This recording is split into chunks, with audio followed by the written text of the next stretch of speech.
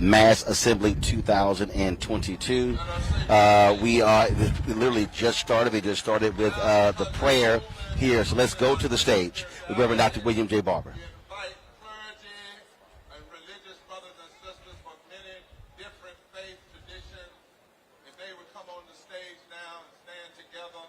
Behind Reverend Jackson. They will each come as a part of the litany.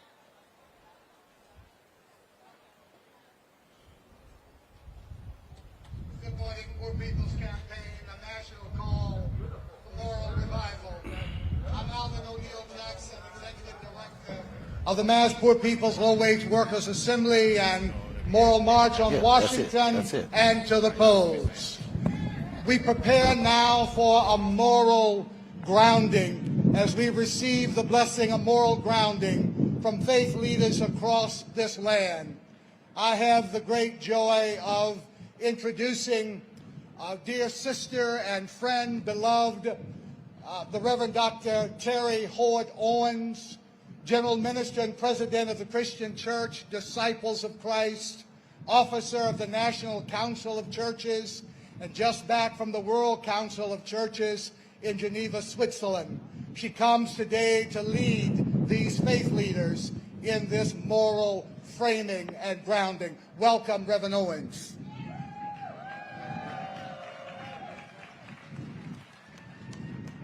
Today, my friends, faith leaders from so many religious traditions stand in solidarity with those who are impacted by poverty, ecological devastation, militarism, lack of health care, and the distorted narrative of religious nationalism.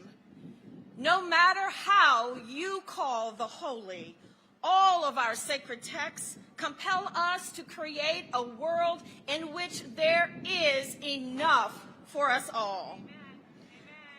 The Poor People's Campaign is a moral call for national revival, a national call to moral revival, and we stand in the tradition of prophets of old as prophets in this time to call our country to account. We cannot simply preach or read from sacred texts and not join with others to demand action.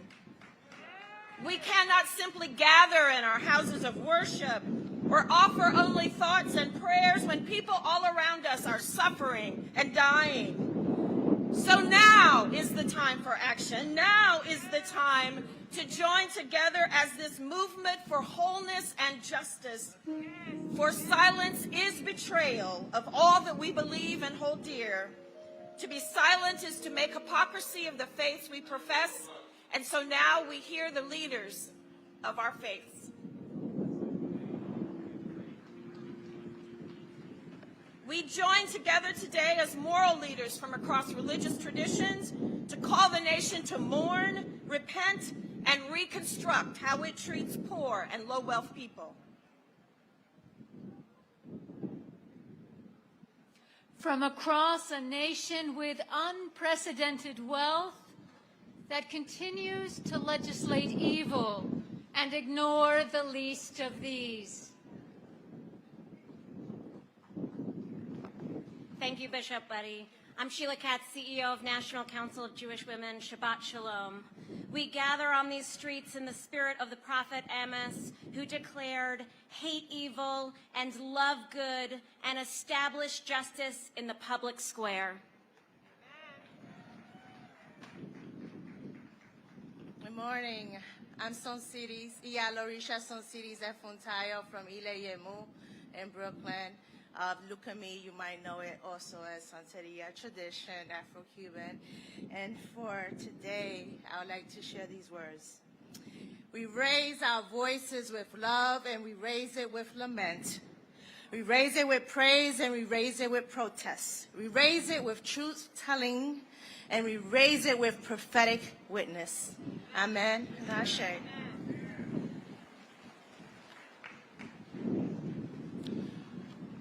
Assalamu alaikum, greetings of peace. Your brother Imam Saf Academic from the Islamic Society of North America. We heed the charge from the Holy Quran. يا أيها الذين آمنوا كونوا قوامين بالقسط. O you who have believed, be persistent, standing firm in justice, witnesses for God.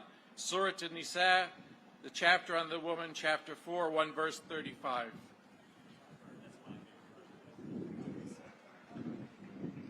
William H. Lamar IV of the African Methodist Episcopal tradition, pastor of the Metropolitan Church here in Washington, D.C. We embody the words of the prophet Isaiah. We learn to do right. We seek justice. We defend the oppressed. We take up the cause of the vulnerable, and we plead the case of the poor. Amen and Ashe. Namaskaram, my name is Nikhil. I'm here on behalf of Hindus for Human Rights and Sadhana Coalition of Progressive Hindus. We declare truth and love in the name of all that which is holy. God, Allah, Great Spirit, Brahma, and all those too sacred to voice.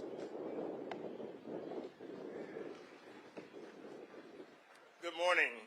I'm Dr. Charles Rhodes, the Fellowship of Affirming Ministries. Our sacred teachings insist everybody in and nobody out. And when we lift from the bottom, everybody rises. Amen. Amen. Amen. Amen. The Reverend Karen Brow, serving at Luther Place Church in Washington, D.C., and Evangelical Lutheran Church in America. God demands justice and fair dealing, reads the Holy Quran. Shane Claiborne from Red Letter Christians. Jesus says, if we don't care for the least of these, then we don't really love God, and we stand under God's judgment. Amen. Bernard Richardson, Howard University's Rankin Chapel. The prophet Micah reminds us, God has told you, O mortal, what is good. But what does the Lord require of you but to do justice, love kindness, and walk humbly with your God?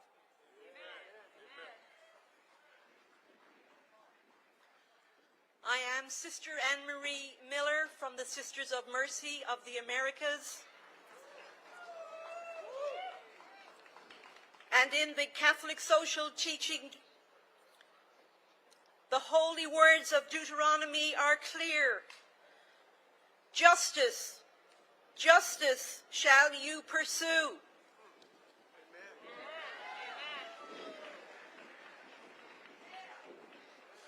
Reverend Jimmy Hawkins for the Presbyterian Church USA, the Advocacy Director for the Presbyterian Ministry of the United Nations, and the Washington Office of Public Witness. As James' epistle reminds, the workers you have used and abused cry out against the unjust. Their cries have reached the ears of God.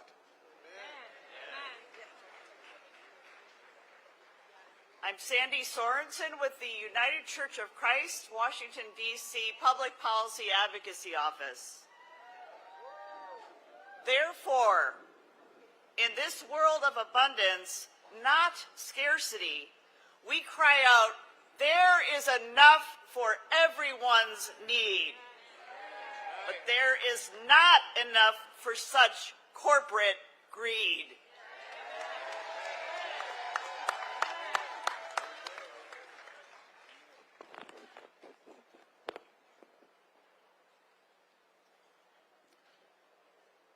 Namaste. Reverend Abhijan Amanchi, Cedar Lane Unitarian Universalist Church, and Bethesda and Unitarian Universalist Association. As we cut at the earth, we hurt the spirit that binds us all.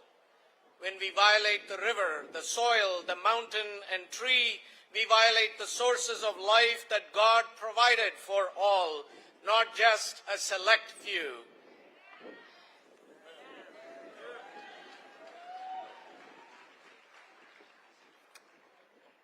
Joyce Ajduni from the American Friends Service Committee. We are the Quakers. We lament a nation addicted to a war economy. Too many in the nation's seats of power are guided by domination, violence, and division. And we yearn a nation and a world guided by love, by justice, and unity.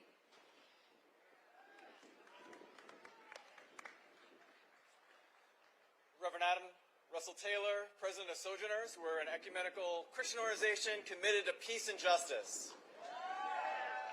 We join together in prayer for the entire world with our hearts and our feet. I'm Frederick Douglass Haynes III, Senior Pastor of Friendship West Baptist Church in Dallas, Texas, co-chair of the Samuel DeWitt Proctor Conference. In the face of systemic racism, we declare that silence is betrayal. In the face of poverty, we declare that silence is betrayal. In the face of ecological devastation, we declare that silence is betrayal. In the face of militarism and a war-based economy, we declare that silence is betrayal. In the face of a lack of health care, we declare that silence is betrayal. In the face of a distorted moral narrative of religious nationalism, we declare that silence is betrayal. In the face of death because of poverty, silence is betrayal.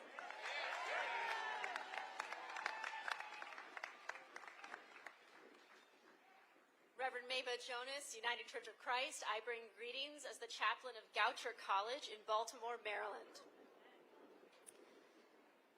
From the truth of our humanity and born from the lips of our many prophets, teachers, and sages, we solemnly commit to doing justice, to loving one another, and to striving until victory is ours. Reverend Dolimar Lebron Malavé, the United Methodist Church, representing the People's Church in East Harlem, New York, and Associate Director of IFCO Pastors for Peace. Today we pray for the elders that are still with us, for the children birthed in this movement now. We pray to the Holy One and to the ones of infinite name and reach. Shabbat Shalom. Shabbat Shalom. Shabbat Shalom. This is a beautiful day, Bishop Barber. You love it when I do the Hebrew. It's a day that God has given us because the God who is above is here with us on earth with the Poor People's Campaign, a national call for moral revival. We, all of us faith leaders, like the ones before us, are now the ones that we have been waiting for. We will raise our cry and we will call for change because nothing less would be a betrayal of our sacred commitment. Let us all say, Amen. Shabbat Shalom. Let us all say amen. Let us all say shalom. Let us all say assalamu alaikum. Let us all say thank you.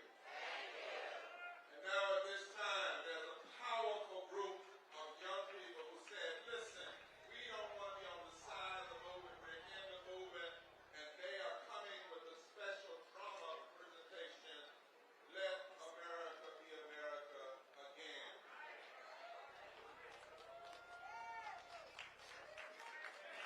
Give it up for them. Let's celebrate everybody.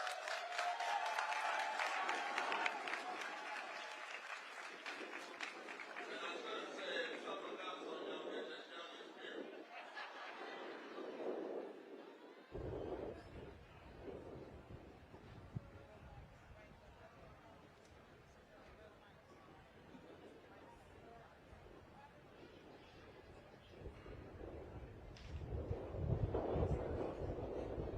Those are the marshals Would you make sure that the band in the back ceases to play so that it won't infect what's going on here? Those marshals in the back, tell them we have one band on stage.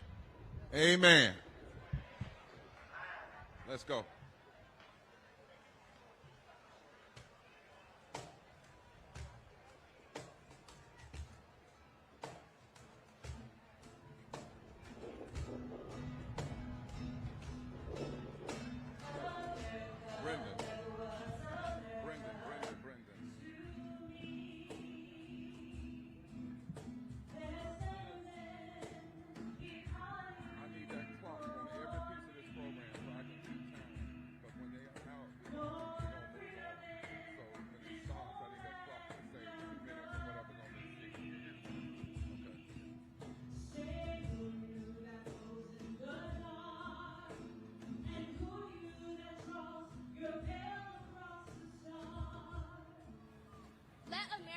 Be America.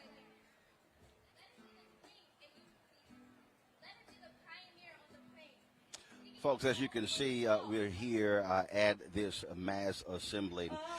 There are folks literally going down Pennsylvania now. To my right is the U.S. Capitol. We literally are right across from the Department of Justice.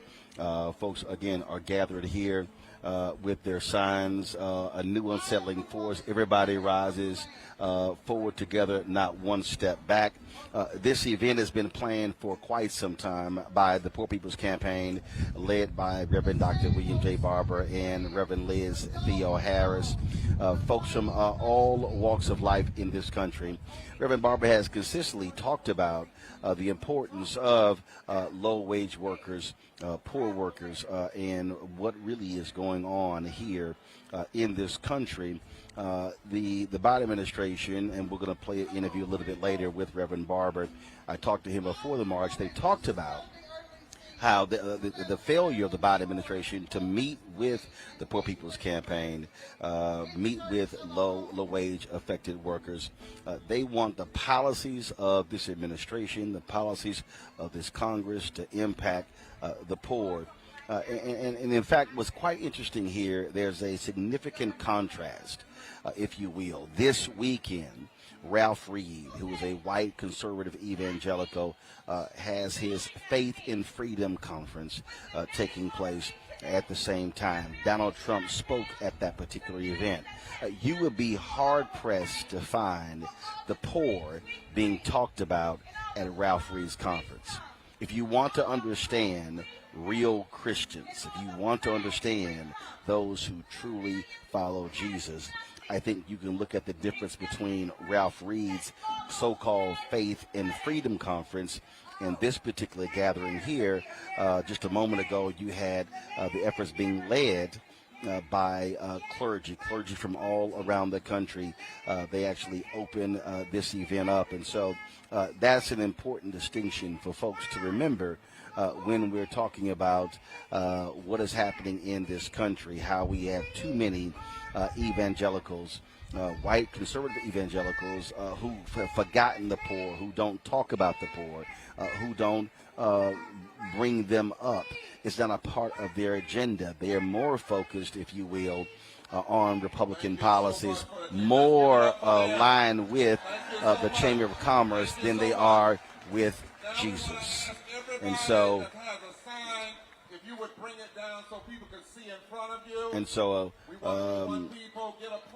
so again, they got lots of signs out here. You see Reverend Barber asking them to lower those signs. They've got more than 500 buses that are coming in. And so, again, people literally are all along Pennsylvania, and they still are coming. And so you see right here, this live look right here of those assembled here for this mass poor people's and low-wage workers assembly. Except for the state sign. Except for the state sign. If you have a state sign, you can hold it up In a moment, we're all going to be lifting our placards together in your hands. And so Reverend Barber just asked him to lift the state signs, and we can see right now California, Washington State, we can see Kansas, North Carolina, Illinois, Florida.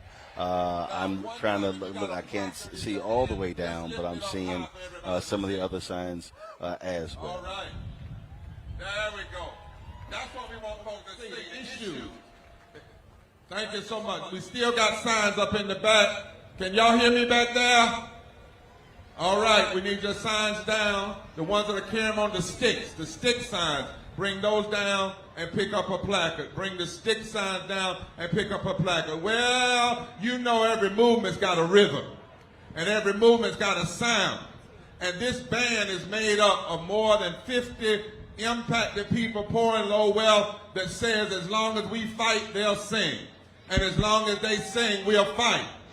It's the baddest choir that's out here because it's a choir about the movement, and we want to bring it on now, led by Sharon, led by Yara Allen, led by Dr. Bell, led by Freddie Green, the Street Genie, and the other members of the band. Come on, y'all. Let's have a little rhythm out here.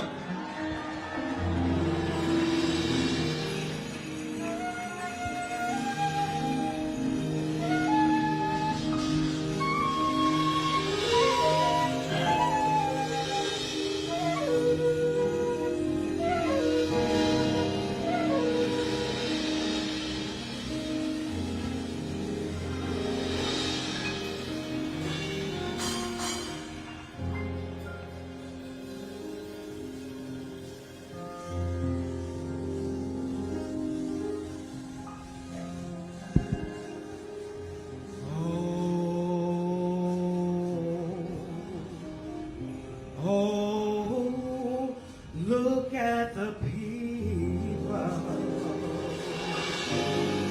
Oh, look at the people. Oh, look at the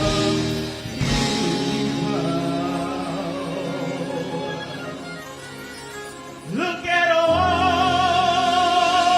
the people they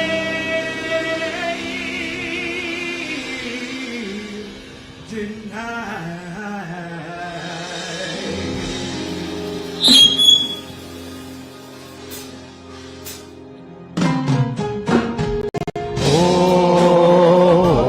Oh, look at the people.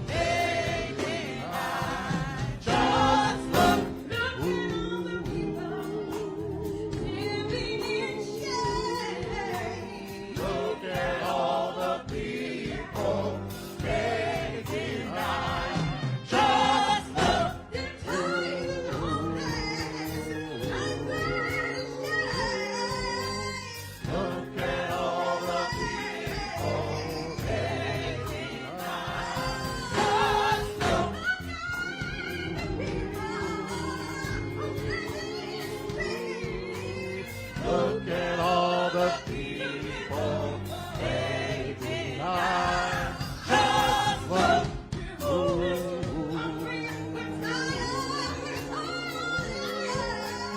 Look at all the people they deny.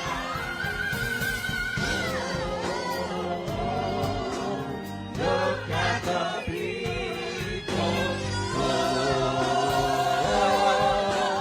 Look at the people.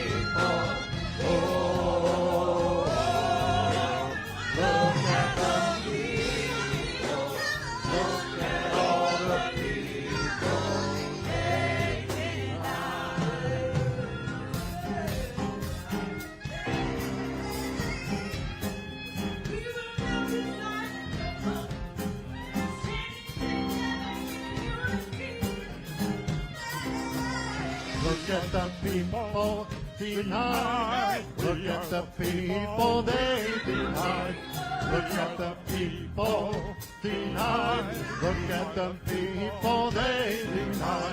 We the people they deny. We the people they deny. We're the people they deny. We're the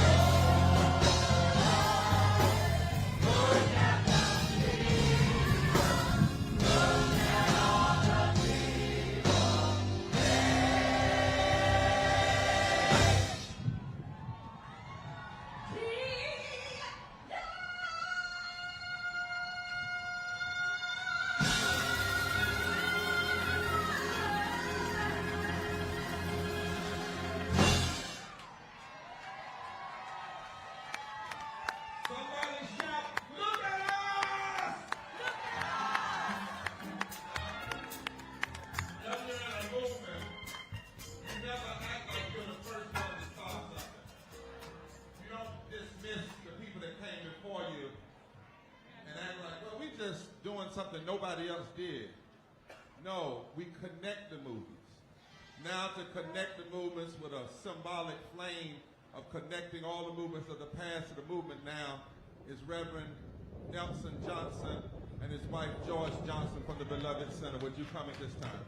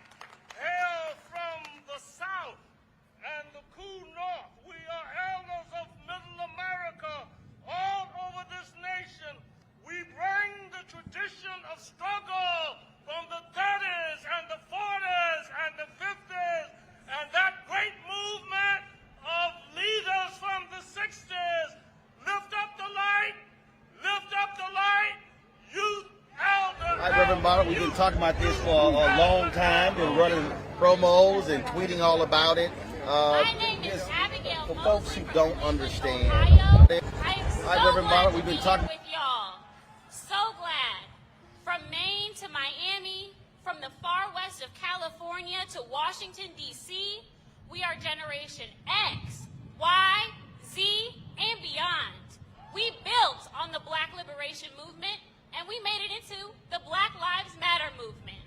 Youth, elder, elder, youth.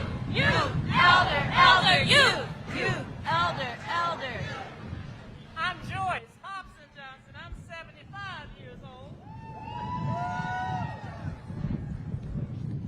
We elders bring the great traditions of struggle from SNCC, the Black Panther Party, the Young Lords, SCLC, CORE, the AFL-CIO, the Brotherhood of Sleeping Car Porters.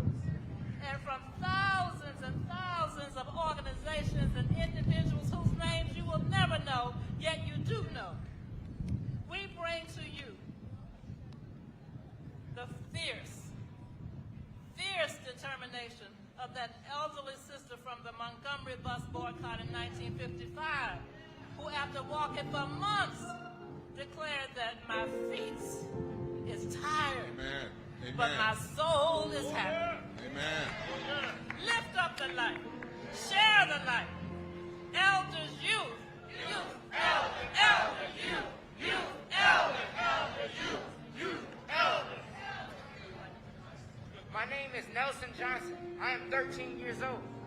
We youth bring a broad and growing diversity in these new days. We will bring new ways, always respecting that way over which we have come, watered with the blood of our mothers and fathers.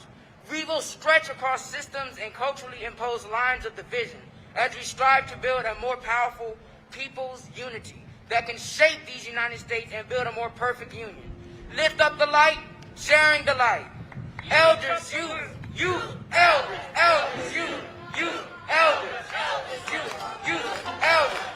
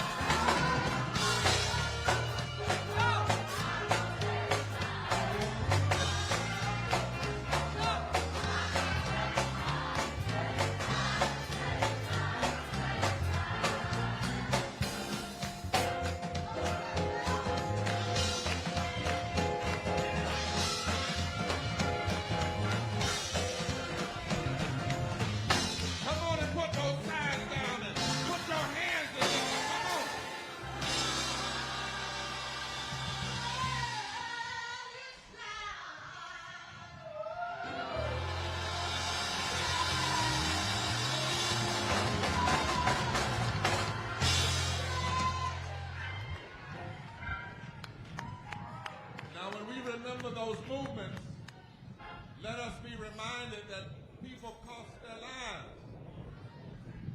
But it never stole our joy. We weren't always happy, but we always kept the joy. And so because many of you, even as you come here today to share your pain, and you've been through so much, we want to take a moment and I want to ask you, whatever you need to do in your own way to be thankful to God, thankful to the divine spirit of the universe. But in this moment, we want to take a moment to say, for every mountain, for every mountain, for every racism, for every hurt, for every injustice that God ever brought us through, we will always give God praise.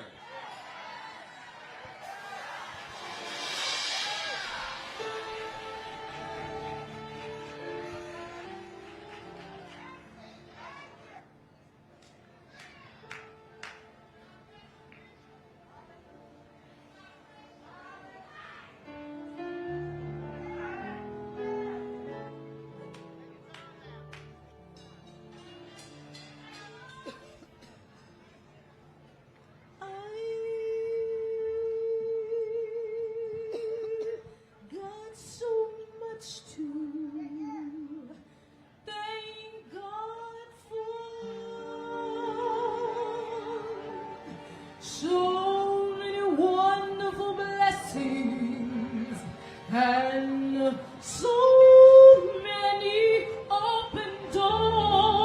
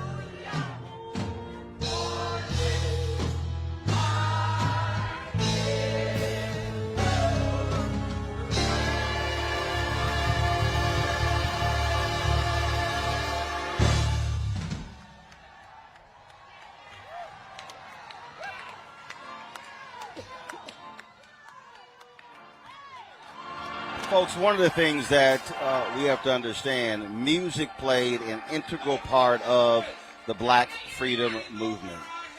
There were numerous folks who would be in prisons. They would be on mass marches, and they would be singing. That was a huge, huge thing. In fact, remember when I interviewed Ambassador Andrew Young, he said one of the things that he wished Black Lives Matter had done was actually embrace music. That's one of the things that he talked about. There are a number of people who are here. There are activists. There are elected officials, others as well. In a second, I'm going to talk to Mondale Robinson, who just got elected mayor in a rural part of North Carolina, beating a long-term incumbent. So we're going to talk to him in a second. We'll be talking to Reverend Mark Thompson as well. Of course, Mark was with us in Austin when the Poor People's Campaign had their voting rights march there. So we chatted with him as well. And so, again, there just are a number of folks who are here who have come together to bring attention on the poor and low-wage workers in this country. So we certainly look forward to that, being able to talk to him about that. And so over the course of the next several hours, you'll see us amplifying these issues. Let's do this here. Before the march began, we had an opportunity to talk to Reverend Dr. William J. Barber. So if we have that interview ready, let's go ahead. And actually, let's do this right here. We're going to play that in a second. I'm going to sit here and talk with Mondale Robinson right here. And so, Mondale, take a seat right here. So, Mondale, first and foremost, let folks know, first, you've been active in Democratic politics, but then you decided recently to run for political office. Yeah, man, I got tired of a couple things. One, people acting like rural America is only white America, when I know in the South, 30% of the rural population is black people. And then also, I'm tired of hearing people say that, there's no space for progressive politics in rural spaces. So I decided to go back home in Hinfield, North Carolina, and run for office on the most progressive platform in North Carolina of anybody running this year. So So what city was it? The town is called Enfield. Okay. How many people? And for folks who don't know, what is it near? Okay. Yeah. The easy way to explain Enfield is it's 45 minutes northeast of Raleigh and about an hour south of Richmond, Virginia. Got it. So right down the border as soon as you cross 95. And it's about 3,000 people in the town. And so you ran against an incumbent? I ran against an incumbent. And we didn't just beat that incumbent, Roland. We beat him by 56 percentage points. We got 76% of the vote. Running a platform, talking about universal basic income, talking about how we talk about not defunding, but definitely cutting back funds for police departments, and also doing other things like creating free housing for people who are suffering. Now, this particular town here, what's the racial makeup? It's 95% black. Yeah. You talk about, so 95% black, and lay out your message and lay out what you said to them that others say can't work in rural America. Yeah, so first of all, we didn't respond to any of the opponent was a Republican. We didn't respond to any of the talking points, the critical race theory, all of that. None of that mattered to me. All I wanted to talk about. You also didn't have news conferences where you had law enforcement up there, so you don't scare people to say, "Oh my goodness, he's all about law and order." Because that's it. Look, I've already heard that criticism of the campaign of Sherry Beasley and Val Demings, that coming out of the gate, this whole focus on not wanting to scare people that about law enforcement. I said, when you do that, you're playing on defense. You're playing their game. And you're absolutely right. Not only are you playing defense, though, Roland, you're also trying to get a base that you're never going to get, or a vote that you're never going to get. Those white voters you're trying to turn on by not frightening them about law and order, you're going to lose black voters at the account. We Democrats need to get comfortable with the idea that we're never going to get more than 24% of white voters anymore, as long as we're advocating for policies that benefit the entire Big Ten. Until we're comfortable with that, we're going to lose races we don't have to lose. What we need to do is figure out ways we turn out the 45-50% of black men who don't normally vote. And that's not a critique of black men. That's a critique of the transactional way we play politics. So having talking points about critical race theory, about law and order, and how many people you locked up when you were in your last position, that's not a message for black people. Black people aren't talking about these gun rights right now. What we are talking about is economic issues. What we are talking about is how people are bragging about how great the economy doing, and black men still at near double-digit unemployment rates. You're invisibling black men and keeping them away from the polls, making them not interested in this. And so, so you laid this agenda out, and clearly the people responded. They did, man. And not only did they respond in voting, because you and I both know voting is not revolutionary. Electing somebody to office is not revolutionary.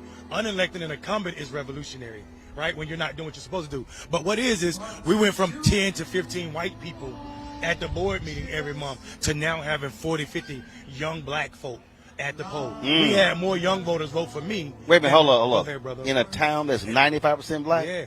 Only the white people were showing up to the meetings. And see, now that was one of the things that I talked about this week on the show. And in fact, I gave a Juneteenth speech on Thursday, when I challenged the audience and I said, guys, I covered city council. I covered county government. I saw how the sausage was made. My parents were co-founders of a civic club in Houston. And so I remember being 10, 11, 12, 13, going to city council meetings, going to county commissioners meeting, going to state legislature. And what I keep telling people is that voting is the end of one process, it's the beginning of another. We can't just say, well, I did my part, I elected them. No, we've got to show up at the school board meeting, the city council meeting, the county board meeting, show up at those places, and so people see and feel our presence. I said, because the other folks are. And that is stunning, what you just said, in a town that's 95% black. It was 10 to 15 white folks showing up and no black folks. Yeah, and also showed in past elections, Roland. Some people people had been in the town their whole life. 50, 60-year-old people had never been in the town. They were astonished at how rude and how brazen this white mayor was in this town. But he became mayor because nobody voted in their last election. We got a white Republican commissioner in a town that's 95% black because nobody's voting, but all of the 100 white people that are voting every election. But also not just because no one was voting. Reverend Barber and I talked earlier, we're going to play this interview in a second. He said no one talked to them. Absolutely.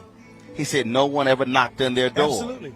So I tell people all the time, when I say people aren't voting, it's not a critique of the voter. We don't critique customers that buy Pepsi. Coca-Cola just try to figure out how to win those voters. The Democratic Party is failing black people because they're not actually talking to black people. And when they are, they're talking at them with some message that came from a white consultant in D.C. So what we did was we spent a lot of time listening to these voters before we even started talking about what our platform would look like. So with that, have you heard from any of those so-called Democratic strategists? Have you heard from other folks in North Carolina? Because in the last election, Tom Tillis did around 15, 18% among African Americans, also with black men. And this is the man who was the architect of the voter suppression law there in North Carolina. I keep saying the only way Sherry Beasley is going to win in North Carolina is that they're going to have to not just focus on Raleigh, Durham, and Charlotte. They have got to do far better in rural North Carolina. Yeah, and we should be clear about this. I took my shades off because I'm passionate about this. We have left rural North Carolina. Most of the plantations were in the eastern part of the state, which is all rural spaces. It's 7 majority black counties out there. And what happens is the Democratic parties put resources in eastern North Carolina, but what they call eastern North Carolina is Raleigh and Durham. There's a unique set of problems people east of Raleigh and Durham that people in Raleigh and Durham are not suffering through. And as long as we continue, we don't have to win in rural spaces, but we have to lose better. You have to close the margin. You can't lose 90-10, 80-20, 70-30. You lose 65-35, 60-40. That's the piece. That's how Democrats also lose in Texas. Republicans roll up major numbers in other parts of the state. And so that puts more pressure on you to turn out big in your major cities. Absolutely. That's why Texas is one of our green states. We are in the 31 most eastern counties in Texas. Every day, all day, every year talking to black men. Even though it's only 66,000 black men in those counties, I know if those brothers turn out, more than 60% of those brothers haven't voted in 5 consecutive federal elections. And that ain't their fault. The Democratic Party has no infrastructure out there. Organizations that say they care about black people have no infrastructure out there. So we're out there trying to get these brothers to go to the poll, not saying that voting is revolutionary, once again, but it is a tool that we can't continue to leave in our toolbox because there's so much plaguing us. Here's what's interesting. So someone here said, Valencia Marks, what are we getting for voting Democrat? High inflation, housing, gas, food crisis, open border, etc. Well, first of all, that's a lie, because the reality is a party, Republican or Democrat, has nothing to do with gas prices at all. These people because here's what people don't understand, and we've broken this down on the show. We had a surplus of gas during COVID. Nobody was driving, and guess what? Gas prices were very low. Well, they cut production. So then when it began to open up, we used the surplus. Now we're running from behind because production had been closed. Now they're trying to ramp it up. There are 9,000 drilling permits that have been approved by the government the gas company's not using. So Valencia, you're lying. Yeah, you're literally lying. Yeah. And then you talk about the housing. I showed this stat. For the last several decades, we built on average 20 million homes in each decade. In the last decade, America built 5.8 million homes. Last decade, Valencia, the last time we built that fewer homes was in the 1930s. Oh wow! So all these people again with these stupid talking points. Oh, blaming you again. The last decade, 5.8 million homes. So the reason we have a housing crisis is because we haven't built. Yep.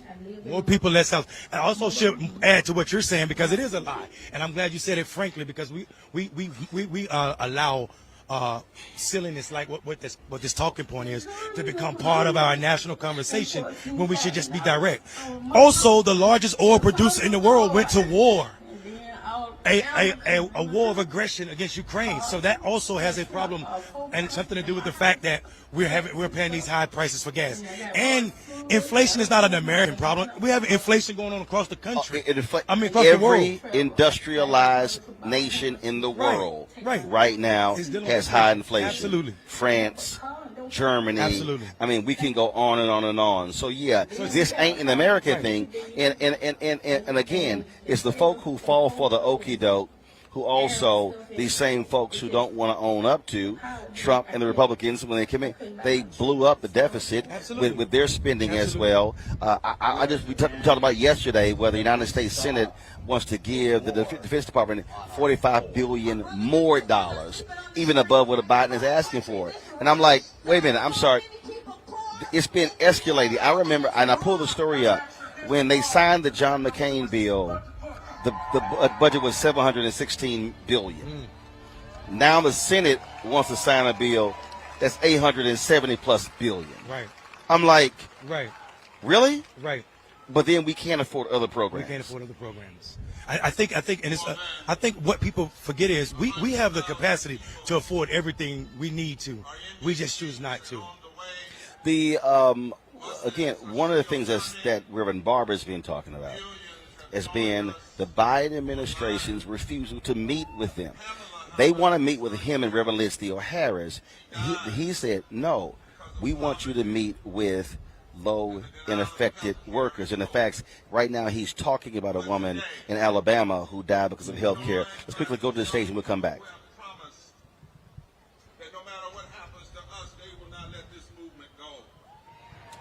On this land where our First Nation brothers and sisters lived free.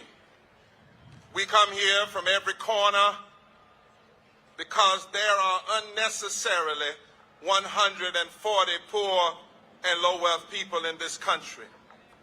That's 43% of the nation, 52% of our children, 66 million white people, 26 million black people, 60.9% of black people, 68% of Latinos and natives, and more than 60% of Asians who are entangled in the unjust weeds of poverty and bound up by the interlocking realities of systemic racism, voter suppression, refusal to pay a living minimum wage, bad tax policy, ecological devastation, denial of health care, inequitable educational opportunity, the war economy, and the false moral narrative of religious nationalism.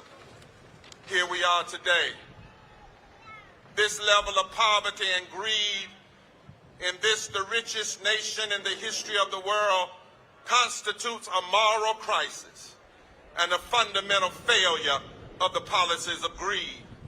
These numbers and interlocking injustices are not just about debates between right and left and moderate. No, this language and categories are too puny for what we face. They represent a crisis of democracy, a shared failure to center poor and low-wealth people, the very people who are the greatest moral leaders and survivors in our society and the true bellwether of our well-being. But there is something else that is even more grotesque. The regressive policies which produce 140 million poor and low-wealth people are not benign. They are forms of policy murder. We know that prior to the pandemic, poor people died at a rate of 700 people a day, 250,000 a year. Poor people have been 2 to 5 times more likely to die from COVID during this pandemic so far. And we know this can't simply be explained away by vaccination results. It's related to the discrimination in our policies toward poor and low-wealth people. On Monday of this week, the National Academy of Science said more than 330,000 lives could have been saved during the pandemic if we had simply had a policy of universal health care for all people. A policy which is a human right that should never be connected to your job, but always connected to your humanity. Because many of the people you see here today know these realities, know this pain, this injustice, and this death from personal experience. We knew that we must gather here. We must have, over and over again, a moral meeting in these streets. We are not unlike our forerunners who sought to mend every flaw of this nation. The abolitionists, those who fought against lynching, those who have stood for families, those who have stood for labor rights, those who have stood for civil rights and women's rights and LGBTQ rights and the right for women to control their own bodies, those who have stood for peace in the time of war, those who have demanded that children be treated right, and those who have demanded just immigration policies in a nation full of immigrants. All of these people have come to these same streets to openly expose the moral crises throughout our history.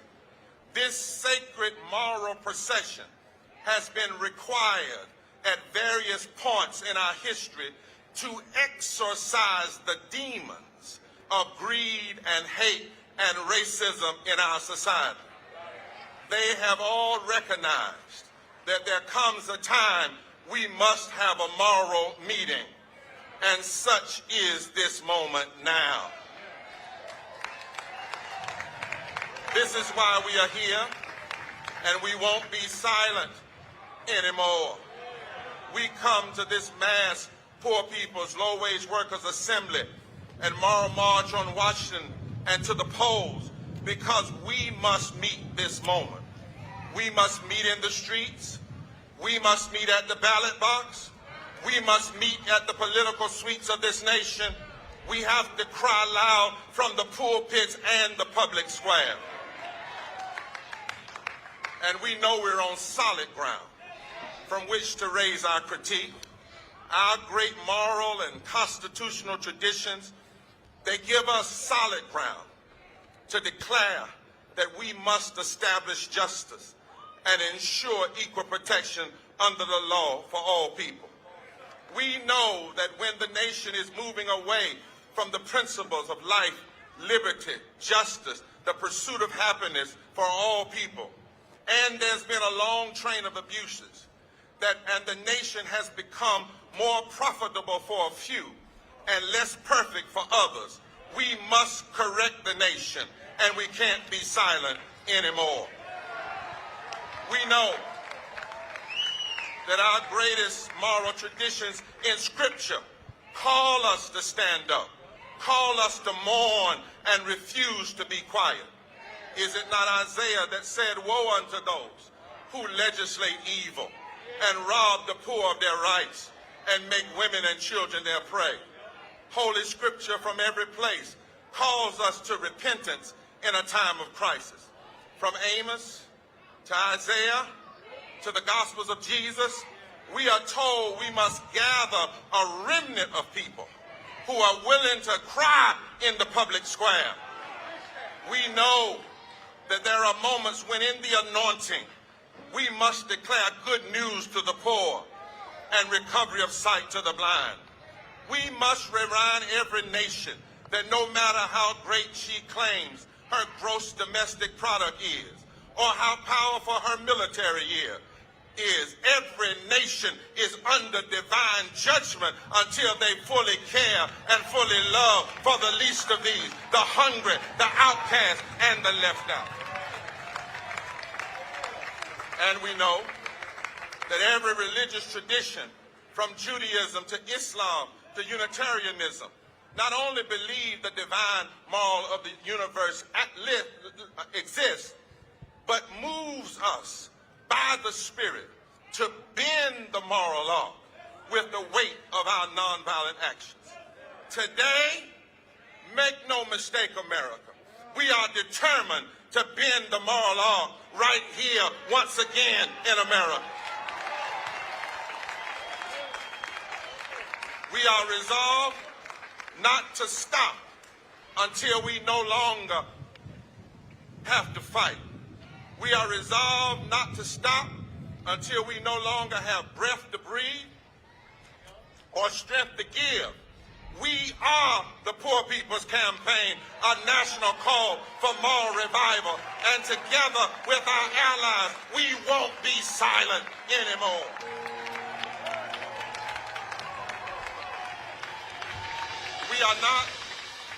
We are not here to beg, but to demand. What we're demanding is not radical, it's simply right. We've come to put a face and a voice on these numbers of poverty, to show that behind them, inside them, are real people and real lives. They are us, we are them, and we won't be silent anymore. The very fact that these realities exist means, Dr. West, that we are engaged in a moment that is constitutionally inconsistent, morally indefensible, politically insensitive, economically insane. As the great prophet of the Harlem Renaissance declared, we must take back our mighty land again. America has never been America to me, but we swear this oath that America will be. We must say with our bodies, with our voices, with our organizing, with our preaching, with our standing, even with our suffering and our sacrifices, that we won't be silent or unseen or unheard anymore. As long as there are 140 million poor and low-wealth people in this country, and we know it doesn't have to be this way, we won't be silent anymore. As long as there are 87 million people who are uninsured or underinsured, and everybody in the Congress gets free health insurance while they vote against us to have the same thing, we won't be silent anymore. As long as caving to the lobbying of the U.S. Chamber of Commerce, 49 Republicans and 2 Democrats refused to vote fairly and denied 32 million people just last year a $15 an hour minimum living wage, we won't be silent anymore. As long as we know this nation will never really deal with inflation and recession until she does right by the poor and low wealth of this country. As long as we have the hypocrites and their audacity to call people essential workers during the pandemic and then treat them like they're expendable when it comes to health care and wages. As long as 2 Democrats and 4 Republicans block child income tax credits, lift folk up for a few months out of poverty, and then drop them right back to hell in poverty, we won't be silent anymore. As long as people keep asking, how much will it cost? Rather than ask the real cost question, how much does it cost for things to stay like they are? As long as there are the lies of scarcity and the lies we don't know what to do, as long as we have the stealing of native lands and unjust immigration, as long as your health and your income can be determined by who you love, as long as people go to bed hungry, as long as millions of our neighbors are homeless or facing homelessness, as long as 4 million people can get up every morning and buy unleaded gas and can't buy unleaded water, as long as our military spends twice as much as Iran, Iraq, Russia, and North Korea combined, and we know that just 10% of that bloated military budget could provide health care and public education, we won't be silent anymore. As long as 55 million people are facing voter suppression, let us be clear, we are not simply here for a day. This assembly is to declare the full commitment of a fusion coalition. If you didn't know America, you better ask somebody.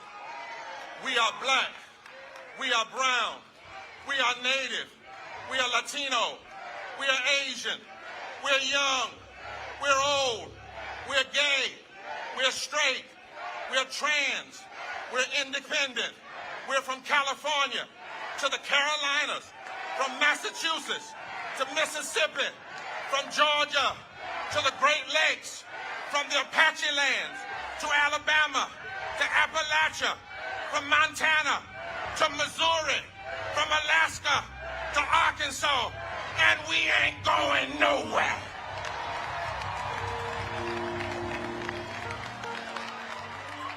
Now is the time for a third reconstruction. We are the rejected who've been rejected by the politics of trickle-down economics and rejected by neoliberalism. 150 years ago, black and poor whites built the first reconstruction. Over 50 years ago, black and white people and Latinos joined people of faith and followed the prophetic servant leader, Martin Luther King, and took on racism, poverty, and militarism, and a second reconstruction. But now is our time for a third reconstruction. We are not an insurrection, but we are a resurrection. And this is the day that the Lord hath made. This is the day that the stones that the builders rejected are coming together to be the cornerstone of a new reality. And so make no mistake, from the State House to the Congress to the White House, this is no one day on and one day off. This is a movement until children are protected, until sick folk are healed, until low-wage workers are paid, until immigrants are treated fairly, until affordable houses are provided, until the atmosphere, the land, and the water are protected, until saving the world and diplomacy and living in peace is more important than blowing up the world. We won't be silent anymore. If we've got got to march, we'll march. If we've got to engage in nonviolent direct action, we'll engage. If we've got to build more attention with the media, we'll do it. If we have to ask workers to make election day a labor strike day, as long as God is love, as long as politicians are hurting the people that God wants healed, we say to America, you have made a promise. One nation, under God, indivisible, with liberty and justice for all. What a day that will be. But until then, this promise is non-negotiable, and we won't be silent or unseen or unheard anymore.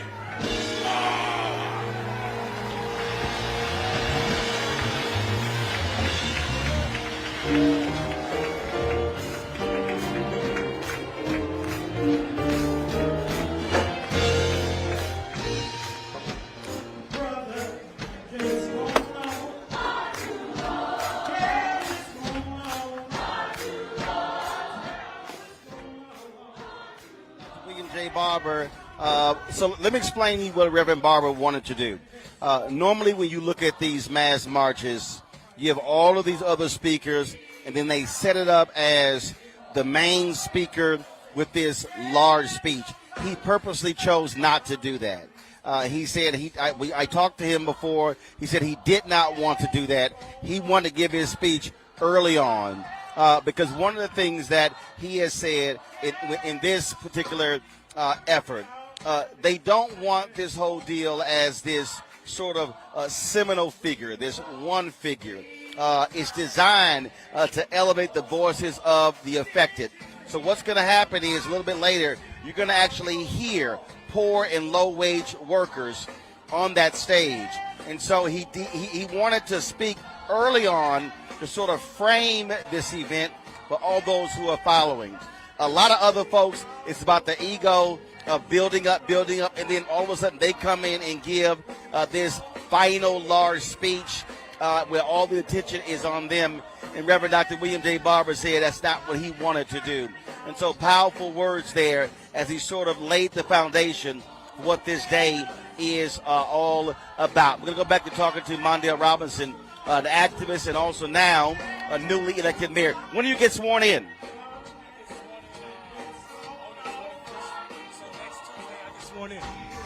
So June 21st. What you heard Reverend Barber say there, he laid out the agenda, and I love what he said, that on election day, make it a labor strike. Yes. I think election day should be a day off work anyway, should be a national holiday.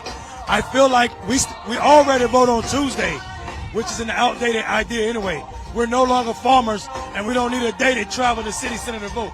So I think the fact that it's not a national holiday serves one purpose, and that's to keep so many people out of the voting booth. But I think what Reverend Dr. Barber said that was so powerful and moving to me was the fact that reminding people that this is not the first, second, but the third Reconstruction. Right. Third Reconstruction. That's something to think about if you understand history and what happened in the second Reconstruction, and definitely what happened in the first one. Well, and I've been using that a lot on the show as well.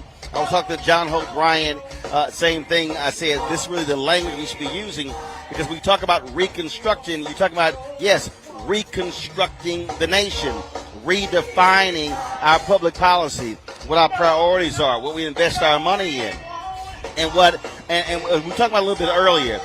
What I really want our people to do is to understand that our level of involvement has to get larger and broader. And I hear people say, well, what has the Democrats done for you?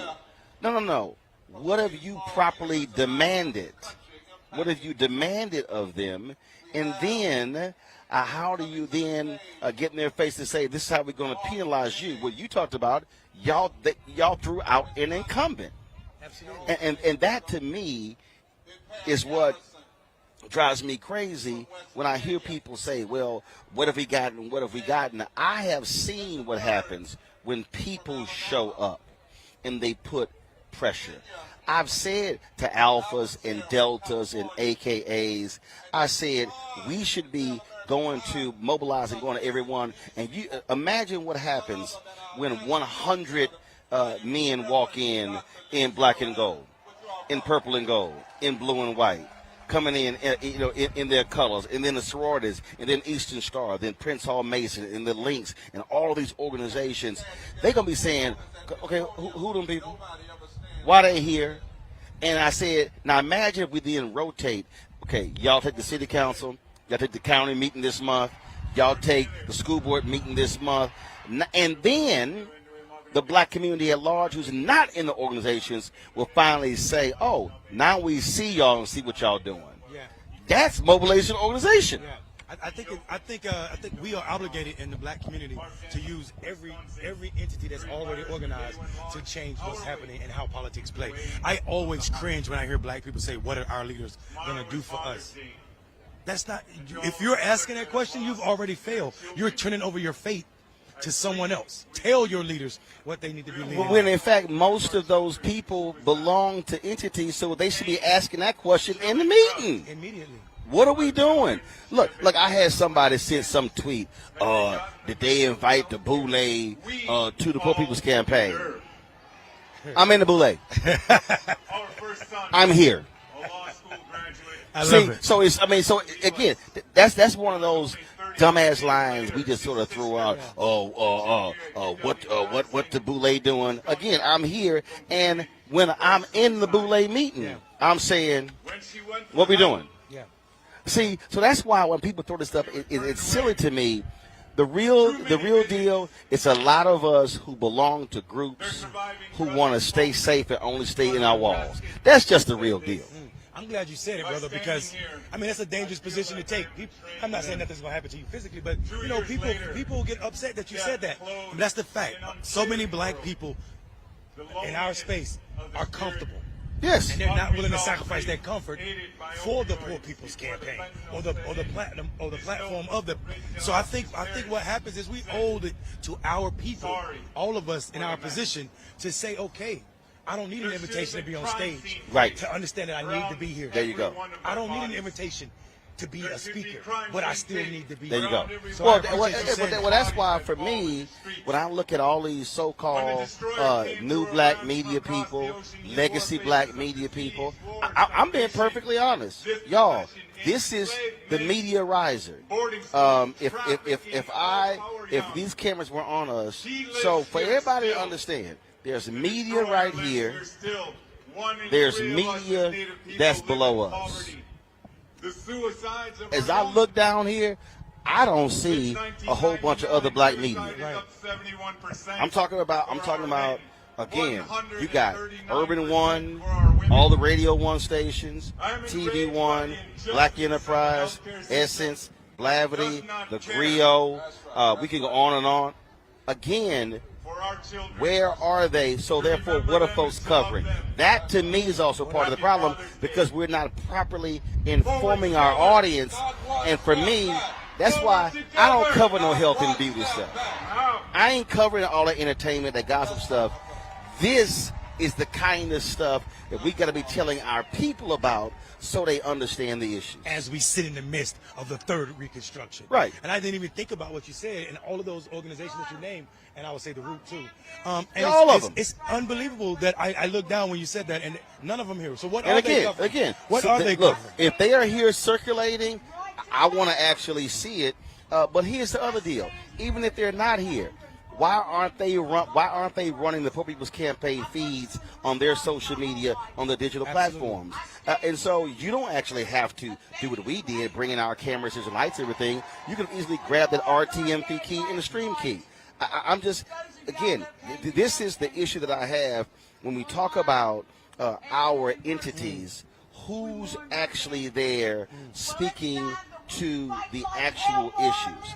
And see, when I got the folks out there who are the haters, who love doing videos about what I'm saying, I'm like, but y'all ain't showing up. Right.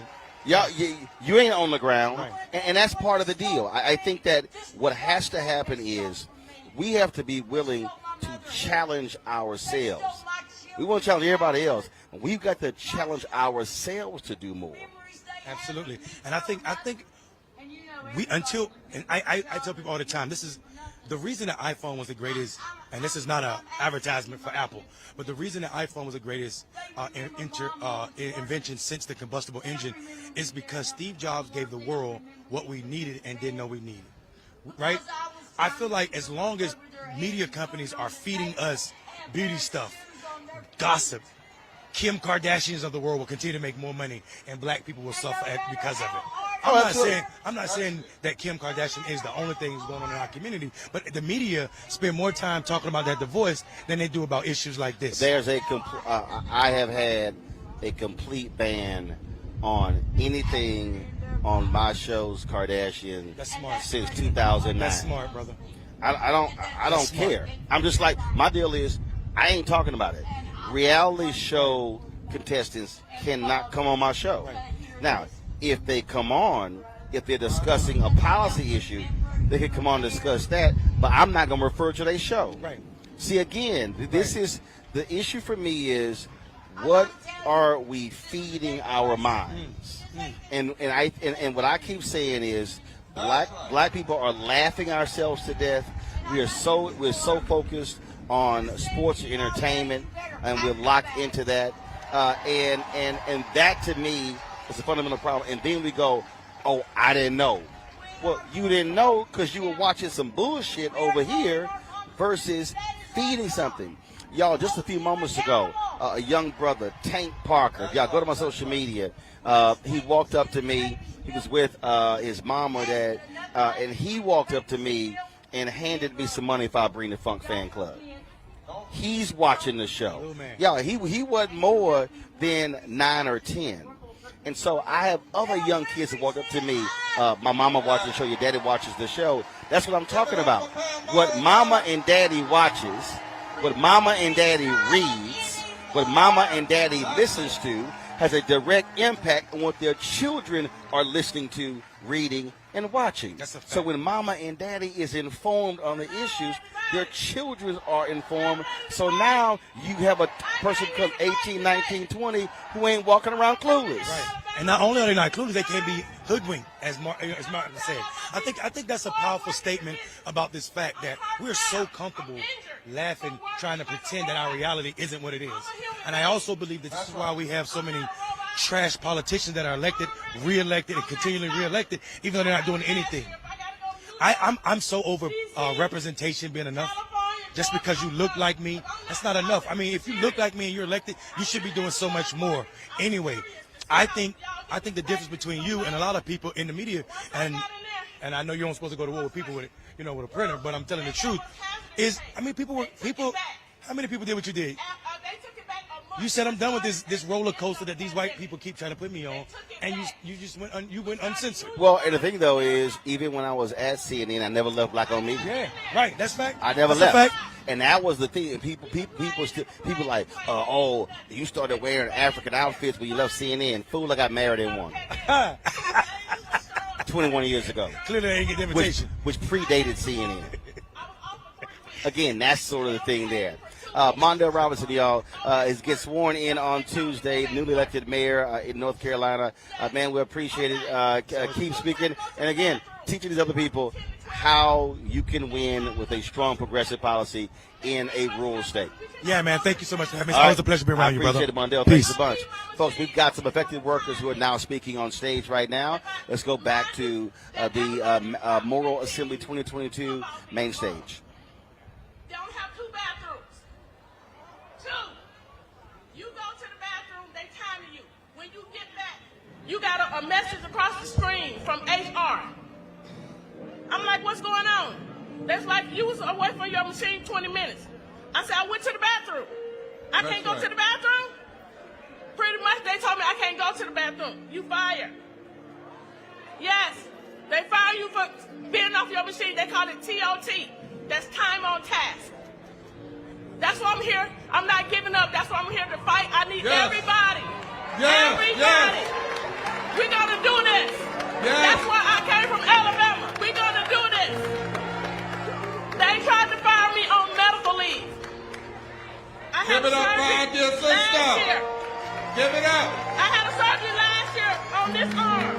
Guess what? I had another surgery in March Give it up this for my year. sister so we can have our next sister to It's come. still not well. Go get it. That's why I'm ready. Regardless of your race or nationality, we're going to fight. All right. God bless you. Forward together. My name is Kenny Alcocer. I'm with Unión de Vecinos and the Los Angeles Tenants Union. I am here today representing the California Poor People's Campaign, a national call for moral revival. On Tuesday, June 14th, we got on a bus to be here with y'all today. Being here today was our duty, for on this bus, we are bringing with us our dead.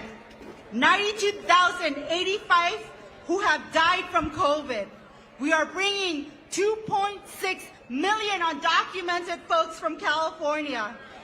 18,000 immigrants that are on the border from Central America and Haiti that are seeking asylum.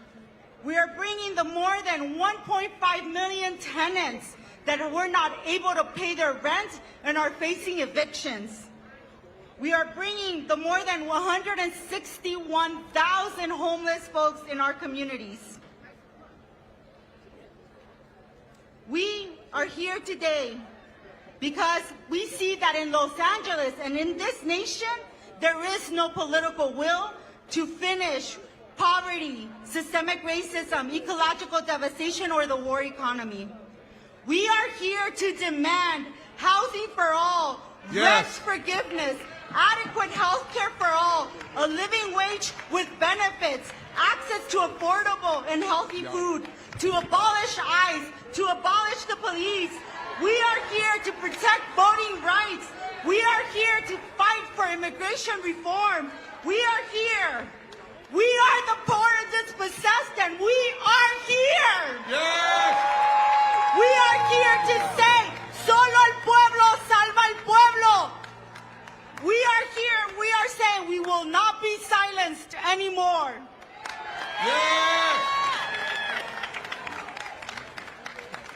Stay up here with Liz. Stay up here. No, nobody stands alone. Get close to her. Somebody's been hurting our people. It's gone on far too long, and we won't be silent anymore. Now, Washington, D.C., these yet to be United States, it does not have to be this way. This is not as good as it gets, America. Poverty is not inevitable. We cannot accept abandonment amidst abundance. And we will not go back to normal or business as usual, because normal is the stories we just heard. Normal is 140 million poor and low income. Normal is 700 people dying every day from poverty. Instead, our call, our response is fight poverty, not the poor. That's right. Fight poverty, not the poor. Fight poverty, not the poor. Our charge is to take away our poverty, not our children. Take away our poverty, not our children. We must proclaim everybody's got a right to live. Everybody's got a right to live. Everybody in, nobody out.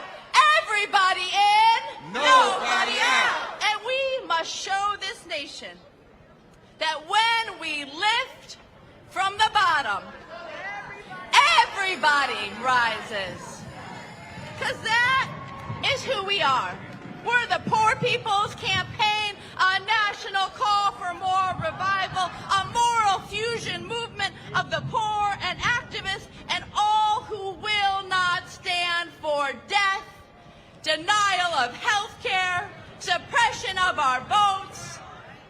and everything of injustice that we're experiencing. We're here responding to these stories, lifting up the truth of our nation, putting faces and voices on immense injustice, but showing also where our hope really is. Hope comes from the bottom, from those most directly impacted by the profound evils of America. It's the poor, it's the low wage, it's the locked up, looked over and left out. It's those excluded and exploited who are the very social force who can change this society. Unsettle our complacency, organize a third reconstruction, and fully address poverty and low wages from the bottom up. So yes, America, we're here, we're poor, we're not going anywhere. We have come together, we will stay together, we will transform this nation from the bottom up. Yes, we'll break through that lie that poverty and death are the will of God. We'll break through that lie that some lives are more precious than others, that it's impossible for us to unite and organize, or that the rich and powerful are coming to save us. Because when we cry justice, when we cry power, when we organize from the grassroots, when we take bold action, it can be done. Yes, Si se puede. Forward together. Not one step back. Forward together. Not one step back. Forward together. Not one step back. Give it up. Coming to the stage now. From Washington, David Lee. From Massachusetts, Minister Savina Martin. From Georgia, Jamila Hill. And responding to these stories, none other than the Reverend Dr. Bernice King at this time. Would you all invite them all as they come?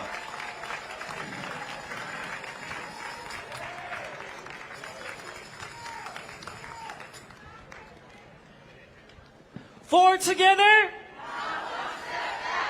My name is David Lee. I'm a Korean American immigrant, and I've been a substitute teacher for 8 years. And I'm currently a graduate student at Seattle University. Growing up, hearing the words alien, illegal, or go back to where you came from made me feel unwelcome in the United States. My parents, with English being their second language, also faced many discriminations in the United States. After 20 long years, my parents finally became a naturalized U.S. citizen. But even with their citizenship, my parents continue to struggle today. My father is 64 years old and is a sign builder with a meniscus tear on his knees. But because of our poor healthcare system, he has not been able to get his knees properly treated. My mother is 57 years old and works as a caregiver to assist with the bills. But because of my parents' financial debt, I do not know when they will be able to retire.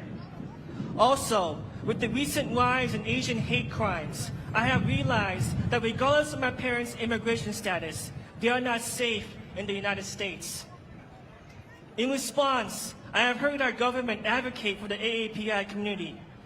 As a Korean American immigrant, I want to say to our leaders in government, true advocacy for the AAPI community begins by not only addressing the hate crimes, but by providing mental health resources and universal health care for poor and working class people. Student loan forgiveness for students like me who would like to pursue their dreams without being in debt. Finally, as a teacher, I want a better future and planet for our children by addressing gun violence and working together to solving our climate crisis. We are the Poor People's Campaign. We won't be silent anymore. We won't be silent anymore.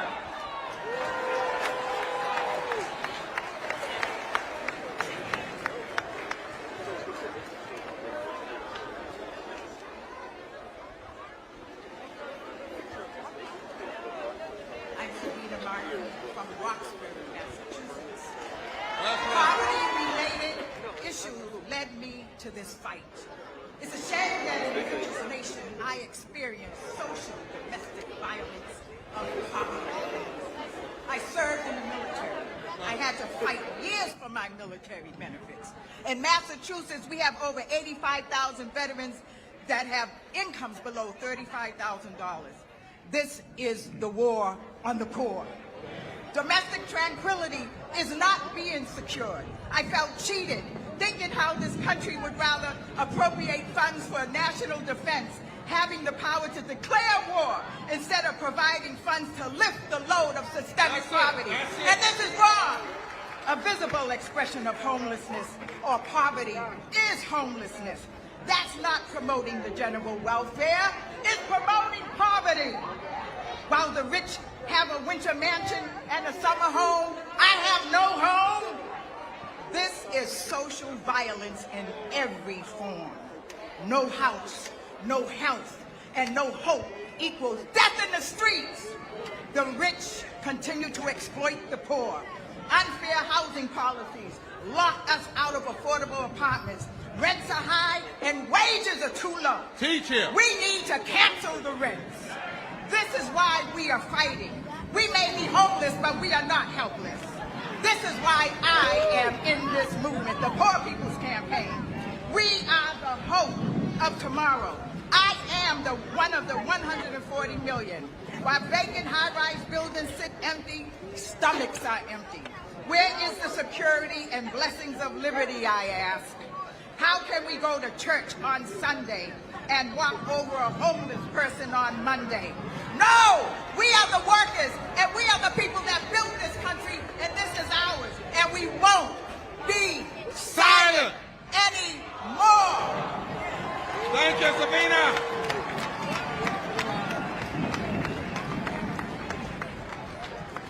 Forward together. My name is Jamel Hill, and I'm from Georgia. And I want to talk about the promised land. Abraham and Martin heard the voice of God directing them and listened. Between that time, our founding fathers dreamt of a promised land, one nation, under God, indivisible, with liberty and justice for all. And while we may have crossed into the promised land, now is the time to do more. Like our forefathers, the work is not done after crossing, and now is the time to subdue, to overcome poverty and systemic racism, to bring under control the trauma afflicted on our children, as almost 50% of children in Georgia are born and raised in poverty. In Georgia, almost half of our children grow up worried, unhappy, frustrated, and anxious. There are few opportunities, but an abundance of feelings of worthlessness and hopelessness. Our children are born without hope. Our children are bullied and judged. They don't get to go on school trips, but they do get to go home every day to gun violence. Overcrowded homes that offer no safe place to do homework or play. Our children are often embarrassed. They lack education and they inherit poverty. We have health issues. We are exploited for labor while we suffer from inflation and lack an ability to invest. We suffer from corruption, disease, insufficiencies, terrorism, high crime, mental illness, starvation, and drug abuse. Here in America, where we have the worst poverty rates out of the world's top 25 economies, we have the working poor who cannot afford health care or are not offered health care. In Georgia, we have poorly funded, understaffed volunteer medical clinics for those that work 40-plus hours every week but aren't offered health care. We have homeless people paying $1,500 a month for Airbnbs, while others have homes with no lights, no waters, tin roofs, held down by cinder blocks, molded walls, and floors. The working poor who cannot afford a set of 4 new tires without without robbing Peter to pay Paul. Yes. The working poor who, if the AC fridge or stove goes out, we can't afford to buy another. While the rich vacation in their second, third, and fourth homes, we just want to be able to go to the grocery stores. We just want to provide a nutritious meal to our family. But fruit is $15, a salad is $15, and food is $10, and minimum wage is only $7. Y'all, we won't be silent anymore. That's it. Let us welcome Reverend Dr. Bernice King to respond and say to America why we must listen to these voices. Forward together. 54 years ago, my father launched the Poor People's Campaign to revolutionize the economic landscape of our nation. Unfortunately, Dr. Martin Luther King Jr. did not live long enough to see it come to fruition. However, on June 19, 1968, my mother, Coretta Scott King, was here in our nation's capital during the initial Poor People's Campaign to deliver a very powerful message on poverty. She stated, and I quote, "Too long we suffered pious platitudes and made faulty promises to our less fortunate." She made the appeal that poverty is not only a long-standing evil of this nation, but an actual act of violence against the dignity, livelihood, and humanity of its citizens. 54 years later, poverty still has a grip on the soul of our nation. So today, as a bearer of my parents' legacy, and as the CEO of the King Center, I join in solidarity with the chorus of voices that say we won't be silent anymore. Thank you, Reverend Barber, and thank you, Reverend Theo Harris, for helping to keep this part of my father and mother's legacy alive.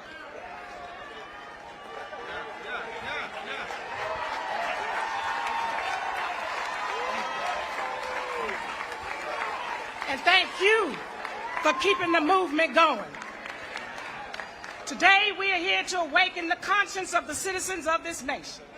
We're calling upon those who have ears to hear, tongues to speak, and hearts to respond, to join the movement to rid this nation of the evil and violence of poverty. You have heard the real stories of those who suffered the injustices of our nation, a nation that refuses to open their eyes to the inhumane realities of poverty, a violation of the dignity, worth, and value of people who are made in the image of God and after God's likeness.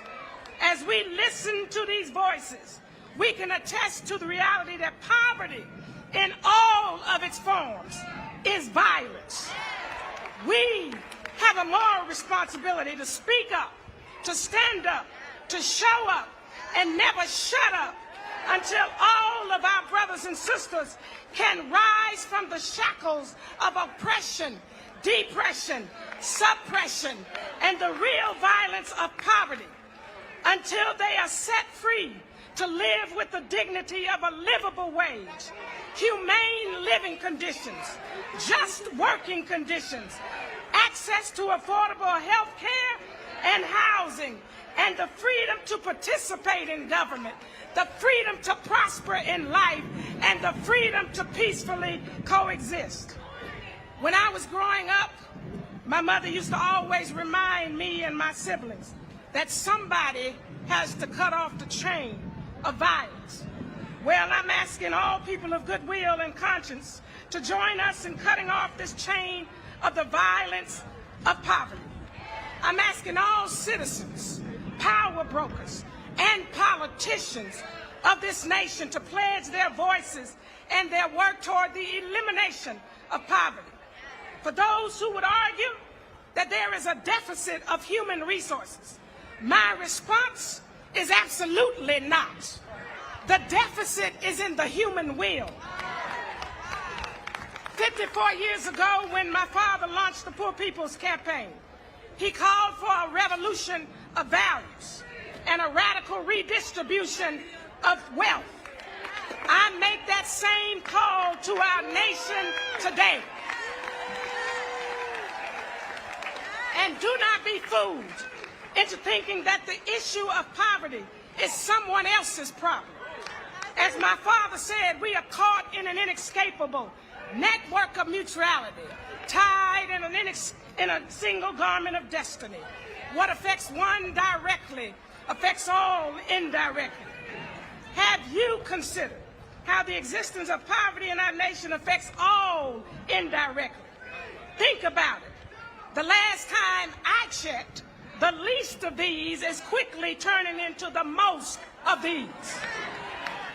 If the current economic crises or my sisters and brothers' stories today haven't put you on notice, let me inform all people of goodwill, even those that believe they are exempt from this epidemic, that poverty won't stop at low-income workers. Poverty won't stop at the suburban middle class. Poverty won't even stop with the business owners and business executives. Poverty is a system that will continue to consume more and more people, beget more violence, disenfranchise millions, and leave even more underserved until our nation and our people commit to creating the beloved community to dismantle it.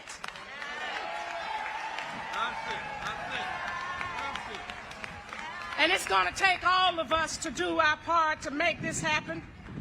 We must work from several different angles.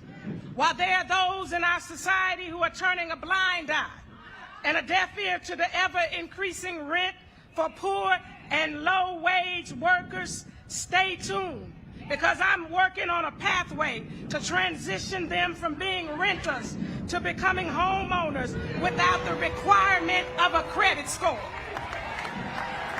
As I stand here today, hearing this pain and suffering that my brothers and sisters who are in the grip of economic injustices and inequities are enduring, the evidence is very clear that this nation is guilty of violence, of theft, of oppression, of exploitation, of abuse, of extreme neglect, and the absolute abandonment of the poor, and should be indicted on the misappropriation of resources and the complete misalignment of values, which, if corrected through nonviolent direct action, could lead to the total, direct, and immediate abolition of poverty. Too many systems, practices, and politics have sought to silence these voices that we are hearing today and these stories that are being shared. But we refuse to allow silence to reign supreme, because I hear a cry coming up from the backside of this nation, from the depths of poverty where life ain't been no crystal state. I hear a cry from the mothers and children that have been left by the wayside. I hear a cry from the cultures that have been suppressed by the hands of poverty. I hear a cry from the hungry, the tired, and the forgotten. I hear a fiery cry coming up from the 140 million Americans that won't be quenched by the lukewarm words of apathetic politicians, systemic racism, or the presence of war. A cry that won't be quenched by corporate greed or excessive materialism, but will require a great reckoning and realignment of our morals as a nation. Until we get there, though, we won't be silent anymore. So I encourage you to keep sharing your stories. My brothers and sisters, keep standing up and keep speaking out. Keep your eyes on the prize and know that God Almighty is with us. God's words reminds us that the darkest hour is always before the dawn. So don't you stop now. Don't you get weary in well-doing, Walk together, children. Don't you get weary. Keep working together, children. Don't you get weary. Keep struggling and holding on together, children. Don't you get weary. Keep mobilizing and organizing and strategizing, Reverend Barbara and Reverend Theo and all the people, and don't get weary. Fuss if you got to, fight if you got to, but get over it together, children, and don't get weary. But don't forget to pray together, children, because you might just get weary.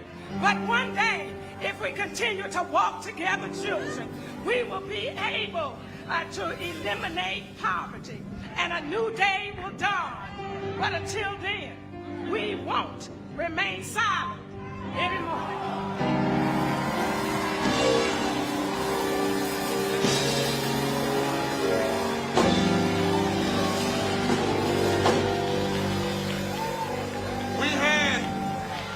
We had to give Dr. King and Coretta Scott King's seed some extra time, because we want you to know your father's death is our resurrection.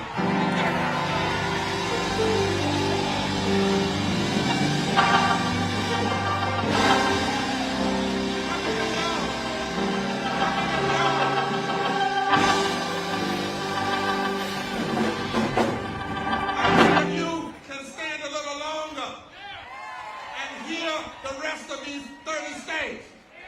And while we're standing, can we sing about 1 minute? Ain't gonna let nobody turn us around. Come on, band. Come on, Yara. Everybody put those hands together and sing it like they sung it in the Civil Rights Movement.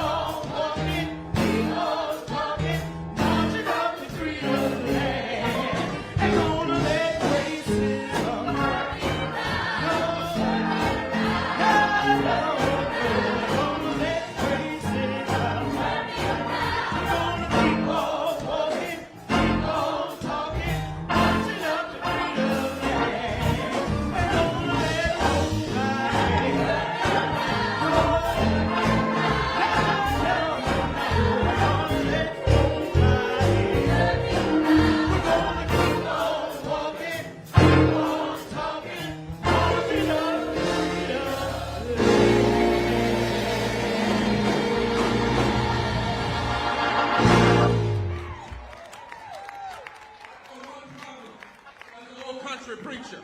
I need y'all to take 30 seconds, put the signs down, the placards down, put your hands together, and let's shake the foundation and sing it. Ain't gonna let no Congress turn us around. Ain't gonna let no senator turn us around. Can we say it to the top of our voices? Come on, everybody.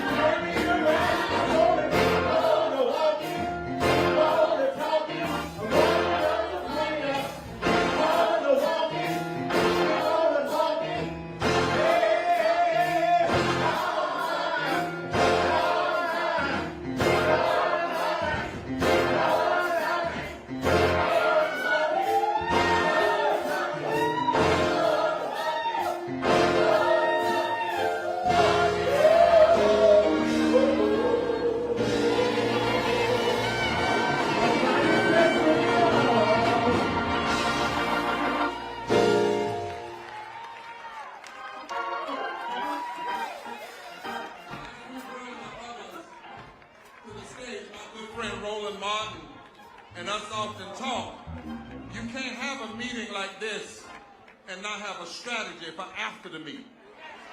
That'd be foolish. So let me tell you what we're going to do after the meeting.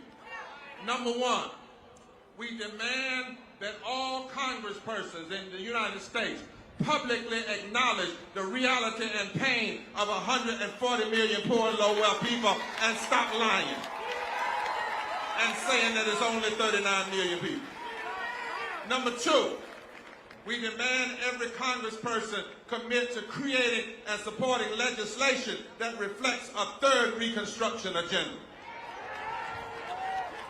Now, we haven't heard, and I don't know what the problem is. I know the phones work and the emails work. So let me say it here. We demand, come on, Liz, we demand a White House Poverty Summit with President Biden to allow this administration to meet with a delegation of poor and low-wealth people, religious leaders, and economists now. Number four, the campaign will engage in massive mobilization and outreach through every means available to us. Number five, we pledge to return to Washington, D.C. in September and bring 5,000 poor and low-wealth people and religious leaders and 100 economists in a nonviolent direct action to walk all day in the halls of Congress. We won't be silent anymore. And today, this campaign announces its launch of a nationwide effort for the next 143 days to register and educate poor and low-wealth communities to vote in every election for candidates that commit to addressing poverty and low wage. And number seven, we declare that we are a movement that votes, a movement that fights, a movement that marches, a movement that uses nonviolent truth and love, and a movement that ain't never going nowhere no time soon. Coming to the stage now, at this moment, to speak to us, because we want America to hear herself, we're bringing Guadalupe de la Cruz from Florida. And you probably see numbers of poverty on the screen. It should be. From New England, Nebraska, Angela Montalvo. From D.C., because we wouldn't come here and not talk about poverty in D.C. and the need for statehood. Akula Ali. And responding to them will be Latasha Brown of Black Voters Matter.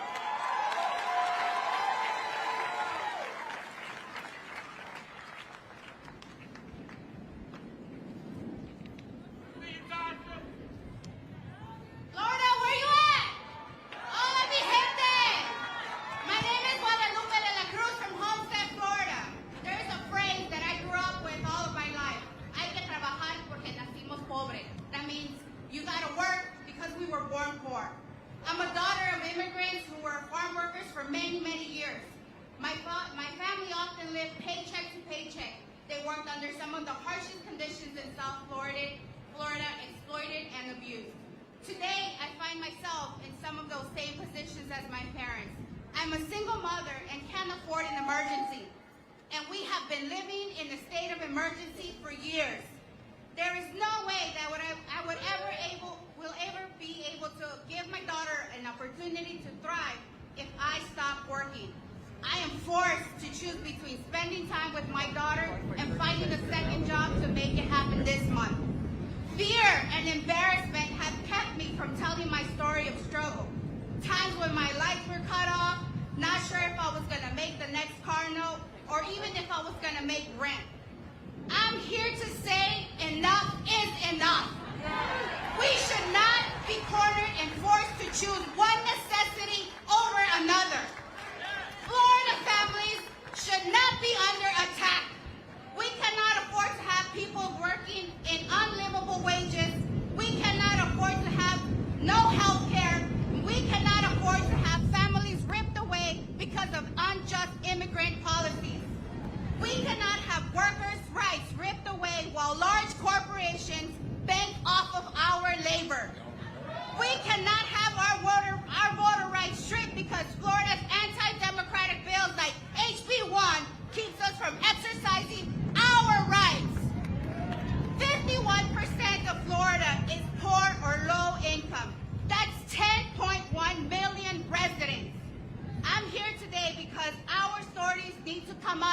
battles of shame.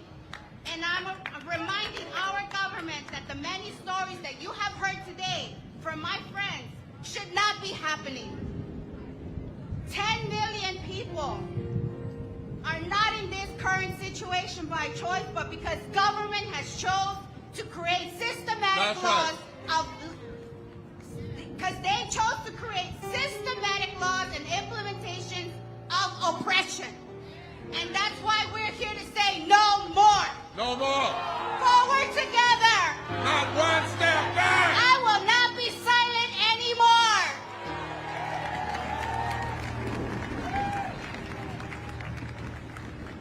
My name is Angela Montalvo. I'm one of the tri-chairs of the Nebraska For People's campaign. I joined the Army in 2003, right after high school. I was 17 years old. After about a year, I started experiencing chronic pain. In 2006, I was medically discharged with a 0% disability rating. This means that even though I was medically discharged, I received no disability compensation because the military doctors couldn't find a cause for the pain that I still experience today. I met my husband in the Army while working in military intelligence. From 2007 to 2008, he was overseas. That was the first year of our oldest child's life. As you can imagine, that was quite a challenge for a new family. Since he returned, he's been diagnosed with PTSD, skin cancer, and sarcoidosis, all linked to his service. He's unable to work because of this. Just 2 months ago, the VA began withholding his disability compensation because they made an error in his GI Bill calculations, and now say that we owe the VA more than $20,000. We found out through a letter in the mail. He served his country, and we ended up in debt to the VA.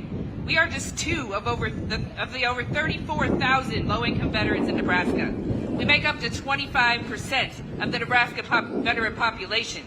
There are poor and homeless veterans all over this country. We must stand together to demand an end to this war economy that benefits the wealthy at the cost of poor people's lives and health. We will not be silent anymore. Yes. Everybody shout it. We will not be silent anymore.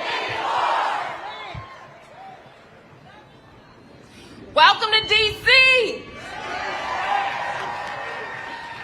My name is Akoshua Ali. I'm the president of the NAACP Washington, D.C. branch.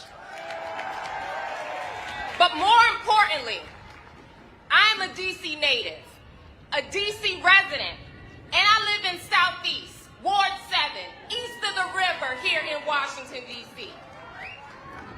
Today, I stand in solidarity with Reverend William Barber and moral allies to end poverty and demand a shift of this moral consciousness in this country. Poverty, voter suppression, unemployment, underemployment, wealth gaps, healthcare access, environmental injustice, lack of affordable housing, maternal morbidity, and gun violence all continue to suppress vulnerable communities in this country. The gap of poverty and privilege demands change. Before the COVID-19 pandemic, 700 people were dying a day from poverty. The economic devastation of poverty affects all people, people of every race, creed, color, and sexuality. 140 million people are living in poverty, poor, or low wealth in this country. Poverty is not a left or right issue. It is not a Democrat or Republican issue. It is a moral issue. In the words of Reverend William Barber, we do not have a scarcity of resources in this country. We have a scarcity of moral consciousness.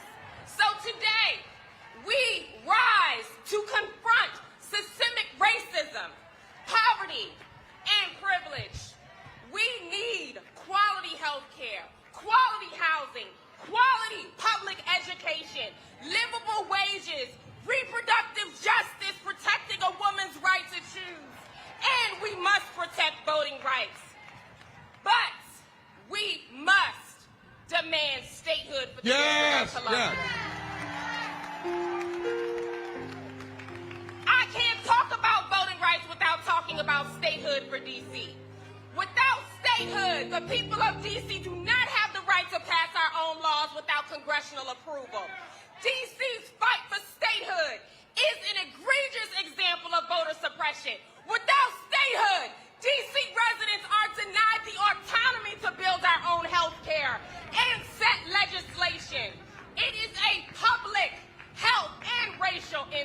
Yes. Now, in closing, this is time for us to transform this nation. So when we say stand up, fight back. Stand up, fight back. No justice, no peace.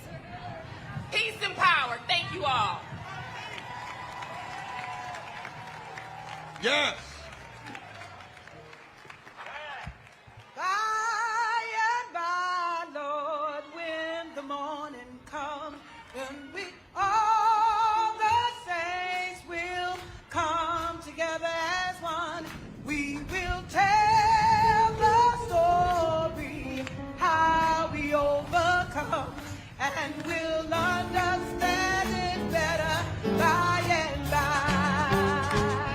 Oh, by and by, Lord, when the morning comes, all the saints will come together as one.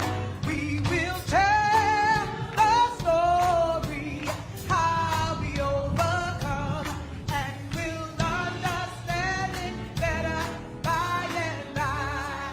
Amen. There is power, y'all, in our stories. There is power in our stories.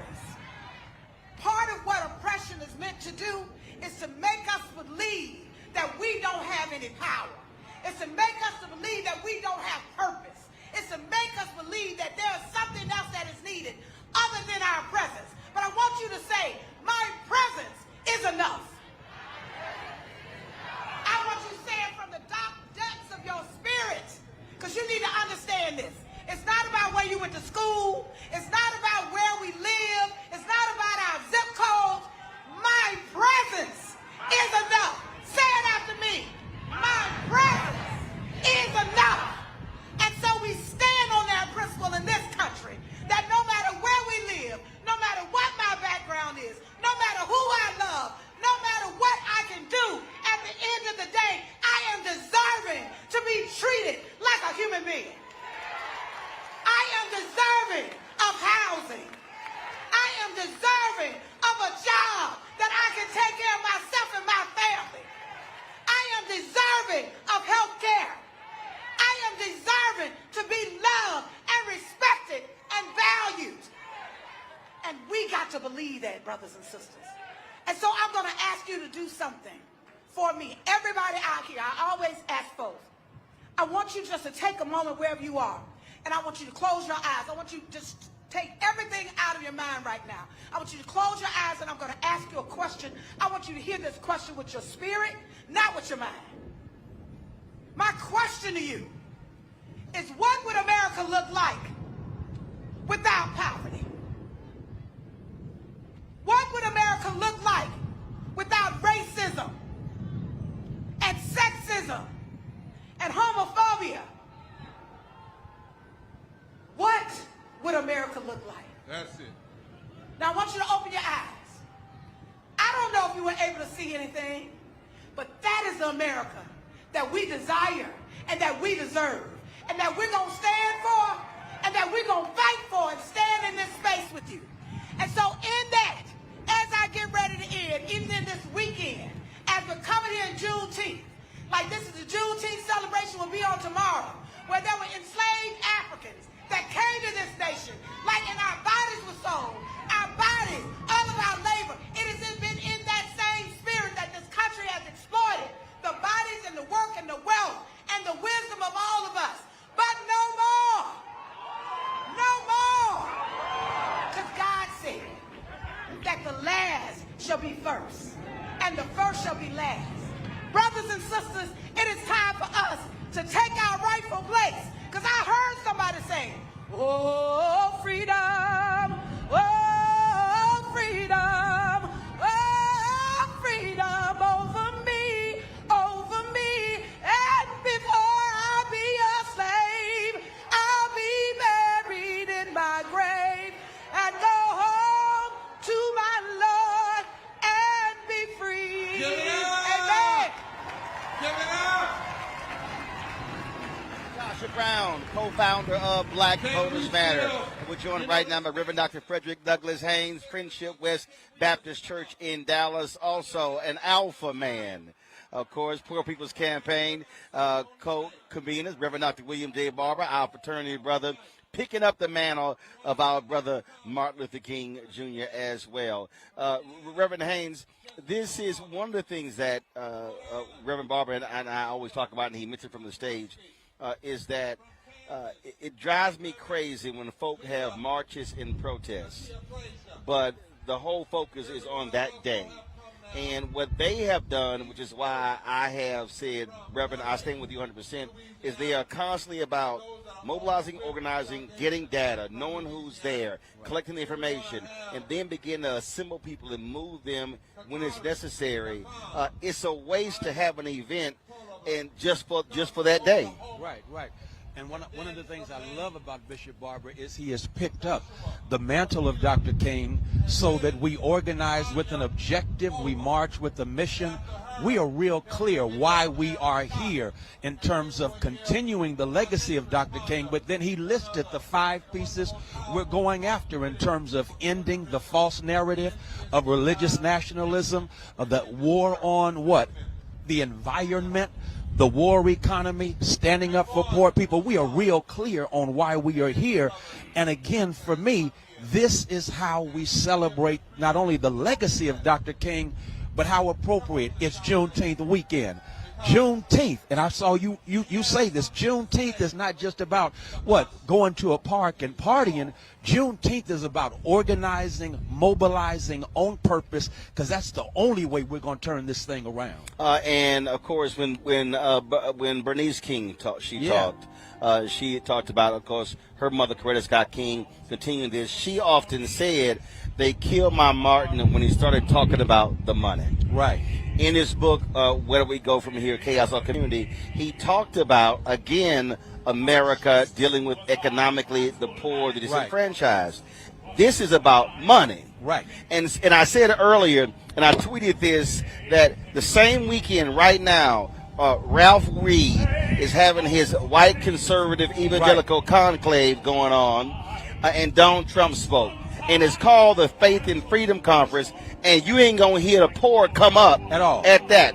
And so Jesus talked about the poor more than anything else, more. But ain't it amazing that they have a Faith and Freedom Conference and the poor don't get mentioned at all, and none of those white conservative evangelicals would remotely show their face at a poor people's campaign. Right, and the sad reality is, as you said, Jesus said more about the poor than he did about salvation. He said more about the poor and even judged the nations by how they would treat the poor. A lot of times we think it's just individuals. That text says, I'm going to judge the nations. And so I want to know what Bible Ralph Reed is reading from. Oh, yeah, it's the Donald Trump Bible. It's an edited Bible. And so whenever we talk about the poor, and this is what got Dr. King in trouble. Dr. King did not get killed simply for marching. He got killed because he was challenging the economics of the nation. That's right. He said, it did not cost us anything to integrate a lunch counter. As a matter of fact, they benefited from integration. Right. But it does cost you to actually deal with poverty instead of declaring war on poor people. So this, for me, represents not just King, it represents the King of Kings. If you call yourself about faith and you're not dealing with poor people, then your faith is fake. And the declaration of that also speaks to the fact that what they have done is they have suggested that if you're poor, you're lazy, you're trifling. No, this is the working poor. They are working. Thank you. Which represents a system. And so what we're calling for is the overhauling, the transformation of a system where you have poverty as an outcome for 140 million Americans in the richest nation on the planet. And we're watching what? The wealth gap continues to widen. And as the wealth gap widens, some are doing real well during this inflationary time. They are profiting from inflation. That's systemic. That's not laziness on the behalf of individuals who find themselves struggling. And like you said, they are the working poor, working 2 and 3 jobs. In Dallas, our mayor had the nerve to talk about a summer of safety and holding accountable parents and guardians. Well, you're talking about doing that without also increasing wages so they don't have to work 2 and 3 jobs and be away from home. We're talking about the working poor who we have vilified in this country, and that's anti-Christ. The something else that Reverend Barber said, he said our focus is the next 143 days, and that is knocking on those doors. Yeah. I was talking to Mondale Robinson, who just got elected a mayor of a town in North Carolina, 3,000 people, 95% black. But they elected a white Republican mayor last time. He just booted him out. But what Reverend Barber said is that he said it's not that they're not voting. No one ever knocks on their doors. So part of this is also you've got to go to them. You've got to knock on that door, find out what their issues are. That's what Cliff Albright, Latasha Brown has done with Black Voters Matter.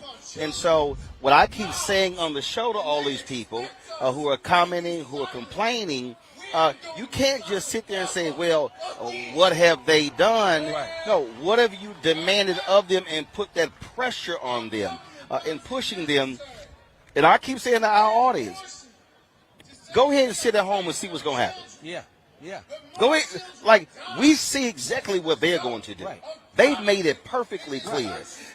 Any policy that anybody wants, you're guaranteed not to get if they control the House and Senate. Oh, it's no question. As a matter of fact, what we've got to recognize is who now chairs committees, who now is appointing judges after 2024. In fact, and all of that's local. Ron Klain tweeted this. Ron Klain tweeted, he's the chief of staff to Biden.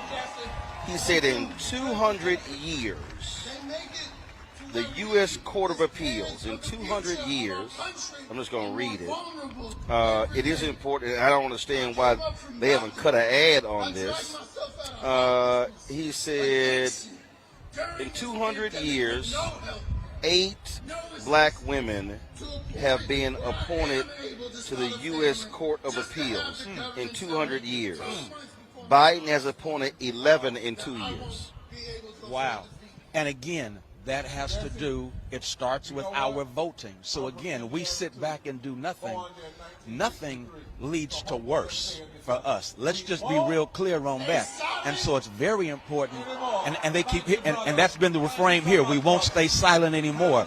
And silence has to do with what? Organizing, with an objective to get to the polls. And when we get to the polls, we hold people accountable. Because again, I think you saw the sign I saw in Ghana when I went there a few years ago that said, you know, bad politicians are elected by people, good people who don't vote. So if you want bad policy, don't vote. And what I am saying, and this is the mistake that people make, I am not, first of all, I don't just give somebody my vote. I'm making a demand. I've made it clear to the Biden White House. I want y'all changing policies when it comes to black-owned media. Thank you. See, that's what gets me when we talk about what is your concern. Right. I have a black-owned media company. The point I'm making is I'm saying this is what I want, and I'm making demands of somebody who I voted for. That's what I'm supposed to do. Exactly. But what gets me is when people say, man, you up there begging them folks for money. That's our money. We're constituents. We paid for it. I'm sorry. Why should I not be demanding Thank you. I get a piece of what is ours? In fact, for all the folk out there who need to understand, last year I sent the federal government $335,000 in taxes. Yeah, yeah. I haven't gotten that back in advertising. Thank you. Thank you. So for somebody to say I should be making that demand, that's what we're supposed to do. Press those who we elect to say there should be a return on our investment. Exactly. And again, for me, when you look at procurement opportunities across the board, 1.67% out of 560 billion. And then we wonder why we don't have strong black business communities, because we're doing all of the paying and the payment is not an investment. And we have to have enough self-esteem as a people to say, you know, we are entitled to this. We don't believe we are entitled. And you are entitled when you made that investment with your taxes all the time, because here's the bottom line. At the same time as you're not getting back money from your tax investment, guess what? There are those who did not pay as much as you in taxes because of what? Corporate welfare. That's Jesse right. Jackson calls it. But they Like get paid. how in the hell did I pay $335,000 in taxes, but Amazon paid nothing? Come on. Exactly. and they earn billions. Yeah. Billions. And that's the thing. And so I think, I keep saying this, what has to happen in black America, there has to be a reprogramming of black America. No question. There has to be a massive reprogramming in terms of how we view public policy, how we view what matters. Because I say it in Houston, my Juneteenth speech Thursday. If we ain't talking about the money, they ain't listening. No. And again, we can't forget when Dr. King challenged the economic structure of this country. That's the king everyone is afraid of. Yes. They're not afraid of I have a dream. They're afraid of what he said earlier in the speech. Exactly. Because that was a radical economic speech. That was a radical economic speech that they have edited out that part. Dr. King in 1963 was already talking about economic reparations, as it were, for us in that speech, and even later on. And so until we can't celebrate Juneteenth or King legitimately if we're not talking about the money. That's why I keep telling everybody, don't even play the mountaintop part. No. You better play earlier when you talk about dangerous. redistribute the pain, investing in black banks, boycotting those companies that won't hire us and won't work with us. See, again, that's the King folk don't want to deal with. No. They want. I keep saying they want the bobblehead MLK. Right. They want the civil rights mascot MLK. But that was a radical visionary, and everybody needs to understand he believed in the guaranteed income. Yeah, that's right. He believed in a guaranteed income, a living wage. He was calling for that, towards his death. Don't forget, he goes to Memphis to support striking sanitation 1,100 workers. sanitation workers. Yes. And that was about money. About the money. And until we refocus our efforts on the money, then again, we're not serious about being a part of what? A capitalistic country. That's it. And until we do that, I think King put it this way. Right now we have capitalism for the rich, capitalism for the poor, socialism for the rich. And we got to correct that. Absolutely. Well, Fred, always good to see you. Good to see you, Keep man. handling your business. Alphas are doing this. Well, first of all, servants of all, we shall transcend all. Come on. We done. All right. Appreciate it. All right, folks. We're going back to the stage right now.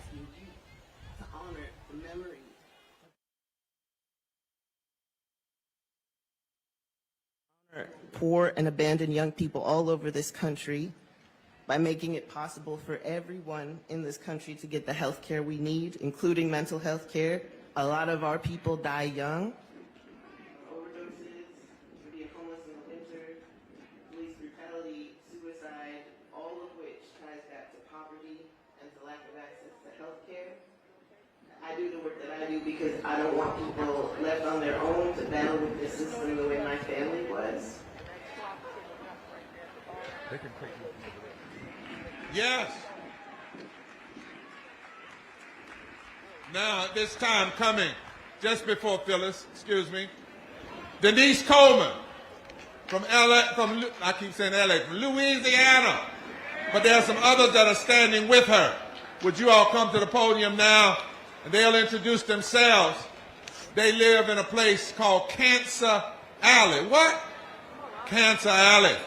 And they are they are refusing to quit fighting for lives. Then after, Katira Daffin and Maya Torlaba, and then Joshua Kupalaya. Is that right? Capella, and then the mighty Tanya Fogel from Kentucky. Greetings. I'm Denise Coleman, a native from New Orleans, Louisiana. I am here. I have survived. I am alive, and today I thrive. Why? Because I was sentenced to a concurrent double life sentence. I served 38 years under the old law. That meant that I should have been out after serving the 30 years. And they kept me for another 8 years. Why? Because they lost my file. How many more incarcerated are serving needless time because their files are lost? We are forgotten people. We are poor people. And we are suffering. While I was in prison, my mother died. My husband died. My daughter died. Had the prison system let me out when my time was up under the old law, under old policies and rules, I would have been there. I would have been there to see my daughter, my mother, That's right. my husband. They would not let me see her. She passed, and I could not see her when she died. Why? Because I was poor and wrongly kept in prison for an extra 8 years. I am a mother, and I was devastated. I am here to tell you, incarcerated lives matter too. On top of that, I received a letter from Washington, D.C. to the Mississippi Parole Board saying, terminate parole, case closed. The Mississippi Parole Office did not tell me. 9 months had passed, and I still didn't know. Why am I still paying today supervision fee? That's why I started organizing inside. That's why I came outside organizing. And that's why I stand with the Poor People's Campaign. I am resilient. We as a people are resilient. And we won't be silent anymore. Yes. Forward together. Not one step back. Now these two people that are coming, I know somebody says, well, every other state had one speaker. But let me tell you, these two people have literally faced death and fought against death. We had an issue with the buses. Would you all be kind enough to let each of them have a minute to tell why this campaign will not abandon the people in Cancer Alley? And we say that anybody that doesn't go to Cancer Alley doesn't deserve to sit at 1600 Pennsylvania Avenue. Good afternoon. My name is Sharon Levine, and I'm from St. James, Louisiana, a little town in the middle of Cancer Alley. Cancer Alley is an 85-mile stretch between New Orleans and Baton Rouge, and I have 12 industries in my neighborhood within a 10-mile radius. Two members of my organization died with cancer. There's an area in St. James called Burden Lane. It's bombarded with 2 industries, and they are sandwiched in. The industries will not buy them out because they are black. They bought out the white neighbors, but not the black neighbors. Our air is polluted. Our water, we can't drink the water. And people have cancer, other illnesses, and we are dying. We need your help because we need help in St. James. We need help all through the corridor of Cancer Alley. Our politicians vote for industry to come in. They sacrifice our lives to make a profit. So we will not be silent anymore. Thank you. Hi, I'm so proud to be here. I'm from the adjoining parish in what's called Cancer Alley. Cancer Alley, worse than that, in their quest, I think, to commit genocide against the poor black people of that 80-mile strip, we have been deemed a sacrificial zone. I want to say that in front of the world. I had to bring that to the attention of the people. Not only have they dubbed us Cancer Alley, they have actually officially said that we are a dispensable people. They came into our community in St. John and put this horrible chemical plant the DuPont Corporation, along with the Japanese people, Denka, 1,500 feet away from an all-black elementary school. That ain't right. And they have, since our fight against them started in 2016, we've just been informed that they have actually increased.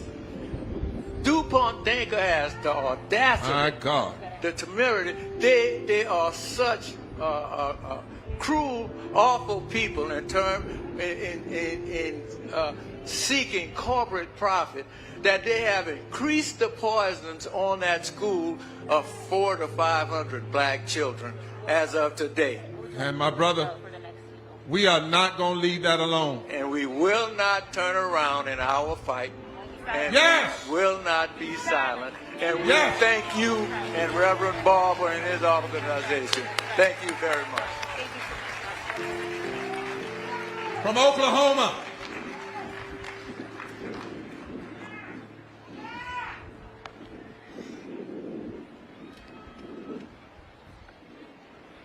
So, Maya Terrell Alcon. Goy ma da ahon de ki de on de. I'm Maya Terrell from Oklahoma. I'm Kiowa, Wichita, and Comanche. I'm a survivor of the inadequate healthcare system. my sister, let me do something. I want to ask us, I hear a lot of talking, and we complain about they don't listen to us. If they show the cameras and we're not listening to us, they're going to say they don't even listen to themselves. So tell the folk around you, we need to be able to take 3 hours and hear one another and let the world hear. If you're having any other conversation while these people are talking, then you're doing the same thing that the power structure does. Let's bring it down, y'all. Touch your neighbor and say, bring it down. Let's have attention for at least 3 hours. Can't we do that together? My dear sister. Thank you. I'm a survivor of the inadequate healthcare system and failed social services in this country. I'm a survivor of physical and sexual violence. Social services in Oklahoma had multiple chances to intervene when my mother abused me and my siblings, but they did nothing. Later, my sister was killed running away from an attacker. Her son, a veteran who I took as my son, died from suicide 2 years later. When we begged for help during their mental health crises, policies in Indian healthcare and veteran healthcare systems prevented them from receiving immediate care. Some of my family members made it out, but not all. And my children are survivors by just being alive. Wow. It's not enough to be resilient and survive. It's our human right to grow and thrive. Give it up. That's right. This is my daughter. Thank you. Hot so. I'm Kateri Daffron from Oklahoma. I've experienced and lived in an impoverished community all my life. I grew up in Anadarko, Oklahoma, where there are jobs that lack the guarantee of living wages. This caused my family to experience food insecurity, job instability, and poverty. In one of the most successful countries in the world, we are barely getting by. Although I moved away, I am still in poverty. I can't leave poverty. I am 17, a child, yet the country has already failed me. This is wrong. Wrong. I, a child, shouldn't have to worry about whether my family is going to be able to pay the rent this month. I shouldn't have to worry about whether the SNAP benefits will be enough to feed me and my family.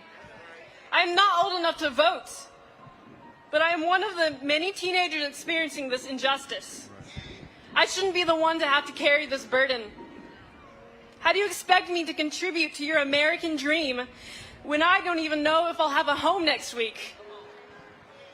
I don't want handouts, and I want a fair and equal shot, and until then, we won't be silenced anymore. That's right. That's right, we won't be. Thank you, my young sister. Can y'all stretch your placards and signs to the heavens and say, we don't mind the wind, but could you hold back the rain? It never rains on a moral movement. And if it does rain, it's a sign of blessing. That's what they say in Africa. Joshua. My name is Josh Coppola from Bangor, Maine. How do I know who I am? I'm 36 and I'm still trying to answer that question. Too often it's been finding what in me is unacceptable. I've been trying to discern this amidst violence. At times, I'd venture out of the closet, but others' hostility and disgust drove me back in. Hidden away, I pondered, who is safe? How will I be safe? Will I be able to walk the streets comfortable in my own skin? Why is my love or my gender expression so dangerous? Is being myself worth it? That shame brought me to the edge of suicide many times. That fear meant I moved halfway across the country as a young adult, seeking safety, seeking acceptance. The first time I dated a man, I carried a knife with me because a lifetime of transphobic and homophobic slurs were seared into my mind. But it's not just opinions, because trans or gay panic defense has been used to let murderers walk free. That's systemic violence encouraging physical violence, with politicians pushing a false and death-making narrative of Christian nationalism. Yes, How sir. can my existence be a threat? All I want to do is stay alive. That's it. In the PPC, we say equal protection under the law is non-negotiable. That's why I'm here, and that's why I won't be silent anymore. Give it up. Everybody shout, we won't be silent anymore. All right, Tanya. Whoa, there goes the earring. Honor to God. My name is Tana Fogel from Lexington, Kentucky, with the Kentuckians for the Commonwealth. I'm here standing in the gap as an impacted low-income person with a felony in my past. I have been denied the right to vote. I fought hard to get my voting rights back. Over 170,000 Kentuckians right now, low-income folks, don't have the right to vote. How can they demand that we work 2 jobs in order to feed our family, and then we don't have time to go to the polls and vote? That ain't right. Kentucky's process to restore the right to vote has been further gutted out and suppressed by Senator Mitch McConnell, Secretary of State Michael Adams, and all of the county clerks in Kentucky by making us work 2 jobs, closing precincts, shortening voting rights and voting days, and mandating voter IDs. The vote is one of the most powerful weapons we have. I know people like me, we made mistakes, but we are not mistakes. That's it. We are here. We will not go anywhere. We together can make a difference. We will build power. We will change the narrative. I don't look like what I've been through. I too am America. Yeah. Yeah. Let me hear it all the way back there. Let us vote. Let us vote. Let us vote. Say it. Let us vote. Say it. Let us vote. Say it. Let us vote. And we won't be silenced anymore.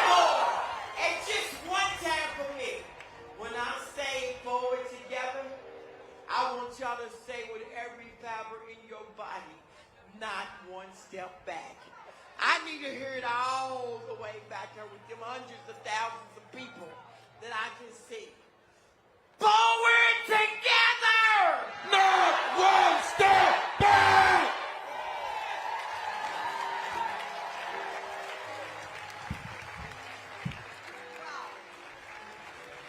All right, folks, we continue our live coverage here on the Black Star Network of the Moral Assembly of the Poor People's Campaign here in the nation's capital. Joining us is economist Dr. Julian Malveaux, of course, University of California. Which one of the campuses is it? Which campus in L.A.? Cal State. All right, then. Just hold that microphone up right before your chin, right below your chin. Right below my chin, okay. What I keep saying, this is about, you cannot confront or deal with America unless you confront the money. Yeah. Period. The money. You know, what's my favorite word, Roland? Predatory capitalism. If you follow, that's it. Now, hold on, I want you to keep this because this is a bi-directional mic. You got to keep it right in front of you. Okay. Go ahead, you good? So, like I said, my favorite word is predatory capitalism because that's what's going on. You know, I lost my mama a year ago, June 17th. We learned a lot. I mean, I know about predatory capitalism, but we learned a lot with the caretakers. We were paying an agency $47 an hour for my mama's care, but the workers were getting $15. So where did the other $32 go? You know, I mean, it's ridiculous. I mean, we cut a couple side deals. You know, I am an economist, so we cut we'll pay y'all off the side. But the fact is that these companies are exploiting us, and they're exploiting basically women, black women, other women of color, and it's not just with the caretaking industry, but with so many other industries. Yeah. People are being ripped. You're listening to these people, and they're talking about their stories. They're talking about what happened, and that's why we love Reverend Barber so much, because he does not just talk high. Or doesn't have the so-called, as Reverend Jackson said in his 1988 speech at the Democrat National Convention, the big people. Yeah, no, he got everybody. And he said the first 100 minutes of this rally would be from the voices of the people. And that's what we're hearing. I was in the back covering with WPFW, and we're talking to people. The National Welfare Rights Union was in Baltimore yesterday, talking about how people are being ripped off. And, you know, when you see welfare, you think black. The majority of people who receive public assistance are white people. We talk about homelessness, but you drive around here in downtown D.C., people are getting paid to leave apartments and homes empty. They're getting paid. So this is why this is so important. It's like amazingly important. You see all these people. And this is not a black crowd. This is a mixed crowd. This is a economically affected crowd. Right. The thing, what was interesting, like right now, you have all this battle going on. People talk about inflation. But then you start breaking down all of these companies having record profits. It's because they're dramatically raising prices. I mean, that's literally happening right now. If you say inflation is 8%, but you look at the price of gas, you're like, that went up more than 8%. Yeah. And so, because people are driving me crazy. I'm trying to walk people through how we got to this point. And one of the things someone told me is that the White House economists have got to learn to start explaining this stuff in a way that non-economists can understand it. And so when you look at gas, I said, y'all, we didn't drive for 2 years. They stopped production. Well, when we started back after the vaccine with COVID, we used up the surplus. Well, if you stop production, you got no surplus. So now you're like behind the 8 ball. So now demand for gas is higher. We got less gas, not because they're not drilling, because they stopped production. Precisely. And so now you got to either ramp up production to get ahead of the demand, or you're going to be playing catch up. And they're sitting here going, we ain't ramping up demand. We better keep making these profits. There you go. Well, ExxonMobil, their stock is like soaring. It's absurd. Meanwhile, you know, Susie Q and Johnny Jones, they got to drive to work. They don't have a choice. They got to drive to work. And let's be clear, Roland, when we talk about public transportation, who does not have public transportation? If you look here in D.C. as an example, Southeast D.C. does not have the same transportation infrastructure that up the street, 14th Street does. So these people have, if they want to go to work, they got to drive. And the gas prices are ridiculous. But it's ridiculous because people are making lots of money. They don't have to make all that money. Yeah. Well, I saw a stat a couple of weeks ago that totally shocked me, and that is when it came to housing. We only built in the last decade 5.8 million homes. That was the lowest number of homes built in a decade since the 1930s. Yeah. We've always built anywhere between 15 and 20 million homes. Well, if you only build 5.8 million homes, you're going to have... What? Well, population went up by what? Right. So therefore, you're putting inflationary pressure on the housing market. And then private equity held onto those homes when the home foreclosure prices, and now can flip them to renters. So now, so even of the homes that were built, fewer of them are able to buy because they're forcing folks to rent, because they can charge higher rental fees. With the housing market being constrained, rental prices. Hold up, there you go. Rental prices go up, and we're seeing it. We're seeing families. We're not talking about the families who are doubling and tripling up. So it's not just like everybody now homeless. Some people are 3 families in a house that used to have 1 family in it. Yep. On top of each other. And, you know, we got to talk about mental illness, because when you got 3 families in one house, somebody crazy. Well, I was talking to a woman the other day, and her 22-year-old daughter's living with her, and she's getting evicted from a hotel, and her daughter has 2 cats. And I had to ask her, I said, and she said that's making it difficult to find a place to live because of the cats. And I said, well, you're going to have to make a decision. And she says, I can't. I said, why? She said, because those cats literally are my daughter's emotional support animals. Oh, wow. Oh, wow. Yeah. And a lot of people who have asthma, who have various and sundry things where they fall out, those pets literally are the ones that I have a friend who has, she has seizures. And her dog is the one when she has a seizure that awakens her from the seizure. He licks up on her and it gets her up. And she could die with the seizures because she bites her tongue. She can't, there are a lot of people who just basically need their pets. Now, I'm not a pet person. Right. I just do 2-legged dogs. But we have so many challenges, and the challenges are really about predatory capitalism extracting surplus value from people. So you have people who are living less than comfortable lives because capitalists insist on extracting surplus value, insist on, interest rates went up, which means, should mean that housing becomes more affordable, but it's not gonna. It's not gonna. So this is where we are. And that's why this gathering is so important. Because people, what you see white folks, you see black folks, all kind of folks. What they're saying. I keep saying broke is broke. Yeah, there you go. And there's a whole lot of broke people. Reverend Barber has expanded the thinking by saying 140 million in poverty, as opposed to the census will say 39 million. Yeah. Right. Census will say 40, but he's looking at people who are just at the cusp. You got a minimum wage, or just 200% of the minimum wage is still just 15 an hour. Right. So that's not.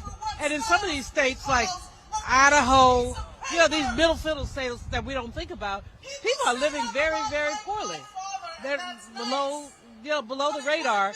And if we all could organize and get rid of some of these senators, but people have been trading on their whiteness. So people will vote white as opposed to vote right. Vote white as opposed to voting for their own economic issues. Now, how can you not vote? You're voting against yourself when you vote for Joe Manchin in West Virginia. You're voting against yourself. Yep.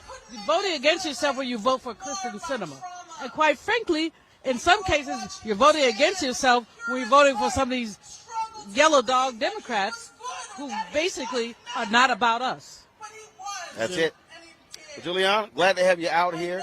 We appreciate it. Hopefully, as we continue to have these conversations, with our coverage, people will begin to understand that you can't sit your ass at home and whine and complain. No. At the end of the day, because let me be clear, these Republicans, there is significant intensity. They gonna show up in November. Yeah, and we better. And if you can't show up, don't say a word. Don't say a word, because what we know is that they're taking our rights back. They're trying to go back to enslavement, quite frankly. They're going backwards, and you got all these folks. And I must shout out our young people. I'm so angry at the young black people. Voting doesn't make a difference. Hell yes, it does. Hell yes, it does. Think about it. You know, I always tell this story about a former Bennett Bell. I ran into her in 2016. She wouldn't vote for Hillary because she was mad. She thought it should have been Bernie. Okay, whatever. My whole deal is it wasn't. So she now wouldn't what vote. you gonna do? She wouldn't vote. So fast forward 2 years, Gorsuch is nominated. Little heifer calls me and says, "Doc, what's gonna happen to our abortion rights?" I said, "Baby girl, I'm over 50. I don't have abortion rights." I said, "You should have thought about that when you said you couldn't vote for Hillary." Boom. There you go. There you go. I mean, that's called connecting the dots. Voting has consequences. Not voting has consequences. And we're seeing it we're seeing it time and time again with this Senate. We want the child tax credit reinstated. Right. Why can't they do that? Because you got these Republicans who are not going to do that. They don't think we need that. Yes, you do need to get children out of poverty. The child tax credit took 30% of our children out of poverty.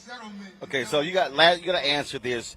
So somebody just tweeted, you can't fight capitalism with capitalism. You've got to change the economic system. Hold on, let me find the comment. All right, I'm trying to find it. But she said you can't fight his ear. So Melanie Dennis says you can't beat capitalism with capitalism. You have to change the economic system point blank. There's no way around it. And all this propaganda against socialism and communism is just that because it works. Well, you know what I would say? You can't fight capitalism with capitalism, but we live in a country of incremental change. Do not stay home because we have a capitalist society. Don't stay home because of that. Go and vote, because if we get a Bernie, we got an AOC, you got the Jamal Bowman brother out of. When you get these folks who are talking about socialism and working around socialism, even though it's incremental, it's better than what we had. Well, but also, John Hope Bryan says this. He said, you got to make money like a capitalist to spend it like a socialist. Yeah. And the thing is, and I get people saying you have to change the economic system. Y'all, okay. Ain't happening. It ain't happening. Hey, as you know, I talk about this all the time. The fundamental dilemma in my life is I was trained at MIT. So they didn't teach me socialism. They taught me predatory capitalism. It is how it works. So when I talk about change, I'm also looking at just the dilemma. But let's talk about Dr. King and what he said. I have the audacity to believe that people everywhere they have 3 meals a day for their bodies. So you talk about a Maggie Lena Walker, the sister who started a bank in Richmond, Virginia, first black woman to start a bank in Richmond, Virginia. You talk about A. Philip Randolph, who, while he said a lot about capitalism, organized workers. So organizing makes a difference, but you cannot make a difference if you keep your behind home. And you have to put the right folk in place, yes, who are going to make those changes. That's exactly it. So, folks, if you're watching and listening, if you're not voting, you part of the problem. Simple You're as simply that. part of the problem. No, not part of the problem. You is the problem. Simple as that. Doc, we appreciate it. Thanks a lot. Anytime. Thank you, Roland. All right, folks. We up are the good here. work, my brother. Thank you. We are here at the Poor People's Campaign Moral Assembly in the nation's capital. Folks, this started. It started about 3 hours ago. They have speakers from every state sharing their stories. And so let's now go back to the stage to hear one of the speakers.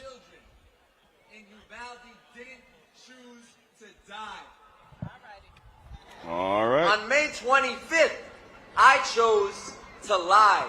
A student asked me, are we safe in school? And I said, yes.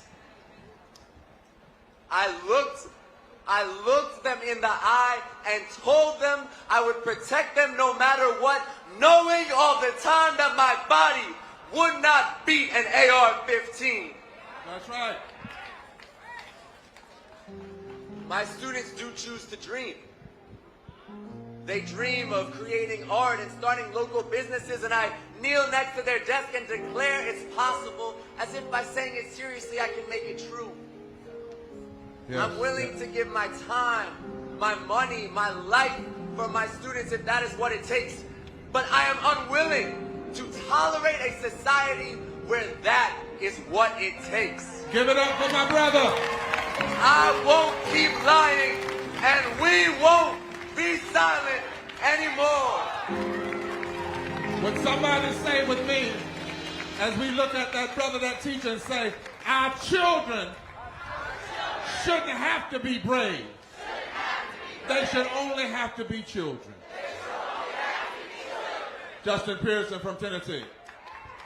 How y'all doing, Poor People's Campaign? I am Justin J. Pearson from Memphis, Tennessee. And I wish my grandmothers were at this beautiful gathering.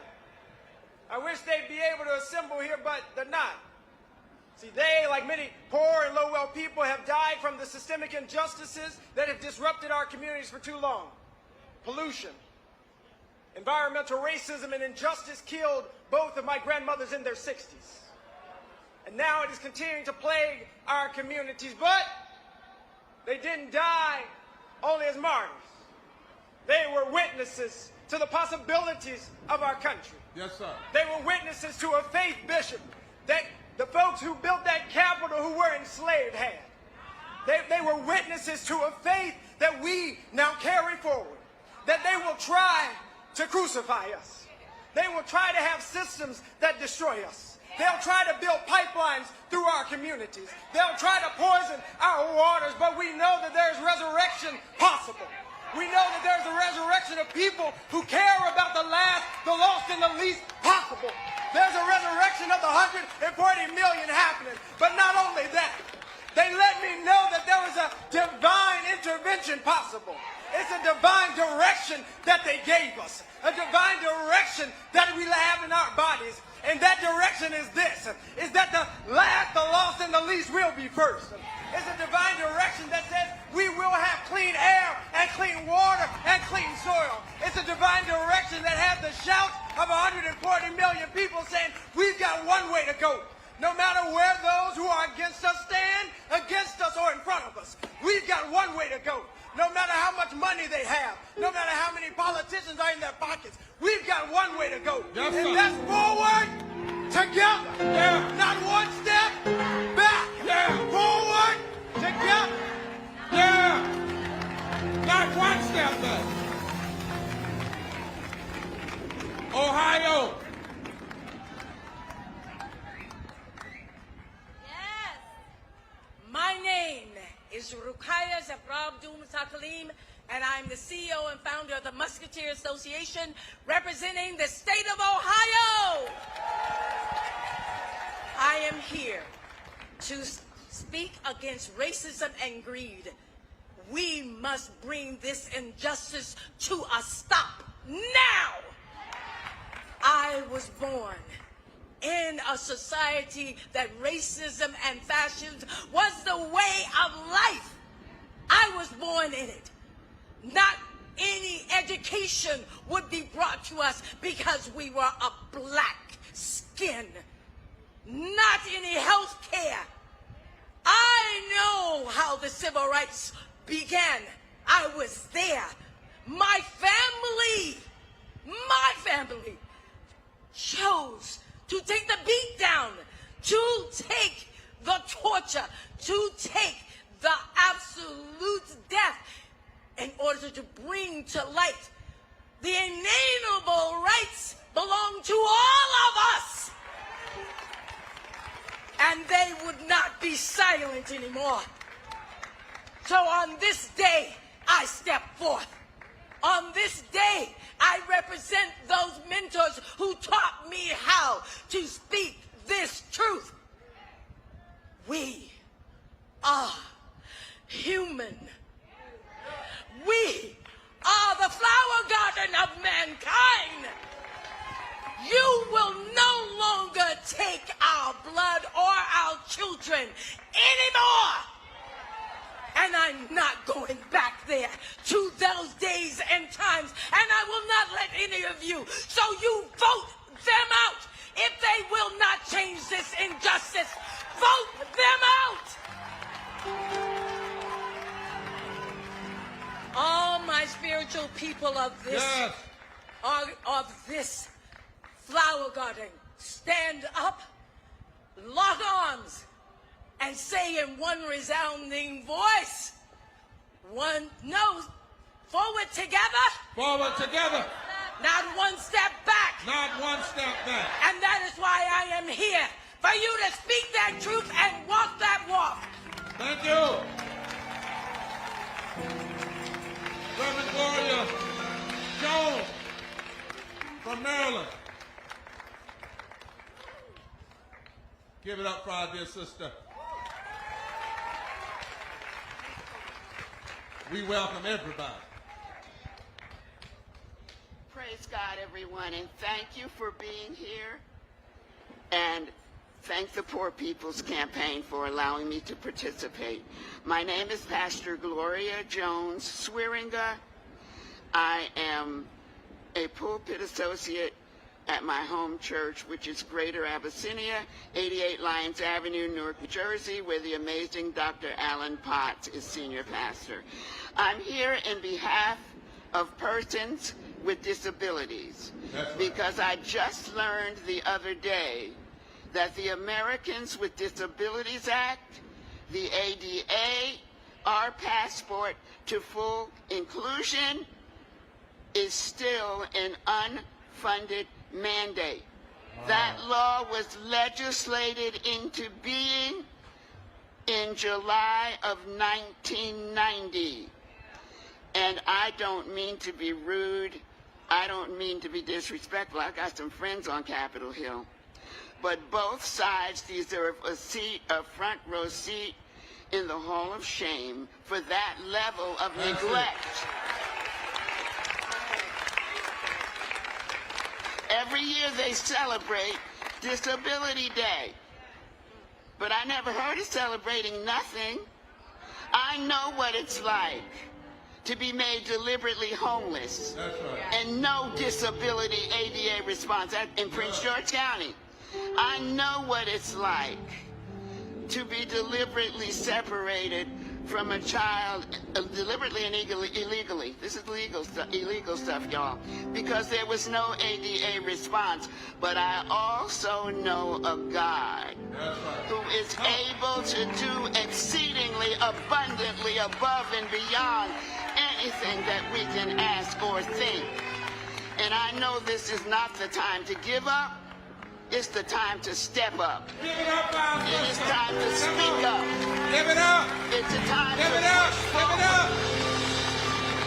push forward. To press forward, not one step back, until the stupidity and deceitful distraction of celebrating nothing becomes full implementation of the Americans with Disabilities Act. It is time to press forward, not taking one step back. Give it up for Mama. Give it up. Until implementation results in full inclusion, and we as persons with disabilities finally take our place on level ground in the society that we help build. God bless you. God bless you. And God bless America. Thank you. And Nicola, I don't need no help. Get around this movement and make it fight. Now, I need everybody to listen up. We decided in this movement we were sick of something. And that was every time we go to a meeting and our Latino brothers or our African brothers and sisters speak, why do they always have to speak in English? Why can't we listen to them in their own tongue? No, why can't they just come here, be themselves, and then we go back and look at it online and see the interpretation? Why can't we trust a little possible Pentecostalism? We already got the wind. I heard a little thunder. We might as well have some tongues. And maybe if you listen close enough, because the real gift of Pentecost was not the tongues, it was the hearing. And if you listen close enough, you might hear a little humanity. You might hear a little love. You might hear a little justice. So, Oscar, I want you to come and not be interpreted. I want you in your own language to speak your heart. We'll hear the interpretation in the power of your voice and the strength of your body. Hola, mi gente. ¿Cómo están? Mi nombre es Oscar Pineda. All right, Mike Man. Now, let me have to come back there and start working on that now. Pay too much for these mics. Come on here. Hola, mi gente. ¿Cómo están? Mi nombre es Oscar Pineda. Soy originario de El Salvador y vivo en Carolina del Norte. Me identifico como gay, latino e inmigrante indocumentado. Llegué a los Estados Unidos 5 años atrás. Desde entonces he sido testigo y he experimentado de primera mano lo duro que trabajamos en este país.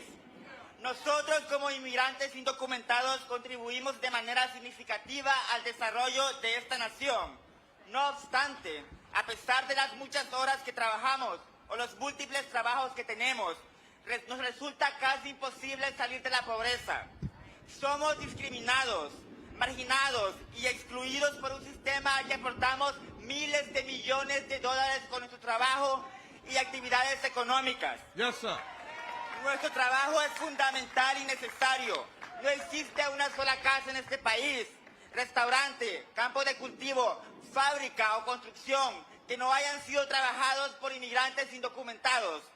Sin embargo, nos pagan menos, no tenemos beneficios laborales ni del gobierno. Yes. Tampoco acceso a seguro médico y oportunidades de crecimiento como cualquier otro trabajador. Estoy aquí hoy, orgulloso de lo que soy y represento.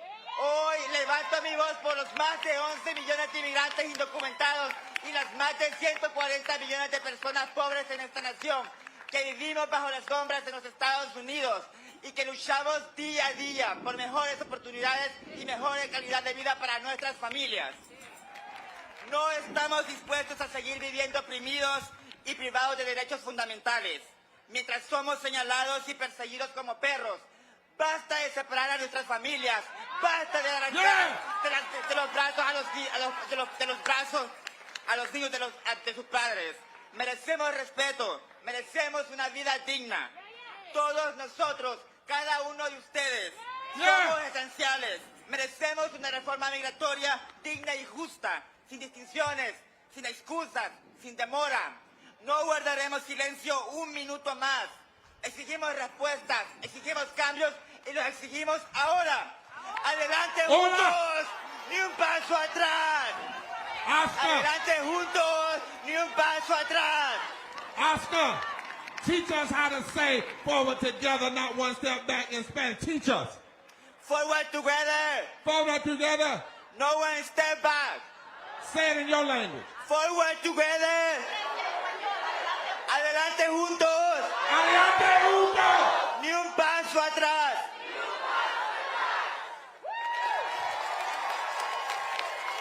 And look what happened when we lifted our hands to the heavens.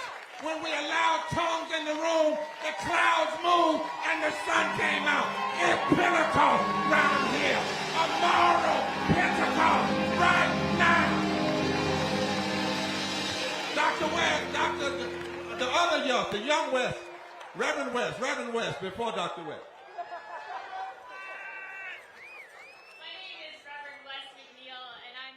From the New York Poor People's Campaign and the Labor Religion Coalition. I come from a quote-unquote blue state, a state where currently Democrats control all the branches of our government. And in this time when Roe v. Wade is under threat and anti-LGBT legislation is spreading, there's a lot of talk of my state being a kind of haven. But let's be very clear. Policy violence perpetrated at the federal and state level is devastating the people of New York, too. 58% of our children are poor and low income. That's 2.4 million kids in the state that is home to Wall Street. As a queer and trans person, my community is disproportionately poor and low income. And I'm sick and tired of politicians and corporations waving a rainbow flag and then actively undermining my and my family's and my neighbors' right to life, liberty, and the pursuit of happiness. What I want as a trans person and a human being is to know that if I lost my job, my wife and my son and I would still be able to access health care. What I want is for my 1-year-old to grow up with great public education, the ability to get a good living wage job and affordable housing. I want him and the generations after him to have a healthy planet and never to be sent off to war to kill other people's kids. I'm also an ordained minister, and my faith has taught me that we live in a world of abundance and that the well-being of the poor and dispossessed determines the well-being of all of us. Scarcity is a lie. Individualism is a lie. And that's why I'm with the Poor People's Campaign, and we won't be silent anymore.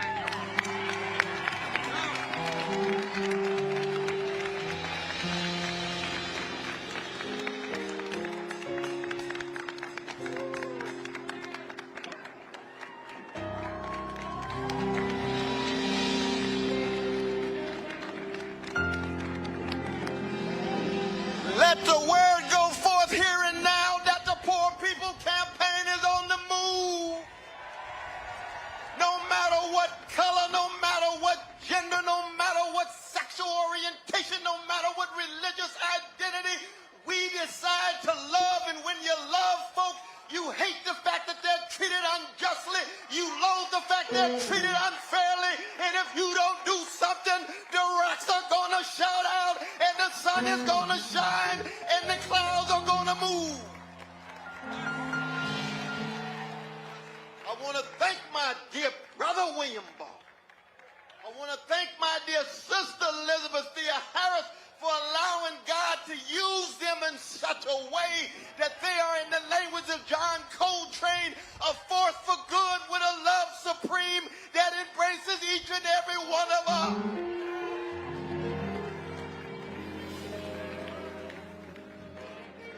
And when you hear these voices, and I come from a people, a great people, a black people, who in the face of 400 years of chronic hatred keep dishing out love warriors every generation. So that the spirit of Frederick Douglass and the spirit of Sojourner Truth and the spirit of Fannie Lou Hamer and the spirit of Malcolm X and the spirit of Marcus Garvey say, these black folk gonna love themselves, and if we have the spiritual maturity, it's going to spill over from the chocolate part of town to the vanilla part of town. Oh, yes.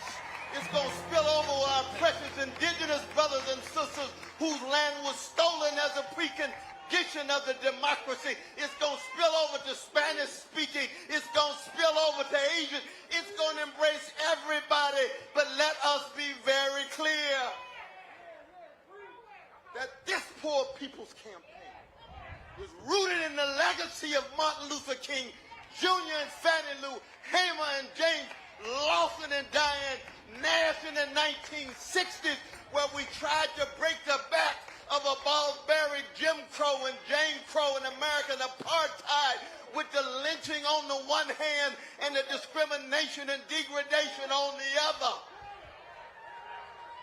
And what that means, that we say to America, not just to Congress, we say to the White House, we say to the Pentagon, we say to the neo-fascists in the Republican Party, we say to the milquetoast neoliberals in the Democratic Party, that we got a standard bigger than your politics. Somewhere I read, God is not mocked. You're going to reap what you sow. Malcolm X reminded us, chickens will come home to roost.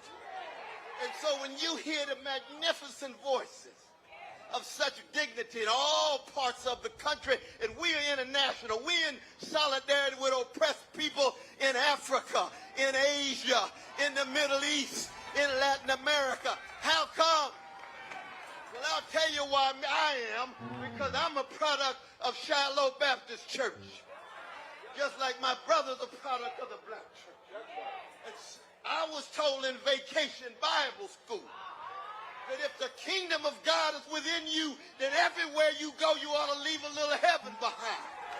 And when you leave some heaven behind in a hellish world of organized greed and institutionalized hatred and routinized fear and overwhelming hypocrisy, you're going to have to be in the world but not of it.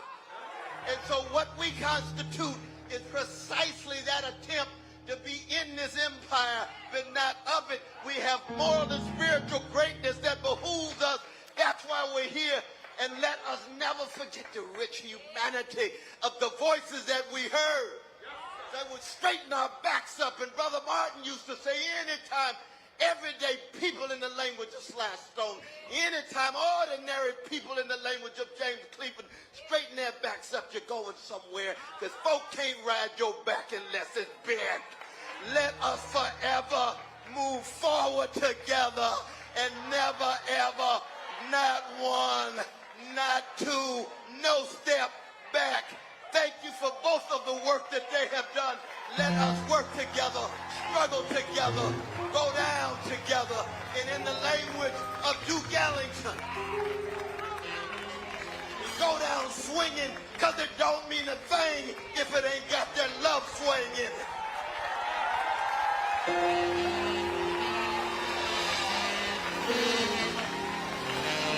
Somebody shout, it don't mean a thing if it ain't got a swing. Swing some love, swing some truth, swing some justice, and keep on swinging till we knock racism out, and poverty out, and genocide out. Look at your neighbor and say, neighbor, keep on swinging forward together.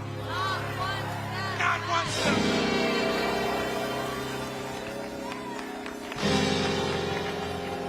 We've got one more set of states, and then two more sets of speakers.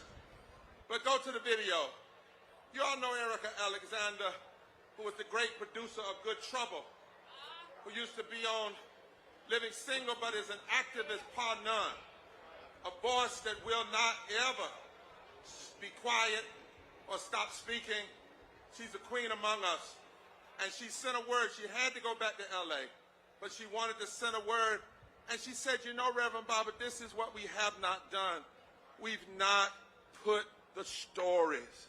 We talk about the numbers, but only when we put the stories and the faces can we change the moral direction of this country and build power and build a third Reconstruction. Listen up on the screen. My name is Erica Alexander, and I'm glad to be standing with this community today. I agree America must hear and respond to these voices and cries of people, not in some distant future, but now. We all act together on this urgent mission to create a better tomorrow today. But we must first see ourselves as the participants and the recipients of the greater good and moral transformation that must take place in order for us to succeed. As Reverend Barber, my mentor and teacher, says, this is the third Reconstruction. It's here. So you have to ask yourself, are you an architect of this Reconstruction? Will you be willing to do the work to build a stronger foundation and core to America? A shift is taking place, and proof of its existence resides within the presumed social contract that exists between a community, a nation, and the world. Sometimes we see and hear all these words and actions, and it can seem like played out rhetoric. Am I my brother's keeper? It takes a village. Treat your neighbor as yourself. But listen again, those are breadcrumbs that keep us focused to the path of healing, justice, service, and love. I'm proud to be a part of the Poor People's Campaign and a supporter for greater social and financial justice. Thank you all for your story, your voice, and your extraordinary experience. Thank you for educating us on how to be human together. Onward. Thank you. And you should know she has promised to help raise up as many documentarians as we can find. Alex. All right, folks, welcome back. We're broadcasting live here from the Poor People's Campaign, the Moral Assembly here in the nation's capital. We're joined right now by Reverend Bernice King. She spoke earlier after some of the affected workers. First, this is Reverend Barbara, Reverend Liz Theo Harris picked up the mantle of the event that your father was planning when he was assassinated.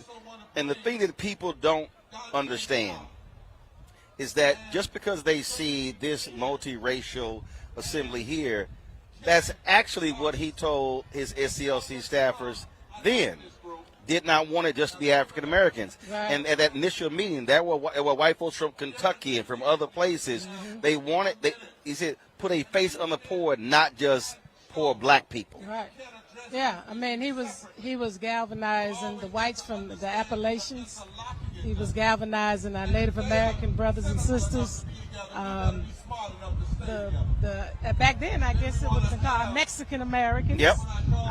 And even when he had his press conference in March of that year of '68, he had representatives from all these different communities, and he literally did what Reverend Barbara and Reverend Theo Harris have been doing, which is going to these communities where the real issues are, not talking from right. this ivory tower, but really going amongst the people and getting the stories and the testimonies. They were taking those testimonies back then. What I appreciate about what's happening now is the momentum. This is something that Reverend Barbara picked up and didn't stop. Right. And only it wasn't a march. Huh? It wasn't a march. No march. It wasn't a commemorative march. It's not a commemoration. No. Right. This is a movement. This is organization and strategy and planning and really building to tell the story. It's kind of like getting folks to really testify so that the nation will see this is what's happening. So now what's y'all's verdict going to be, right. and then what you going to do about it? And what a lot of people also don't understand is that the FBI infiltrated the Poor People's Campaign and deliberately spread misinformation, disinformation, and that played a role. People talk about, how when they came to D.C., it was a failure, but folks overlook the effort. Yes. They did not want it to succeed and did everything they could while your father was alive in those final months and when they finally came to make sure it would not be effective. Exactly. I mean, that happened throughout. And matter of fact, we're literally sitting right now across from the Department of Justice. Yes. The irony of it all. But now, let's not sleep on the fact that even if it's not as intensified today, those kind of things are still happening. Infiltration is happening in different kinds of ways now, because the power structure, the power brokers, those people who want to keep things as they are in the status quo, are working very strategically to neutralize. But now they're also utilizing social media to spread misinformation, disinformation of black folks through Facebook, through Twitter, through Instagram. And so we're now, just like there were informants then who were giving reports to J. Edgar Hoover, we're dealing with people now who now have, with that phone, putting the stuff out. And the problem, that lie then spreads, and then now we have an encounter. But now let's understand, Roland, when we talk about those who infiltrated, they weren't necessarily people who were a different color either. That's what I'm saying. Okay. No, that's what I'm saying. What I'm saying is there are people today. Yes. First you got trolls, you got troll farms, but there are black folks today who serve the same role as those informants then to make sure that the movement failed. Exactly. And so we got to keep hitting that. I got to ask you this here because I see your tweets on this here, and now y'all know I'm a cuss folk out. I know sometimes you just want to cuss some of these people out who keep quoting your daddy. I've gotten past that. I've gotten past taking that. a piece of the quote and totally ignoring. Yeah, but you know what? The reason I don't always respond is because you know what that does. That amplifies it. Of course. It could be people who don't have many followers, or even if they have, thousands. Still, if I get involved, But when you have some fool tell you need to go read. Oh yeah. About your own daddy. Yeah. I mean, sometimes obviously you respond, you sit the truth out there, but I'm not gonna go back and forth with people because enough of y'all are doing that. So I know that y'all gonna handle that. Oh yeah. I'm just gonna put it out there, hit it, drop the mic, and move. It's like what just happened with President Trump, talking about he had more people. First of all, you're comparing apples and oranges. You were doing something that was dangerous to our country. You were trying to undermine our country, overthrow our country, everything that you can think of. First of all, it's not even the same thing. He didn't even have as many people at his inauguration. Right. So it's like, boy, go sit down. But the point is, I struggled when I saw it. I said, should I comment on this? And I said, because that's going to give it fuel. That's where also sometimes Angela Rye always uses this one. Boy, bye. Right. Exactly. Like, I'm going to hit you with 2 words. Boy, bye. Exactly.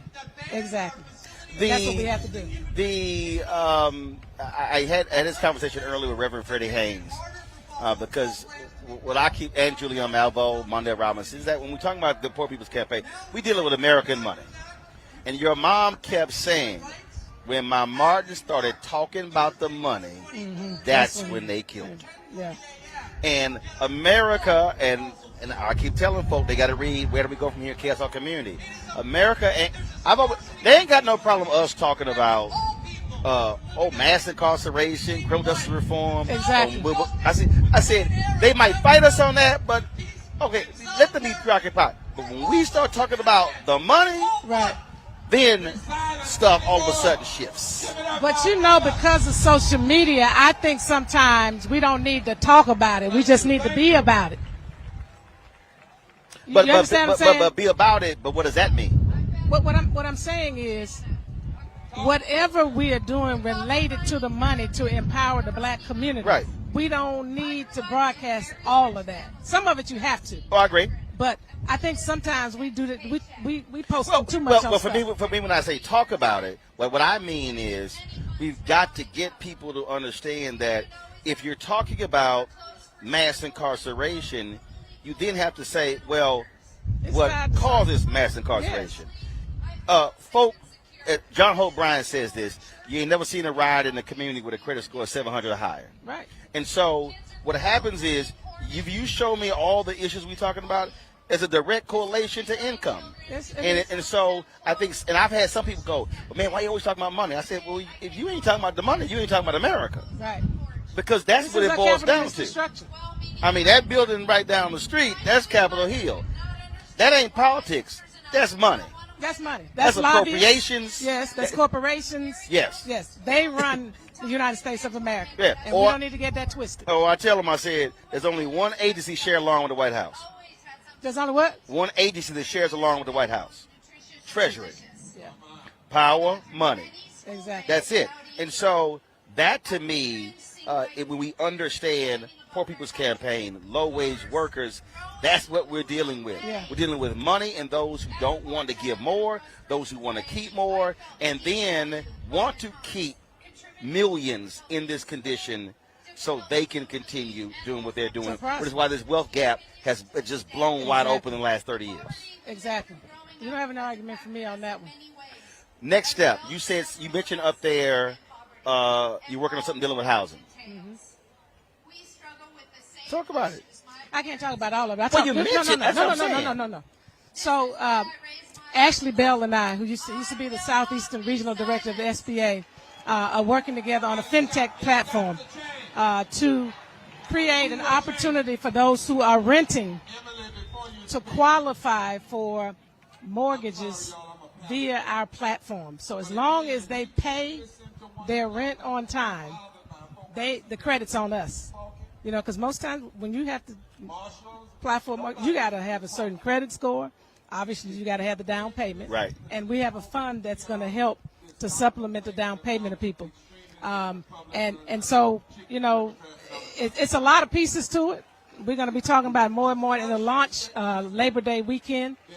In fact, we are sponsoring, what's the name of the bowl in Miami between Florida A&M and Florida Jackson A&M, Jackson State. Yes. So we are sponsoring that bowl, and that's when we're going to be announcing it. So this is an opportunity to work outside of the system, and we got to start doing things like that to give our people the pathway to generational wealth.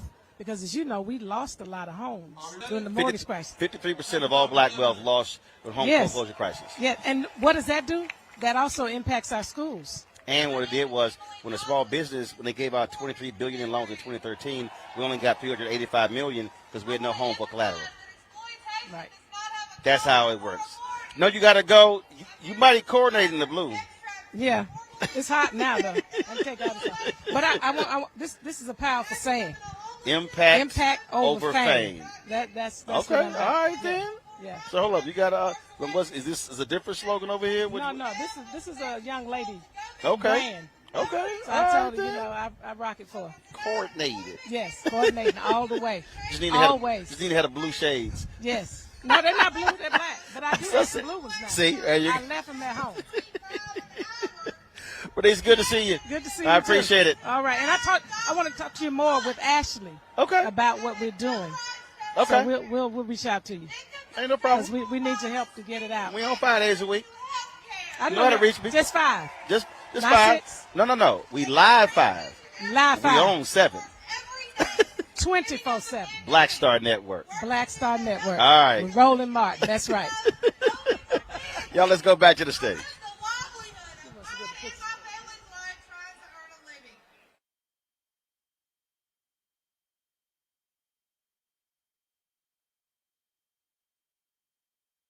Make ends meet. I am tired. Teach us, Emily. I have been faced with many challenges in my life due to a broken system in the state of Mississippi that has a long history of punishing the poor while rewarding the corrupt, wealthy class. I stand with the Poor People's Campaign because we are in desperate need of this third Reconstruction. We must do more. We are coming for a fusion moral movement. Yeah. This is why I'm here, and we won't be silent. And we will move forward together. If you notice, in the country, they try to make out like poverty is just a black issue or a brown issue, and then they try to pit white against black. They say a state like Mississippi, they think it's going to automatically be a certain color. But this movement, you can't figure us out because we all together. How many of you know victims of sexual violence that ought to have health care? The bishop. Every community in this country has a story. I'm Bishop Bernard L. Jefferson from Flint, Michigan. One of my grandchildren was an honor student in the 3rd grade. He was chosen as an academic ambassador to go to D.C. to represent. But as he drank and bathed in the brown poison our government said was safe for consumption, his grades plummeted to D's and F's, and he lost his opportunities. Stories like my grandson are tragically common here. Mothers miscarriage, babies die, people dying of Legionnaire's disease. We pay one of the highest water bills in the United States of America. All in all, nearly 100,000 in our majority black city was contaminated with lead. Even now, the kids who were exposed are struggling in school.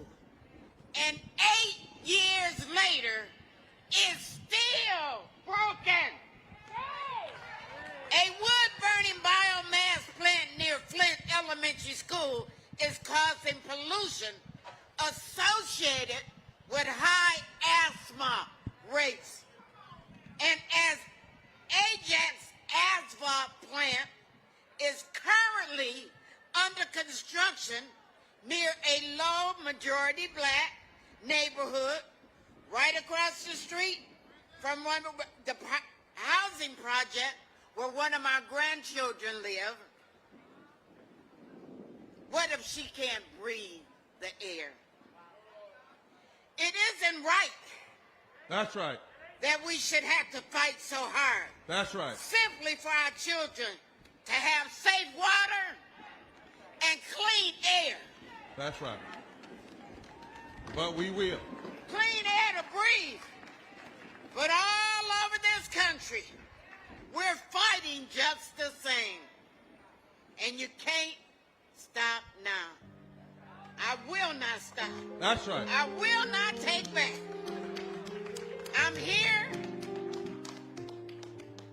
with you. That's right. And I won't be silent anymore. That's right. Do you notice how we all are standing together? How the states are all mixed up? This is what moral fusion. Poor People's Campaign, the Moral Assembly here in the nation's capital. We joined right now by someone y'all know very well, needs no introduction. He too is an alpha man. Dr. Cornel West, always good to see you, Doc. Always a blessing, man. That rich tradition, T. Thomas Fortune, Ida B. Wells, and so many others that you educate us about in terms of the great black freedom tradition in journalism and the life of the mind. I salute you, brother. I remind people, and I said this in my speech the other night, my Juneteenth speech, in King's book, Where Do We Go From Here, Chaos Our Community, he said that there were 4 institutions that were positioned to liberate black America: Negro Church, Negro Press, Negro fraternities and sororities, and Negro professional groups. He said all 4 have never fully committed themselves to liberating black people. But what was powerful, what he said in there, he said that the Negro press must maintain its militancy and not fall for the conservative. Yes, yes, yes. And the biggest issue for me when it comes to events like this here is that so much of black targeted and black owned media is fixated on entertainment, on reality shows, that we are not doing what King said, maintain that militancy. That's exactly right. I mean, it's the struggle for the attention of our people. And if the attention is geared towards superficial things rather than substantive things, it's hard for us to get to the issues of freedom and dignity and self-determination and self-respect, because the white-dominated media has weapons of mass distraction. Yes. Trying to distract us forever with some gossip and all kind of superficial entertainment. Or what they will do is they will, and which is why I think this is important, that when there is an issue, they will only invite black celebrities. Ooh. And I say it all the time. I got love for all of our celebrities, but if I'm talking about economics or I'm talking about black businesses, I'm going to talk to black business owners. That's right. I'm not going to talk to somebody who has a record deal but own nothing. That's right. That's exactly right. Or you're not going to invite a black economist to talk about the rich dynamics of jazz, blues, and hip-hop. You got to talk about folk who are informed and have deep insights about what they're talking about. But I do want to highlight our dear brother William Barber and sister Elizabeth Thea Harris, because this is the legacy of Martin Luther King Jr., Fannie Lou, Haymon James Lawson, Marion Wright Edelman, and others. And the fact that you were here to cover it, brother, what an indictment of white-dominated corporate media, that they could zero in on everything Trump does and can't come to truth tellers and justice seekers like what's happening here. Yep. It lets you know. Capitalism, brother. Money, money, money, money. Eyeballs, eyeballs, eyeballs. That's it. Stimulation, stimulation, stimulation. And you say, no, what about the truth? What about dignity? What about beauty? Because this is a beautiful thing. It is. It's a beautiful thing. But see, the thing that is important to me, and Reverend Barber mentioned it from the stage, he and I always talk about, what has always angered me is I've covered thousands of these. But what drives me crazy is when folk invite me to cover these, and I look up and there's no data collection. So Wow. we call folks to events. Then I always ask, well, who was there? Well, you didn't collect no data. Right. So after the event, how you going to contact How you going to follow through? So if you had 400 from Oklahoma, you now have a database. So when it's time to mobilize and organize in Oklahoma, you know who you can call and email. Exactly If you never right. collected the data, you can't do anything but just call a news conference in Oklahoma. That's That also, true. I think, is one of the greatest sins of black organizations, is that we have gotten so caught up in organizing the event and not focused on what's going to happen the day after the event. Day after. Well, I know I've heard you say that over and over again, event after event after event, because we go back many decades now. Yes, sir. And you would hope that people would take what you were saying much more serious. What I know, Brother Barber's talking about the aftermath. And they do it. And they do follow through, but they listening to you in that sense. Well, we talk a lot offline, and I told him, and I say to others, I said, Reverend, I'm going to be with you every step of the way because y'all are doing this the right way. These other folks, I've told them, I said, I ain't showing them to y'all event.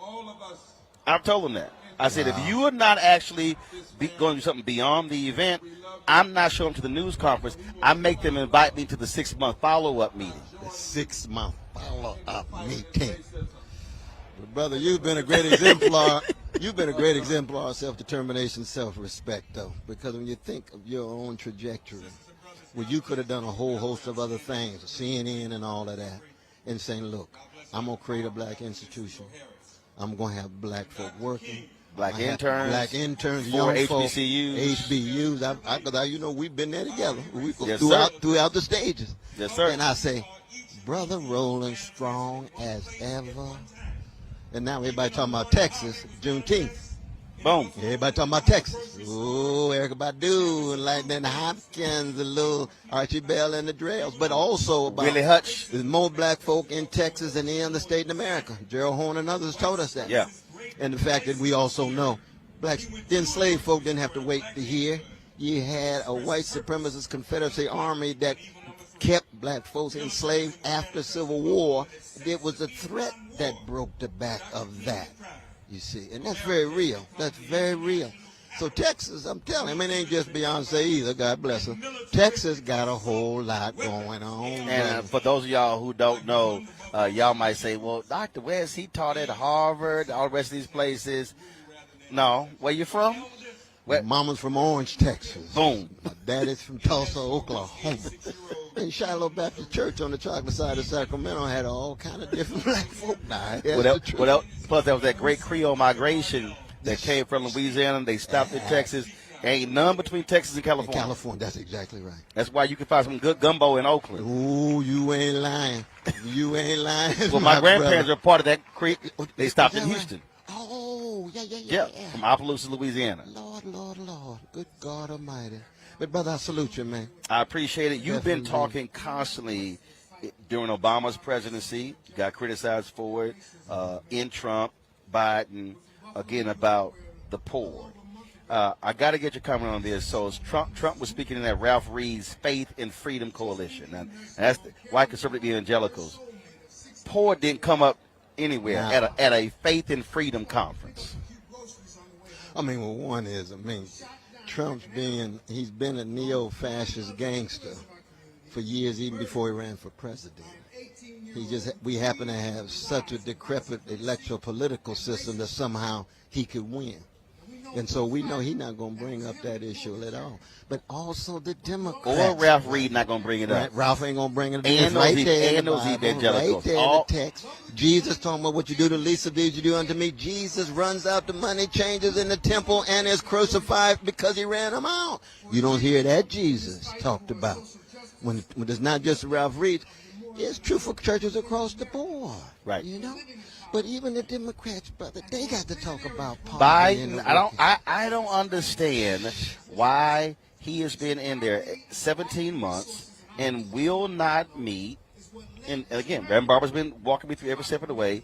Sit down with low-income, poor people. Have a White House Economic Summit on the poor. Stop just mentioning the middle class. That's exactly. But you see, that's part of the Democratic Party going all the way back to Clinton. I mean, I know the poor is a four-letter word. They don't want to mention poor people because they figure not enough poor people vote, and they need the money of the wealthy, you see. And so we have to be consistent. If we're going to be true to Fannie Lou Hammond, Martin King, and we're going to be true to Donny Hathaway and Gil Scott-Heron and Nina Simone, we're going to talk about poor people having exactly the same value and significance as anybody else in the country and the world. But we did talk about them during COVID, because that's who the frontline workers. Ooh, now ain't that the truth? Oh, no. We wanted them at the grocery store. When they become indispensable, then Right. we want to talk about them. But when it's time to treat them right with dignity, then you want to push them aside. And we want to hold on to the biblical truths. What you do unto the least of these, you do unto me. And we got to be faithful unto death, though. That's what I was telling when I told me we got to be in the world but not of it. You know what I mean? And you've been exemplifying that in so many different ways. Look, I'm going to tell my truth no matter what. No one of us have a monopoly on truth. We all fallen in that sense. We Right. broken, we cracked vessels. But we know we got a great people. We know we got a great tradition.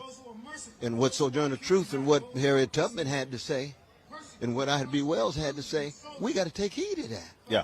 Absolutely. That's it. Well, I think what Reverend Barber said, their focus the next 143 days, they're going to go knock on these doors. Because what he said is that, he told me, and we're going to run the interview, folks, a little bit later, he said the issue is not that they don't vote. The issue is no one ever knocked on their door. No one ever went to them. I mean, for y'all, read Barbara Ransby's book on Ella Baker. Oh, the great Barbara Ransby on the great Ella Baker told those stick workers, you have to, don't go there with your college clothes on. Put the overalls on. And they may have second and third grade educations, but they know what they want. She said, go ask them what they want, not tell them what they need. Yes. And that, to me, is the difference. And so what they're doing, what the Poor People's Campaign is doing, what Black Voters Matter is doing, what Until Freedom, Tanika Mallory, Linda Sarsour, what they're doing, they are saying, what y'all need? We are here to work with you on that, not y'all need this. Oh, yes. But that's our anthem, lift every voice. It does not lift every echo. There ain't going to be no echo. We lift in every voice and begins with the least of these. But it's a moral and a spiritual issue. That's the important thing. Yep. And every flag is under the cross. And that cross stands for unarmed truth and unconditional love. So even if you're not even a Christian or a Muslim or a Jew or not even religious, you believe in truth, you believe in justice, every flag is under. So we got to bring critique to bear on America. Because as I said in my speech, God is not mocked, brother. You're going to reap what you sow. And the last point, you just said critique. And I think that's hard for a lot of people to understand. Yes. There's a difference between hating, jealousy, and critique. And critique is an analysis of what you've done and then offering a counter view as to what should be done. Not tearing you down, but saying this is a critique of what you have done. And not being nasty, not being personal, not being bitter, but saying, no, you deserve a critique. So, my position has always been, and I said this to all the civil rights groups and everybody, I said, look, my motto as a journalist has been the same thing. If you do good, I'm going to talk about you. If you do bad, I'm going to talk about you. I'm going to make you accountable. At the end of the day, I'm going to talk about you. Well, see, I'm old school. I learned at Vacation Bible School. Hate sin and still try to love the sinner. So what that means is I am a hater. I hate injustice. I hate white supremacy. I hate unfairness. I hate oppression.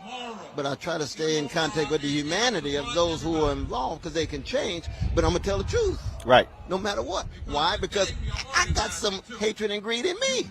There you I go. need to be rendered accountable. You see what I mean? Yep. But at the same time, we still have some joy in our soul that the world can't take away, though, brother. That's where our music comes in, you see. That's where our friendship, that's where our joviality. Nobody can steal that joy we have as a great people in the face of all of this hatred and greed and hypocrisy and downright oppression. You see, that's part of the greatness of who we are, and we should never lose sight of our moral and spiritual greatness. That's right, brother. Never. Ever. Absolutely. Frat, always good to see you. It's a blessing, though, brother. No 6 in the yes, house. Sir. For Donna Hathaway. This for Donna Hathaway, right? I love you, appreciate Dr. Cornell West. Love Thanks a lot.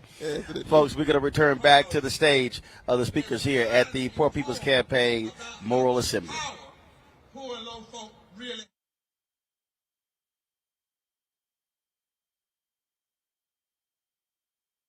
The truth will be told, and you will leave here knowing that we have more power than it has been told. And when they say the midterms or an election are settled, that's a lie, because they ain't felt us yet. So if each of you would come and bring your best 1 minute on your particular story.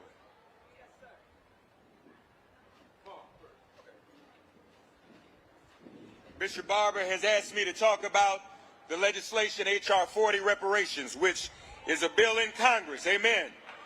With 215 members supporting, you may have heard of it, it would establish a commission to study reparations proposals to address transgenerational poverty and the transgenerational loss of opportunity in the African American community, from the period of enslavement through the ongoing vestiges of enslavement, Jim Crow, lynchings, land loss, segregation, voter suppression, mass incarceration, police violence, gun violence, and loss of livable income. Why should a multiracial coalition support reparation? Is because black unemployment is perpetually twice that of white. It would take, according to United We Dream, surely 581 years for African Americans to reach income parity with whites. It would take until 2099 to reach parity in median wealth. It would take 150 years to close the black-white poverty wealth gap, and it would take 1,664 years, 55 generations, to end the home ownership gap. Why should a multiracial coalition support H.R. 40? That's right. Because as long as this country is allowed to establish a floor for African American poverty that is so low, it lowers the ceiling for us all. The lower the floor, the lower the ceiling, and the measures that establish the white middle class are now obsolete. That's why most of the white middle class is at best, like all of us here, the working poor. Thank you, the my longer brother. it takes to close the racial poverty gap, the longer it will to create a rising tide to lift all boats out of overall poverty. We ask you to contact your members of Congress to ask them to support H.R. 40. Yes. And I'm going to do like Oprah. I'm going to give something away. After today, go by 16th and Constitution to our red, black, and green reparations garden, where Dr. Barber picked up flowers to take home to honor his father, who fought for reparations. Pick up your flowers to take home. Red, black, and green flowers. Support H.R. 40. Yes, sir. Go to hr40song.com/reparations now. Download our new song, too, by our brother Nabil. God bless you. H.R. 40. Reparations now. H.R. 40. We won't back down. H.R. 40. Reparations now. H.R. 40. We won't back down. And in this movement, we add to that, we believe that our Native American brothers and sisters ought to have reparations too. And anybody that's been hurt in this society. Bring them up, Liz. All right, we got next Dante Sharp. Dante Sharp, tell them your story. Give them your best Gettysburg Address. I did 26 years in prison for a murder I didn't do in North Carolina. That's all I'm going to tell you about me. I'm not speaking to that power, I'm speaking to y'all, because y'all the power. Everybody out here the power. That's what I see every time I come to one of these. I'm telling y'all, I just want to let y'all know how it is in prison for real from an innocent man viewpoint that did 26 years. We stacked on top of each other, housed like animals, health care, mental health, atrocious. It's garbage. All I ask y'all to do is get out there and vote and get those judges and district attorney out of office, because that's what kept me in office. But since I've been home, all I want to do and all I've been doing is speaking through Forward Justice and with Reverend Barber and the Poor People Campaign trying to use my voice to set these guys free, because they're not animals in prison. All human beings. I don't care what they did, how long they got. At the end of the day, we are all still human beings. And God bless y'all, and I thank y'all for having me here. When I visited Dante Sharp in prison, he told me the day he got out, he would start fighting to change. He was in jail longer than when they first arrested him at 19 and lied on him, and he's a fighter. Give it up! And we want to go a little deeper. We got a professor, my sister from Yale, to talk to us about how deep this really is and why we must make this a part of any fight that is serious about addressing poverty and low wealth. Good afternoon. My name is Tracy Mears, and I'm here to make a simple point. Mass incarceration creates and deepens poverty and dampens our power to make policies to ensure that everyone has a right to live. 2 million people are held in this country's jails and prisons, hundreds of thousands before they have even been convicted of any crime. 60,000 youths under the age of 18 are incarcerated. 2.7 million children have at least one incarcerated parent. And people who are incarcerated are 10 times more likely to experience homelessness. They're less educated. They attain GEDs and high school degrees rather than college degrees. And we know these credentials are critical for jobs that pay living wages and access to health care. For those who are incarcerated, the prison health system is often the first time in their lives they receive any kind of treatment for chronic conditions such as diabetes or asthma. All of us should have access to the goods of citizenship, education, health care, housing, clean water. And we all as citizens should have the opportunity to embrace the love and energy that people like Mr. Sharp, my new friend, Denise, and my former neighbor, Winfred Rembert. Please read his Pulitzer Prize-winning memoir. We should have the opportunity to have them contribute to our communities. Every person in our community must be able to play a role to make the change we need. Thank you. So everybody must play a role to make the change we need. Professor, this is your army now. This is the army for the footnotes that you produce. Next person. We got Kelly Robinson and Patricia Wilson from Planned Parenthood. Come on up. All right, y'all. Hey, everybody, I'm Kelly Robinson. I'm the Executive Director of Planned Parenthood Action Fund. I'm honored to be here. Y'all, I'm even more honored to be the granddaughter of Retta Mae, Al, John, and Helen, the descendants of the first free black people in Iowa, the daughter of the enslaved people who survived the trip to America. I'm here because I'm holding fast to that promise of freedom that our ancestors fought for. They were fighting for our ability to control our own bodies, to determine our own futures, to be the architects of our own destinies. And that's the fight that we're fighting right now. Any day now, the Supreme Court is going to take away our constitutional right to abortion care. No! This isn't just about abortion. This is about the generations who have fought for our country to recognize our humanity, for us to be written into the Constitution, and they're trying to kick us out of it. Y'all, what I'm here to tell you is that we are proclaiming adamantly and defiantly that we will not go back. We are not going to be silent. Will not go back. And y'all, I have my friend, my colleague, my fellow freedom fighter here with me, Patricia. She's a mom of 2. She's a business owner from Baltimore, Maryland, and she's a storyteller for Planned Parenthood. Somebody shout, we will not go back. Hi, my name is Patricia Watson. Thank you, Kelly. You already know me now, so we family. Hey, cousins. Let's talk abortions. I've had 2. I had my first when I was 18. I was totally in love, or so I thought. First time I had sex, boom, got pregnant. I was not ready to raise a child. I ain't had no money. I ain't had no sense. The second time I had abortion, I was in a very abusive relationship. At this point, I tried to get my tubes tied, but I was told no because I wasn't 40, even though I had 2 sons. The day I found out I was pregnant, I thought it'd be the last day of me living. I had to go and tell this monster that I was pregnant. I didn't know if he'd be joyful and think, all right, I got my grips in you now, or if he would kill me. I worried about my sons financially and emotionally. I knew I couldn't support another child. Social services is hard to navigate. It's hard to get food stamps, hard to keep them, hard to get Section 8, hard to keep it, hard to get health insurance, and extremely hard to keep it. Gas is like $100 million a gallon. People forget all of that. They forget about after birth the cause. Abortion is just a thing people do, but it's not a dirty thing, but at times it's necessary. We cannot be silent about the problems facing affordability and accessibility anymore. Silence is acceptance, and we cannot keep accepting it. We have to have these uncomfortable conversations. We have to be vocal. We got to stop being weak in the knees and stand up. Give it up. That's right. Stand up. Look at your neighbor and say, neighbor, it's wrong to give a rapist more control over a woman's body than that woman. It's wrong if a woman would die to give death more power over her body than she has. And we won't be silent anymore.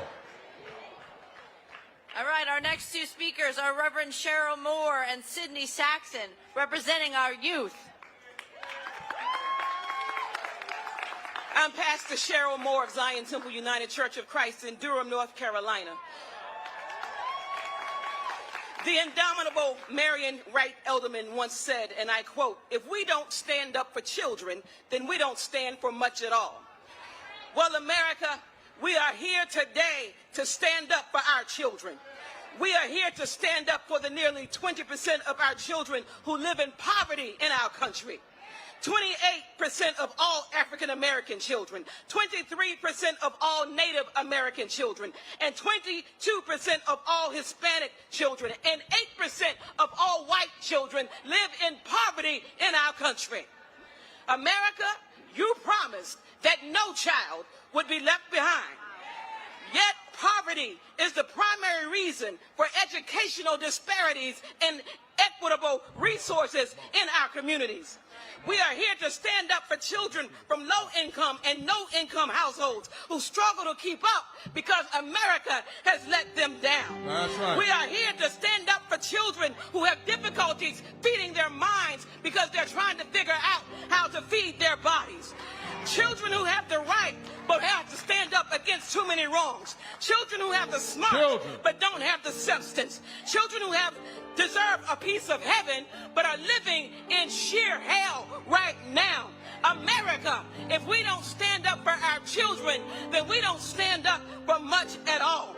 And standing with us today is 15-year-old Sydney Saxon. Come on, Sid. Give it up for this young sister. Give it up for her. Come on, make her feel welcome. Make her feel welcome.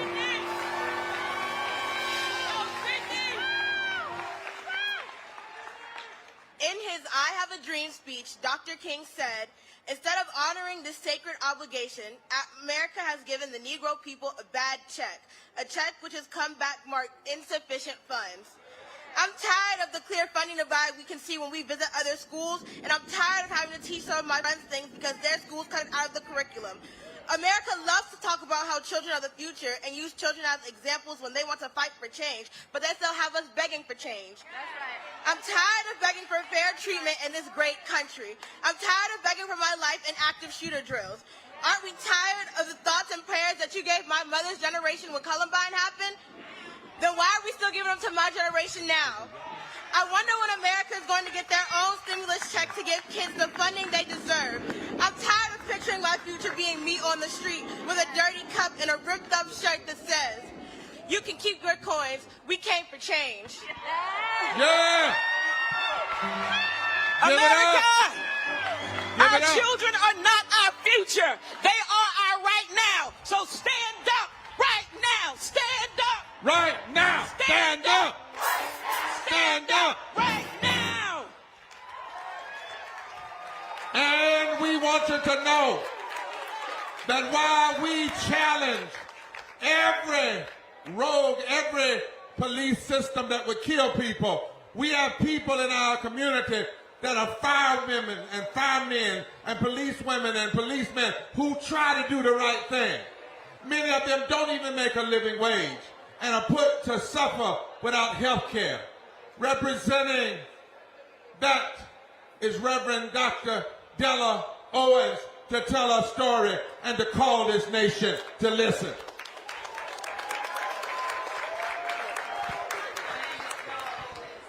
Firsthand, the intersections between health care and poverty, growing up seeing my mother making decisions whether or not to pay bills or pay for medication that my father needed.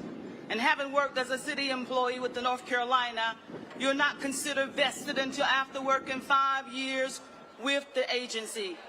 And as serving as a police officer, after 2 years, I was diagnosed with systemic lupus, which makes it difficult to continue your medical insurance without paying a very high cost because of premiums. Because of my illness, I was transferred to a civilian position, losing my police commission, which meant that I could not receive full benefits when I retired from the department. I was denied disability, which can force some people to live from check to check. This should never be a threat or a worry to anyone. And as police and as first responders are protecting our citizens, we must demand that our government protect all citizens by providing universal health care for the 87 million people who are living underinsured or without health care. And that is why I am here today, standing with the Poor People's Campaign, a national call for more revival, and I will not be silent anymore. Yeah! Won't be silent anymore. League of Women Voters, my dear sister, Lord have mercy. We're going to have all the women and all the brothers working together fighting for change. Welcome, Virginia Solomon. Welcome the sister with us. And I didn't realize that one of the great civil rights leaders of our time and lawyers, Al McShirley, is standing on the stage. He helped lead the effort to beat back voter suppression in North Carolina, and with his daughter, would y'all just stand with Virginia Solomon and wave at him, Al, let him know you're here. He has been believing. He was with Dr. King. He was fighting in Kentucky, and we love him as a senior in our midst.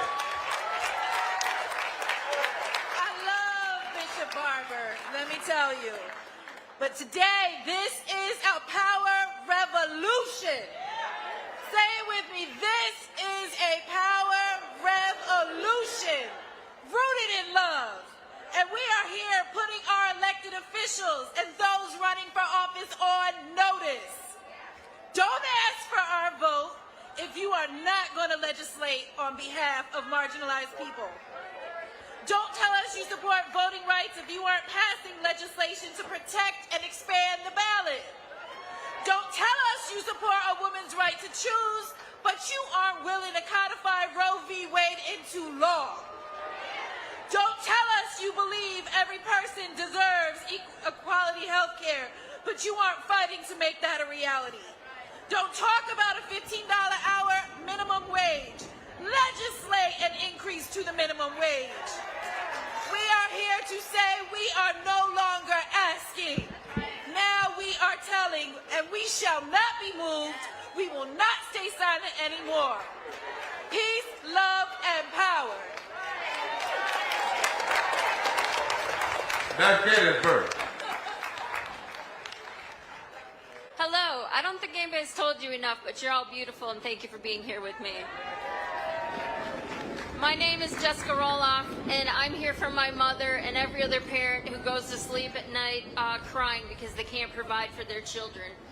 I grew up on a dairy farm, and the federal farm policies of the 1980s changed everything. My family and our neighbors were forced out because the system gives preference to large and corporate farm owners. My mother went from being an owner-operator to a low-wage worker in a meatpacking plant with unsafe working conditions. When she gave birth to my brother, she was expected to get back on the line within 3 days. She spent the last half of her life working overnights in the ER. The work was hard, but she had a union. The City Council has now sold the hospital to a private entity, eliminating the union. Finally, in 2020, my mother died during the pandemic. Who makes decisions matters. That's right. We are rural, but live at the intersection of the world. We are indigenous people and immigrants from Mexico and Central America. We're refugees from Somalia and Myanmar and fourth-generation American immigrants like me. And people are trying to amass power by getting us to distrust, fear, and hate one another. That's right. And I say we can live in optimism, or we can die in despair. And voting won't fix everything, but we're in the fight for our lives. And we need every tool available. And I need you to find people who you share pains and hopes with, and I need you to vote together. Not just in major elections, but I need you there in every election. Right. And we're going to do this because we still believe in the power to move this country forward. Give it up for my dear We're gonna sister. move forward. Come and we're on. not going to take one step back. Not one I step. love you, Mom. I want you all to look at this picture on this stage, because this is the kind of coalition that can fundamentally change. That's why they work so hard to keep us from one another. Dr. King said in 1965 that the great fear of the aristocracy in this country would be for the masses of poor Negroes and the masses of poor white folk to come together and build a political voting bloc that could change the economic architecture of the country. Well, today, if we can get white farmers together with black folk and Latinos and Asians and Natives, that's what this is all about. One more to the stage.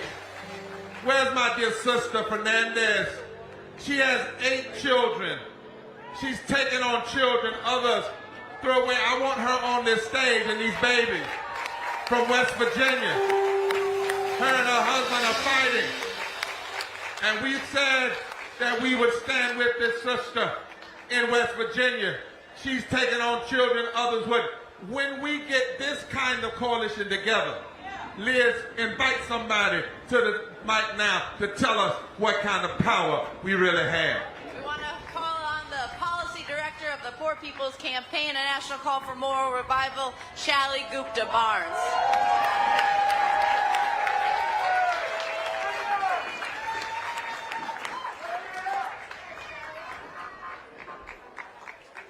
These testimonies we've been hearing all morning, they are more than just stories. They are the basis of a moral, political, and economic agenda that can unite 140 million people in this country, 40% of the country, to take action together across race, across gender and sexual orientation, across faith, in every region, state, and county, and every line that's ever been used to divide this powerful political force. And it is powerful because these 140 poor and low-income people account for one-third of the electorate. Say that again. One-third.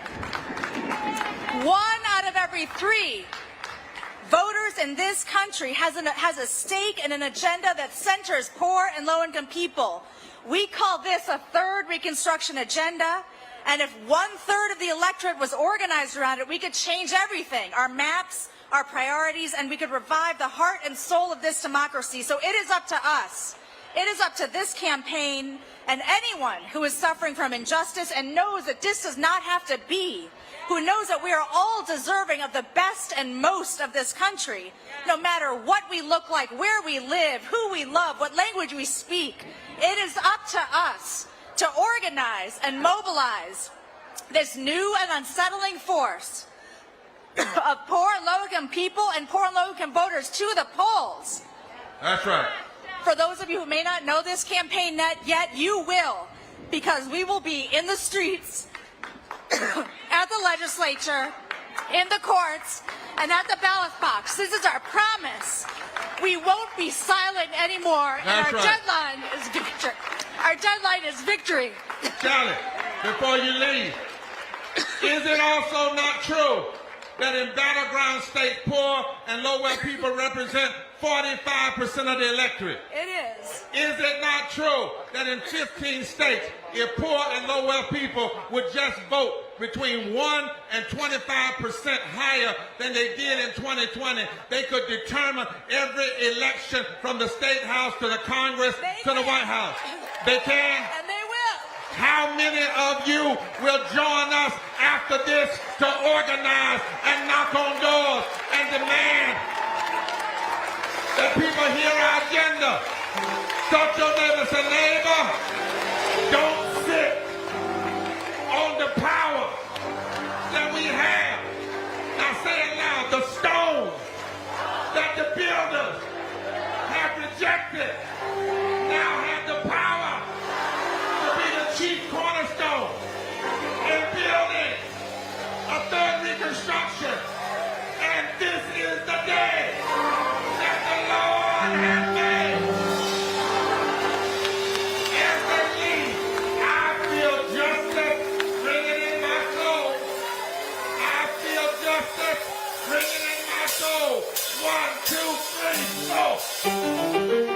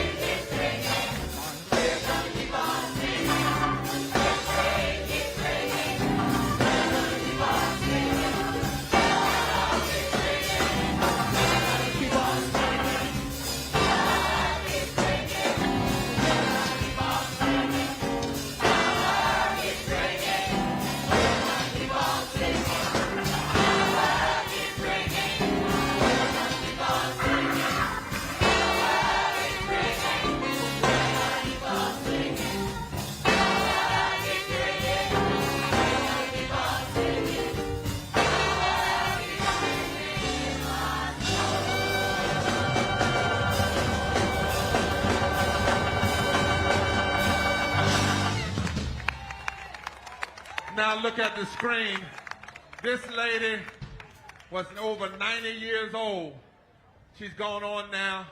But when we got in the fight for voting rights, she said, they think I'm going to die, but I'm not dying till we win. And we won. But listen to what she has to say. And then immediately after her, we have the Prophetic Council coming and emerging unions. And the reason I'm bringing them together, we're bringing them together, is because we can't separate this stuff. Each one of them will have 1 minute and will introduce an impacted person. In this movement, if you've come to grandstand or stand at the stage by yourself, you're in the wrong movement. It's all of us and not some of us. Listen to the screen. I woke up this morning with my mind, come on y'all, stay on freedom. Now we need to commemorate, we need to motivate, and we need to educate for the good. All right, folks, we are here, the Poor People's Campaign Moral Assembly in the nation's capital. We've been broadcasting since about 9:30. Joining us right now is one of the affected folks who spoke on stage, Dante Sharp. Dante, first of all, for folks who don't know your story, you were recently released from prison for a crime you did not commit. Talk about that issue, and then what you had to deal with fighting all of those years for your freedom. You just hold it right below your chin. Go ahead. Well, I did 26 years in the North Carolina prison system. I was 18 when I got locked up, and 44 when I finally got exonerated.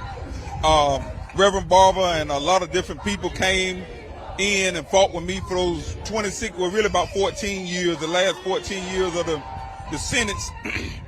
Reverend Barber and the Poor People Campaign came along, and the Duke Wrongful Convictions Clinic, and I filed motion after motion after motion up and down the court to the Supreme Court and back down, and finally, eventually, they overturned it because of the pressure from the people. So they finally overturned it. And so, you know, when we talk about, again, 26 years, I can't imagine every day knowing you didn't do it. And trying to maintain your sanity in the midst of that. Well, man, I'm going to tell you the truth. You're right. When you just know you didn't do it, it's pure torment, man. It's torment every day. But the thing that kept me was praying, talking to my mom on the phone, getting visits every week from my mother, seeing my daughter, whom I never was out in the real world with until I got exonerated in 2019. But man, I'm telling you, I would have lost my mind if it weren't for God and then the people I knew that were out there fighting for me, like Reverend Barber, Poor People Campaign, the Duke Wrongful Conviction Clinic, and a lot of those other organizations, and just the regular people that was coming to see me and praying for me. Because I had a lot of people, man. It took a village. It really did. And then, of course, trying to get, you know, the governor to step up. And even that was difficult. A Democrat elected a governor, and there had to be protests and pressure on him. So even when you were clearly exonerated, it was still a fight to get out. Man, listen. It was a pure tea headache, man. I'm gonna keep it real with you, man. After I got out, I guess the governor and them felt like I should be happy just to be out and have my freedom back. Hold on. Before you go there, all y'all folks who out there posting on YouTube, shut the hell up. He was not exonerated because of Donald Trump. He was in a North Carolina state prison, not federal prison. So y'all get that bullshit misinformation off of my YouTube channel right now. Had nothing to do with Donald Trump. He was in a state prison. He was exonerated by state courts, and it was the governor of North Carolina who had to move forward to agree with that. Donald Trump had nothing to do with that. Now you can continue. I don't allow misinformation to go on. That's right. Donald Trump had nothing to do with it. State court, state prisons, North Carolina, Governor Roy Cooper, finally, after a lot of pressure from all the different groups, Reverend Barber and a lot of other people, Reverend Spearman, everybody put that pressure on him. And eventually he went on and gave me my pardon after I was exonerated. It took 2 years. You know, there's so many people who have had to deal with this. Unfortunately, most of them look like us. That's right. And, you know, there's above the Supreme Court, which is right behind the U.S. Capitol, it says equal justice under law, when in reality, that is absolutely not the case. Man, let me tell you something. I don't have no confidence in our system. You know, like I tell people when I speak, I do a lot of speaking, like I tell them, you know, I got confidence in us as the people, because that's where the power really lies at. We're voting them out. We think that the system don't work, and part of it is some bull jive. But if you look at the whole overall system, it's the only one we got. You know, and we have to, like in prison, when we filed them motion, when I was filing all them motions to go to the Supreme Court, appellate court, and all them appeals to try to get somebody to hear me saying that I was innocent, I had to turn around and use the only system that we had. That's right. And I had to use the same system that put me in prison, that would keep me in prison. I had to use it. But also, by the grace of God, people like Reverend Barber and them that came in, they the ones that put the pressure on the court system, because if it weren't for them, the court system wouldn't have did what they were supposed to do, which was declare me, exonerate me. So much changed in 26 years. When you got out, how hard was it for you to adjust to this? Because the world did not look like it did when you went in at 18. There's stuff that didn't exist when you went in, and then I'm sure you were like, that does what? Yeah. Man, I'm going to tell you, man, I'm still struggling with it right now. I don't sleep. I wake up 2-3 times a night. Still struggle with the technology. But the main thing I struggle with is getting to know my family again. My younger brothers were little boys when I went to prison. Now they grown men with families, married with kids. And that's my biggest struggle, is trying to reconnect with my family, my close family, my mom. They're new to me and I'm new to them, man. We're starting all the way over. And I just spoke at Congress Wednesday, and I was speaking about that, and I broke all the way down crying, man, because it's still a mental and emotional struggle that I have going. It's like a wrestle. I'm wrestling with my family. We wrestling with each other to get to know each other again, because we're all different. I was gone all of my young life, you know, from 18 to 44, man. You know, and that's the biggest struggle. That's the biggest struggle. And all of those hallmarks of life. I mean, that's you right. don't have a connection with that in terms of graduations and birthdays and holidays and the ups and downs. And so, yeah, it is as if, I don't want to use the word child, but it is as if a person was adopted, and then all of a sudden it's like, who is this? I mean, that's just the reality. There's this new person that's here. That's right. I grew up in prison, man. I literally grew up in prison. My daughter was born while I was in prison, and that's the biggest fight that I have beside my brother them is my daughter. How old is she? She's 20. She turned 28. 28 July, and me and her at each other's throat all the time. It's like I can't even explain what it's like. It's just a battle, man. Me and her. I mean, constantly. We'll go smooth for a while, and like you say, she never had a chance to have me until she was a grown woman. She was in her mother's womb when I went to jail, when I got locked up. And I just feel like she doesn't see me as her father. She just see me like somebody else out here. Right. Because of what I went through. People really don't know what you go through when you're wrongfully convicted and what your family goes through. It's not just you, it destroys, man. It messes up the community, your families, especially the immediate family. It also has to really be a difficult piece mentally, because I think back to the movie Tom Hanks was in when he was stranded on the island, and then when he got rescued, he slept on the floor. That's right. Because that's what he was used to. I've talked to other people who talked about the difficulties they have when it comes to waking up, because literally their entire life was based upon somebody else setting a schedule. That's right. Man, I really don't have a problem with that. The part that I have a problem with, I don't trust nobody. So I make sure all the because when you're in prison, you can't trust many people. That's right. Because in prison, like now, I don't sleep. I wake up 2 or 3 times a day. I'm in the night, throughout the night, check the windows, check the doors. I don't like all different types of people coming to my house because I done heard a lot of stories. I done been around a lot of people and heard that story while they was in prison, and it would shock you, brother. It would shock you to the point to where mentally you would be like, oh, I got to watch out. And you got to watch out so much in prison. In prison, I always tell people, you don't never rest, but you sleep. You don't rest. Your mind never rests. It's always waiting to see what's gonna happen, and you're gonna get woke up. That's really how it is. You're in a state of paranoia. That's right. That's right. That's right. What's the status of the state compensating you for being locked up 26 years? Oh, I got pardoned by Governor Roy Cooper, and I think it was in November, and they gave me $750,000, but that really is pennies compared to 26 years in prison. That's right. But it's enough to just, I guess, get a start, but it's not enough to kind of rectify what they did to me and all the years they took away from me. You know, at the end of the day, it's really nothing. There's a brother who's sitting in prison right now who was in your predicament, and he may have given up. What would you say to him and his family? Keep your head up, brother. Hold on. Believe in yourself. Brother or sister. Brother or sister, that's right. Them are sisters as well. That's right. Brother or sister, keep your head up. Keep your faith. Don't give up. Use the time wisely to better yourself. No matter you're in a situation like I was in, you're innocent or guilty, take advantage of the opportunity that you have in there.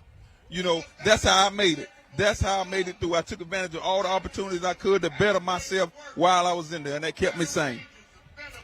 Dante, man, it's good to see you. Glad to see that, one, you got some justice, that you are free, and certainly I hope things improve with your daughter, with your family, because even though it may be difficult, the reality is you are out, and now they have an opportunity to actually establish a relationship.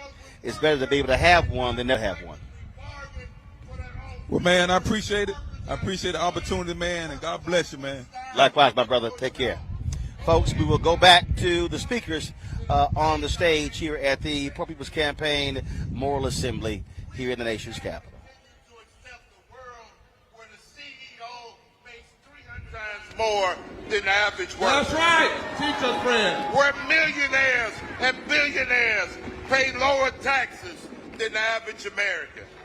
We cannot accept a world where social programs like Social Security, Medicare, and Medicaid, and the Affordable Care Act are under constant threat. Now, I believe that unions is the best vehicle to eradicate poverty, but we can't do it alone. We need all of us sticking together. All of us sticking together, standing up for a more just country and a more fair nation. Thank y'all very much. Give it up for Fred Ruppin. Everybody shout, solidarity! Forever! Mary Kay Henry!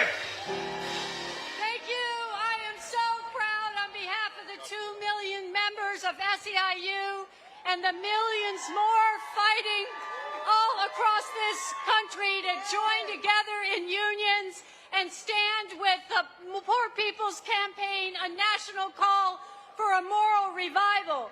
Forward together. Not one step back. Forward together. Not one step back. And that's what healthcare workers came to do. Not one step back from Healthcare Pennsylvania, Healthcare Michigan, 1199 United Healthcare Workers East from New York, Maryland, New Jersey, and Florida, and 1199 West Virginia, Ohio, and Kentucky. Janitors and security officers from 32BJ and public workers from 500 in SEIU, Virginia, and 73 Illinois. And then we have the Fight for 15 and a union leadership. That's right. In the house. Yeah, in the house, Reverend Barber. From Florida and Wisconsin, from Raise Up in North Carolina and Georgia, and South Carolina,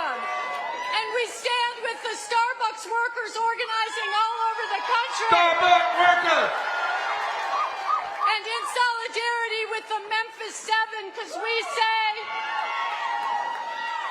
we are here today on behalf of every worker fighting for unions for all, and every voter fighting for a government that works for all. Our votes this November are not a show of support. They are a demand.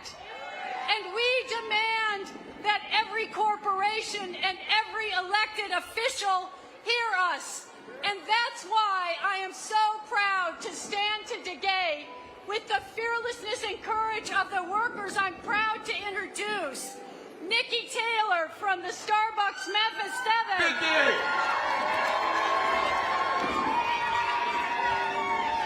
Beth Schaefer from Raise Up in South Carolina. Raise Up. Christina Jimenez, who is organizing Maximus call centers with the Communication Workers of America. And Richard Joseph, a Family Dollar worker who has the courage to organize across the South. And Nataki Rhodes, who is a longtime tipped worker fighting for one fair wage, because the minimum wage has to be a wage for everyone. Tipped workers can't have a sub-minimum wage any longer. And so now let me turn to Nikki Taylor from the Memphis 7 with Starbucks Workers United. Solidarity. As they come to bring their best Gettysburg address, we want you to know we've got 20 minutes left. Don't leave. We got to do something at the end real powerful. Give it to the nation right now. These are the emerging union fights in the country, and they're the baddest thing out here.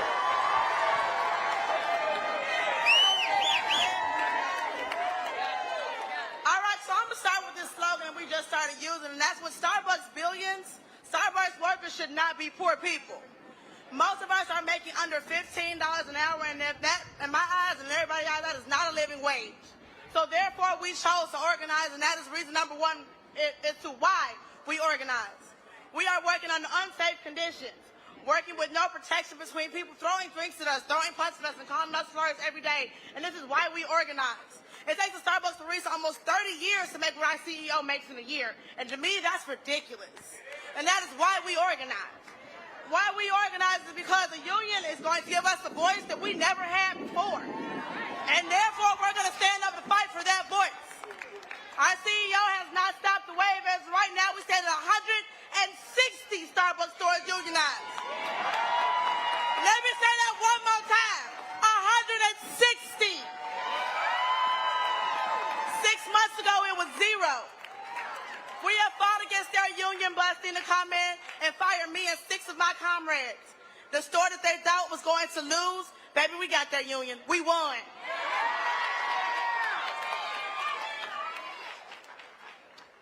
So, I'm going to leave there because I know we got 1 minute and I'm going to say true like nobody else did. But anyway, if you guys want to, please find us. We have a pledge you can sign so that you can support the Starbucks workers. And we're going to send you information on what's going on. You'll be able to keep up with them numbers. Because, baby, by next week, it's going to be 200. Say that. And the week after that, we're going for 3. And I'm going to leave you with this. Let me rest. After I say no contract, I need y'all to say no coffee. Can we do that? No contract. No coffee. No contract. No coffee. No contract. No coffee. Thank you. Everybody shout solidarity forever. All right, folks, we're joined right now by the national president of Alpha Phi Alpha, Willis Lonzer.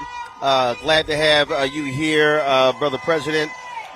This is a gathering that obviously is focused on low-wage workers, focused on poor workers.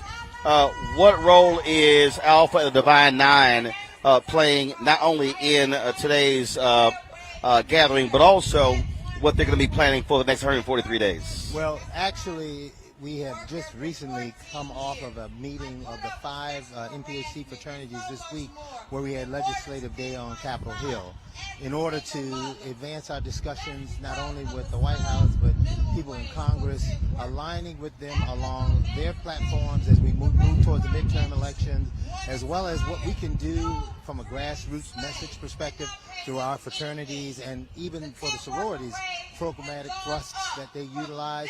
We're trying to realize and help people to understand that we still stand aligned with Brother King and his component where Brother Barber has brought forward appropriate minimum wage for people, having your voter rights protected, reinstitution of voting rights for felons who return into society, all of those components, healthcare.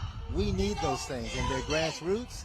We are uptaking messages through partnerships as well, and this is the entire Divine Nine because the Council of Presidents often is seeding these conversations collectively. So it's been a good move, and you got a lot of work to do in the next 140 days. I have long said that when you look at the organizational structure of the various black fraternities and sororities, you have what is considered probably the most sophisticated infrastructure, meaning they're international, they're national, they're regional, they're state, grad, they're undergrad, then they have an impact on kids K through 12. And Dr. King wrote in his book, Where Do We Go From Here, Chaos Our Community, he said that black fraternities and sororities were one of the 4 institutions that were proud to position liberate black folks. He said, but they, along with the other 3, never fully committed themselves to the full liberation of black people. Right. And I think we have to keep challenging because we have the numbers, but the numbers have to be activated and moved in the appropriate direction. Indeed. One of the most powerful realizations is the direct membership of our organizations, but also the extended reach when we talk about the circles of influence that these respective members have. I think that at the end of the day, and I believe that it's reflected through the Council of Presidents' actions, that we are representing a new opportunity in the second 100 years for our organizations to be more impactful, more or less realizing that those challenges can be confronted through our networks and how we leverage them, leveraging our influence, being able to go to the White House or to talk to elected officials about what are foundational pieces that come back to everyone on Main Street where we live. So I'm excited about it. I believe that we've got strong leadership through the respective organizational presidents who are part of the Council of Presidents, and we're going to make a difference. I really do. And I think moving forward, again, between now and the November election, it's going to be vital to activate those chapters to really set an ambitious and an aggressive goal when it comes to voter registration, but not just getting folks registered, but also then getting them to the polls, because that is the biggest concern. The forces that are against black interests, they are very motivated to turn out. A lot of our folks are not, but we're going to be negatively impacted by the policy decisions that they make if they win. I agree, and it's very interesting. Our most recent discussions were just aligned with that. Yes, voter registration, but getting folks to the polls, being preemptive like in Georgia, making sure that we can send the person in with the care package, water, since we can't do it by law, but they can bring it with them. So just trying to empower our individuals, but definitely speaking to that and other tactics to ensure that we're going to not have folks miss out on the importance of this midterm election and those in the future. But then after the election, and this is something that I really have been hitting hard, and I really think we have to challenge our brothers, specifically then when you throw in the sororities, in terms of showing our power in mass. And so I'll take, for instance, I've said this, you've got 9 black fraternities and sororities. If you put in Prince Hall Masons, Eastern Star, and the Links, now you got 12 organizations. That means that we can literally rotate every single month as to who is going to show up at a school board meeting, a county commissioner meeting, a city meeting, and all of a sudden, if you are a school board member and you look up and you see 100, 200, 300 black men in black and gold, you're going to, first thing is like, okay, what the heck is going on?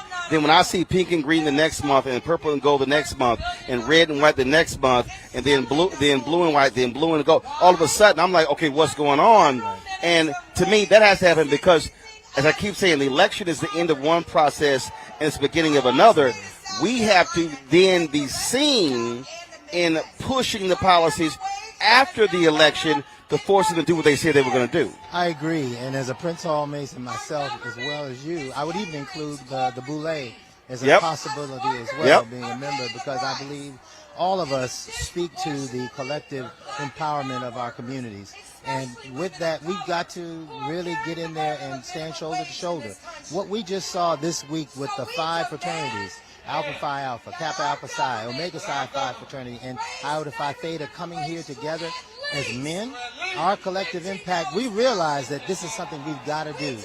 Yes, we're all great in our individual way, but we will be so much more impactful when we come together collectively as 5 and with the 4 sororities as the Divine 9. And we're on our way. And Brother King talked about that on April 3rd, 68, when he said black people individually are poor, but collectively, he said, are rich. He said, when we do things collectively, then we can actually begin to make changes, and that's why that's important. Agreed. I totally agree with that. When we talk about the importance of where we are positioned in history, all of these organizations that we are a part of in organized efforts to liberate and lift our communities, this next 100 years will galvanize and solidify our mark in history, more even than the first 100, because now we all have gotten comfortable in our skin, and now we have the chance to really lock arms and bring and attack the thwart efforts that are trying to challenge our communities. Young black boys, and I live in Chicago, as you know, are being impacted.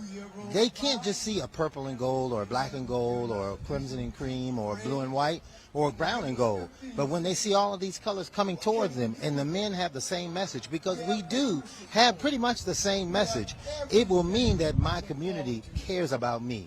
Then you throw in the Prince Hall and Eastern Stars. Then you throw in the Links. Then you throw in Top Ladies of Distinction. Then you throw in also the Boulay or other organizations of that nature. The Guardsmen. You name it. We all have a collective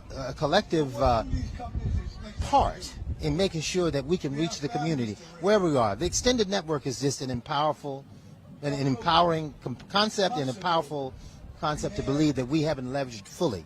But we will, and I think it will make a difference. All right, President Alonzo, we appreciate it. Thanks a lot. Thanks so much, Brother Martin. It's good to see you. Likewise. All right, folks, let's now return to the stage, listen to the affected workers.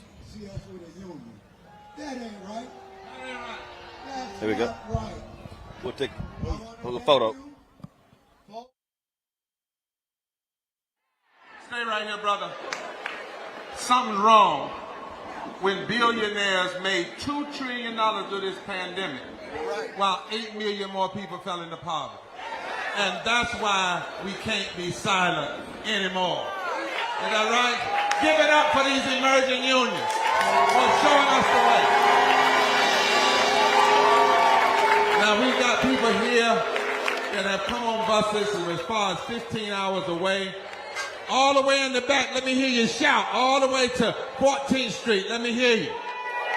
And they've got cameras, but we must honor them. We've got 4 unions that are coming, representing all the unions that are supporting. Everybody that comes, you've got exactly 1 minute. Not 1 minute, 1 second. Not 1 minute, 2 seconds. We all said this all before we got here. And then we're bringing up the organizations, and each organization gets one person, either the president or to say why we will keep organizing together. Come on up as the unions come. And I want to give a shout out to George Gresham and that mighty union called SEIU 1199. They brought over 60 buses from around the country. Y'all tell George I say hello, all right? All right. You got your best Gettysburg Address? Let's go. Greetings, peace and blessings. I'm Millie Silva of 1199 UHE. The Purple People. We are here as part of a 70-bus delegation of healthcare workers from Massachusetts, New Jersey, Maryland, D.C., and Florida. And we stand with you, Bishop Barber, and everyone who is a part of the Poor People's Campaign. On behalf of our president, George Gresham, and the 450,000 healthcare workers we represent in our union, we are here to declare we stand with each and every one of you who's organizing to end poverty in this country. The poverty where some of us have a living wage and others do not. The poverty where some of us have a home to live in and others of us are on the streets. The poverty of spirit that allows for systemic racism to exist instead of the love that we need for each and every one of us as humans.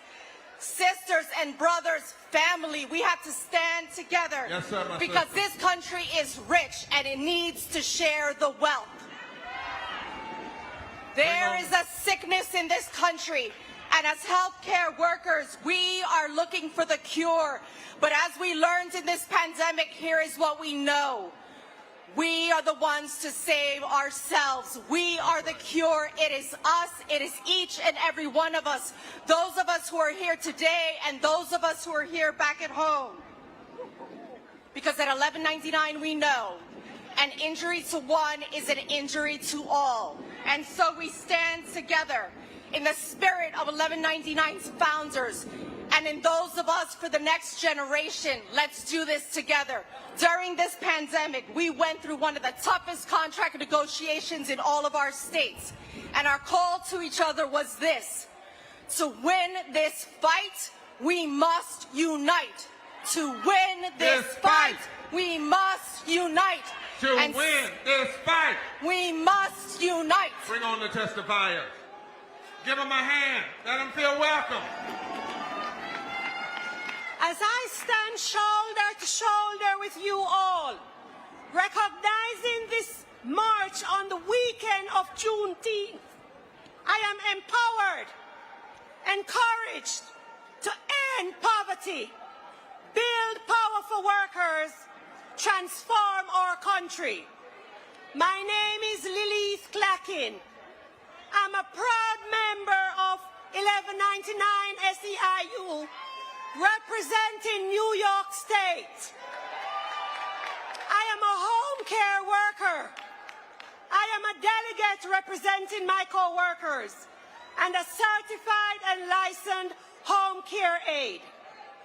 I can safely say I have contributed positively to people's lives, making it possible for elderly and sick people to live in their homes and receive compassionate care.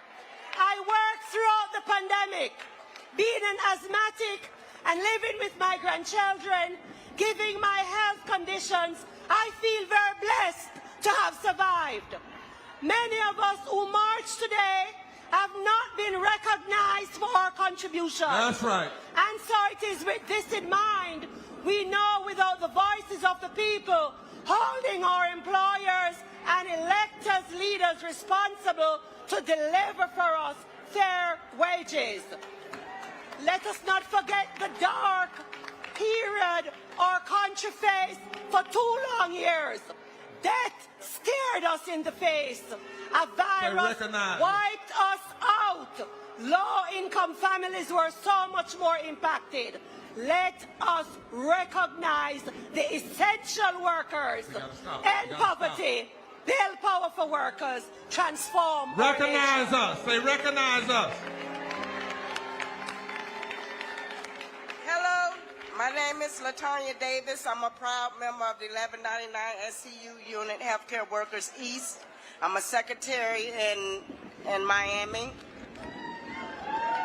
I'm a mother of 3 boys, 14, 18, 19, so you would know what my grocery bill must look like. My rent just went up $300. I guess it'll be just me and God trying to figure out how I'm surviving. Honestly, I'm not sure how I would support my family. I've worked in the same hospital for 16 years, and I'm still under $16. Many of my sisters and brothers all around Florida have it even worse than me. The hospital and nursing homes workers privileging life-saving care every single day, but they can't even afford their own health care insurance. It's getting to the point, guys, is that if we're not out here being together like this, we're not going to make it. So I'm just glad to see you guys out here. Let's keep on fighting. Let's keep on fighting. She is why we must fight. Next union. Is there anybody else? Is that it? Next. The United Electrical Radio Machine Workers of America, UE, is proud to be here at the Mass Poor Peoples and Low-Wage Workers Assembly and Moral March on Washington and to the polls. Our union believes in organizing and mobilizing the working class. We believe in aggressive struggle. We believe in militancy, civil disobedience, and good trouble. We know that there is just one solution to poverty and inequality. Organize, organize, organize. Organize in the streets like we're doing here today. Organize to the ballot box like we will all be doing in November, and organize in the workplace. Every workplace we see how poverty and systematic racism work together to exploit the working class and keep us in poverty. In every workplace, the boss tries to divide workers by race, by gender, by nationality, by sexual orientation, in any way they can to keep us divided. But workers are fighting back. And I'm proud to say that the UE is organizing across all sectors of the working class. And right to work for less, North Carolina and Virginia, collective bargaining for public sector workers is illegal. We've been organizing and successfully engaging in aggressive struggle, militancy, and good trouble. Many of those workers are here today with us, and I want to introduce UE 150 member Bryce Carter from the North Carolina Public Service Workers Union. Thank you.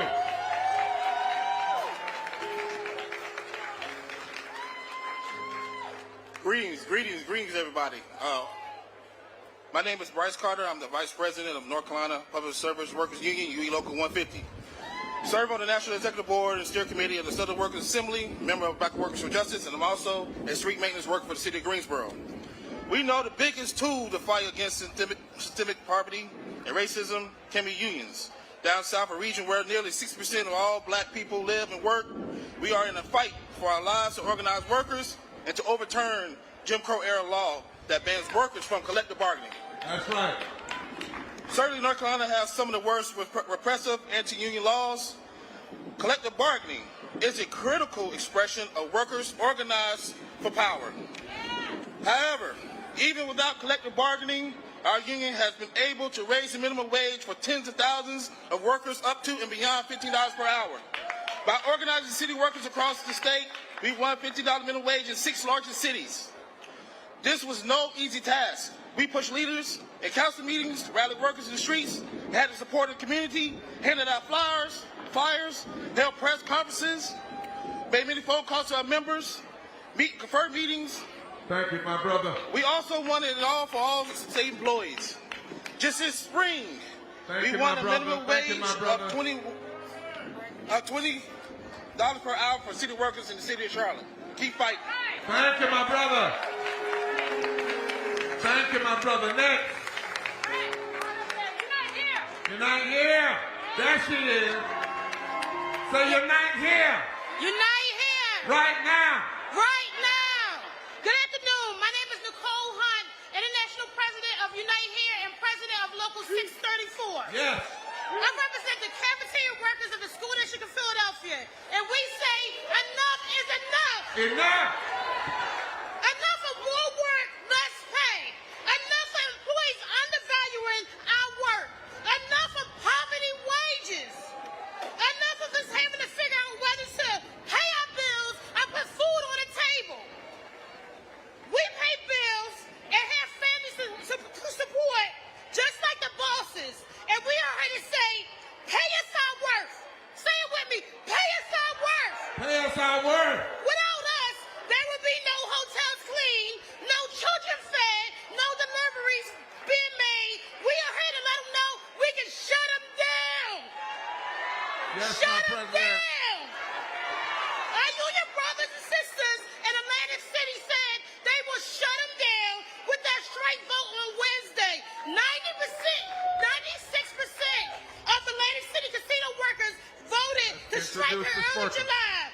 If we don't get the wages they deserve, casino workers need a raise. Now is our time because we say enough is enough. Because it's power of the workers, and the power of the workers don't stop. I now want to introduce my union brother, Timothy Freeman from Unite Here Local 274. Brother Freeman, thank you. Hello. Good afternoon, everybody. And I'm just going All right, folks, we're joined now by Ron Daniels in our anchor position here at the Poor People's Campaign Moral Assembly. Ron, y'all have been broadcasting with Pacifica all day. Put in a context from your perspective why this assembly, this moral assembly on this date matters. That when that Martin Luther King's death was resurrection, that sent chills everywhere. Because what it means is that this movement continues, that it's a long distance struggle, that it's not, you may have fits and turns, but you now have, the Rainbow Coalition. You have Reverend Barber, who, by the way, is a reluctant leader. He didn't ask to be anointed. He was asked to be in this position. But taking up the cause of the Poor People's Campaign, the concept of an economic bill of rights, and the concept that you have to have low workers and no-wage workers and no-wage workers as a fundamental base for changing this society. That's why I think it was important to be here. That's why this movement's important. And quite frankly, America is not going to change until we can get low-wage workers and no-wage workers at the center of the struggle. And one of the things is very interesting. I'm looking at our chat here, and somebody goes, boycott, boycott, boycott. And I keep trying to explain to people that if they actually studied Operation Breadbasket, boycott was the last point. That's the mistake I just think so many people make. They want boycott to be the first thing when it's the last thing. Right. You also can't boycott something unless you have educated and explained to people what the issue is that you boycott. Right. And then if you launch a boycott too early and it fails, then you've given up your most important piece, and now folks can ignore you in the future. Well, the other thing that people want to do is they want to boycott everything at the same time. There's an art and science to boycotting. And you're right, you have to educate. And it's like political jiu-jitsu or economic. You have to find a corporation or entity that's weak, that if you apply your power, you're able to succeed. Because then it creates psychological momentum. I am very much in favor of economic sanctions and boycotts, but it has to be done right. Right. You have to educate, and it must be a part of this movement. I believe you have to march on ballot boxes. I believe the slogan, we ain't going to let nobody turn us around, is right. I know they got voter suppression. We don't care if they put the ballot box in the middle of the desert. We're coming. And it has to be a battle cry. And the other thing that you've laid out, Roland, which is so crucial to this discussion, it remains to be seen how many of our working class white brothers and sisters will actually respond. Right. They have to respond. And if they don't respond, we have to take those progressive whites who will and keep doubling down on black people and brown people and just keep pushing forward, because this racism is so deeply embedded. And I don't say that because I want it to be that way. It's because history has shown us that. And the messaging in the Democratic Party and so forth and so on, and you have said this, we've got a message to the base so we can turn them out. Otherwise, the need to change and the flip in 2022, we need 2 more senators or 3 more senators. It's not going to happen unless they start messaging, and this is a part of it. Yeah, and what this is mobilization, organization. That's what it is. Because, again, it's like when I was in Kansas City, they were talking about, their goals to get 40,000 people who are going to back local control their police department. I said to them, if you go knock on those doors and you get 40,000 people and their name and their phone number and their address and their email, and they said, I'm with you, I said, I can guarantee every politician is going to be shaking in their boots because you saying, I'm holding the key to you winning or losing, which side you want to be on. But that requires you putting the structure together, taking the time to do it, not just hoping they show up to the ballot box. Right, and it also means synthesizing the new technology of social media with the old-fashioned way of going door to door. It's not either or, it's both. And at some level, that eyeball to eyeball, touching people, is the ultimate way of moving it forward. So I think that's important. And by the way, let me just say a word about H.R. 40, because H.R. 40 is being advanced by Congresswoman Sheila Jackson-Lee. At the end of the day, we will never, ever get rid of structural institutional racism until reparations has been adopted, and we're pushing that too. This administration needs to move off the dime and get it done, and we appreciate the support that you've provided in helping to move it forward. All right, Ron Daniels, always good to see you, Doc. Always good to see you. All right, brother. take care. Appreciate you. Folks, we're going to quickly go to back to the stage, and then we're going to come back and chat with Dr. Greg Carr. Notice that nobody came today to speak for people. The beginning of this movement, that we would build a stage for impacted people to speak. Not everybody can. I see some of your signs, but you have to hear and love what you see happening today. We're modeling what you ought to do in your states and in your cities. Too often, people who have been like an organizational head, it's good to hear the head, but we need to hear the people. And that's why today nobody came to speak for people. The people speaking for themselves. That's what will change this. Now, here at the end, we have the presidents or their representatives of various peer groups that agreed to this early on. Many of them said, you know, I understand. I might be the president elected, but I'll let somebody else speak that's in my organization. The one or two presidents that you saw, as you saw today, they introduced somebody else. That's the kind of model we've got to have for Fusion Coalition. So I'm going to invite these presidents now. These are the peer organizations. And I want them to come.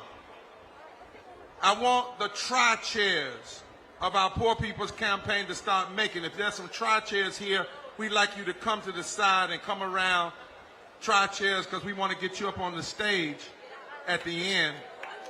I hope all of you aren't sitting here. We don't want to close all of this out. But if some of them stand up, some of y'all sit down. Now, I need the presidents to honor, because folk have been standing, we know, to give your best 45 seconds. And this is what they're supposed to talk about: why we will stay together and why we must have a moral fusion movement. Today is not a day, it's a declaration. This is not an end, but a beginning. Presidents, can y'all do that? I didn't hear nobody say nothing. Now, I'm going to try to be pastor, but I will be bishop if necessary. And I'll love you all the while. But as you come in order, one person per organization. Don't come up here with two, one. Because we've got to do something that the people have to do who have been out there standing. One person, one spokesperson per organization, 45 seconds. We love you. Let's do it together. So we got climate reality.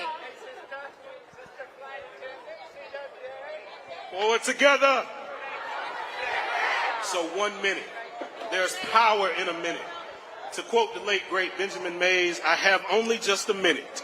Only 60 seconds in it. Forced upon me, can't refuse it. Didn't seek it, didn't choose it. But it's up to me to use it. I must suffer if I lose it. Give account if I abuse it. Just a tiny little minute, but eternity is in it. My friends, eternity is in the minute we've been given. And although we like to say this is a movement, this is also our moment. When we think about the global climate crisis that threatens to push 100 million people into poverty by 2030, this is our moment. When we think about the fact that 68% of African Americans live within 30 miles of a polluting coal-fired power plant, this is our moment. And if this is our moment, if this is our movement, we must use it. Forward together. Not one step back. Forward together. Not one step back. Forward together. Not one step back. All right, and now Greenpeace. Hello, sisters, brothers. My name is Tafari Gabre. I'm the Chief Program Officer at Greenpeace, and I bring you greetings from our 3 million members. Sisters and brothers, our nation is grieving. We're seeing attacks on women's rights, senseless acts of gun violence. Our planet is running out of patience with us. Extremist politicians have made it harder for brown and black people to cast their ballot. Our communities are suffocating under the weight of systemic racism and poverty, while our elected leaders are stuffing their pockets. Today, we say no more. Today, we come here to fight back. Today, we say all of us or none of us. Can you say it with me? All of us or none of us. All of us or none of us. Power to all of us. Power to all of us. Yes, sir. All right, now we're going to have Milpa, the Border Network, and Nakasek. Buenas tardes. Soy Edwin Maldonado. Pertenezco a la organización Movimiento de Líderes Migrantes en Pensilvania, Milpa. En nuestro estado estamos luchando por el derecho a la movilidad con una licencia de conducir para todos. Y a nivel nacional estamos exigiéndole al gobierno una reforma integral para los más de 11 millones de personas indocumentadas en el país. Hoy quiero hablarles de la importancia de la unidad. Nosotros debemos ser como las hormigas, que son las más pequeñas en el mundo, pero dice la Biblia que en el verano trabajamos unidas almacenando comidas. Así como ellas, nosotros debemos mantenernos unidos, unidos hasta la victoria, juntos, ni un adelante, ni un paso atrás.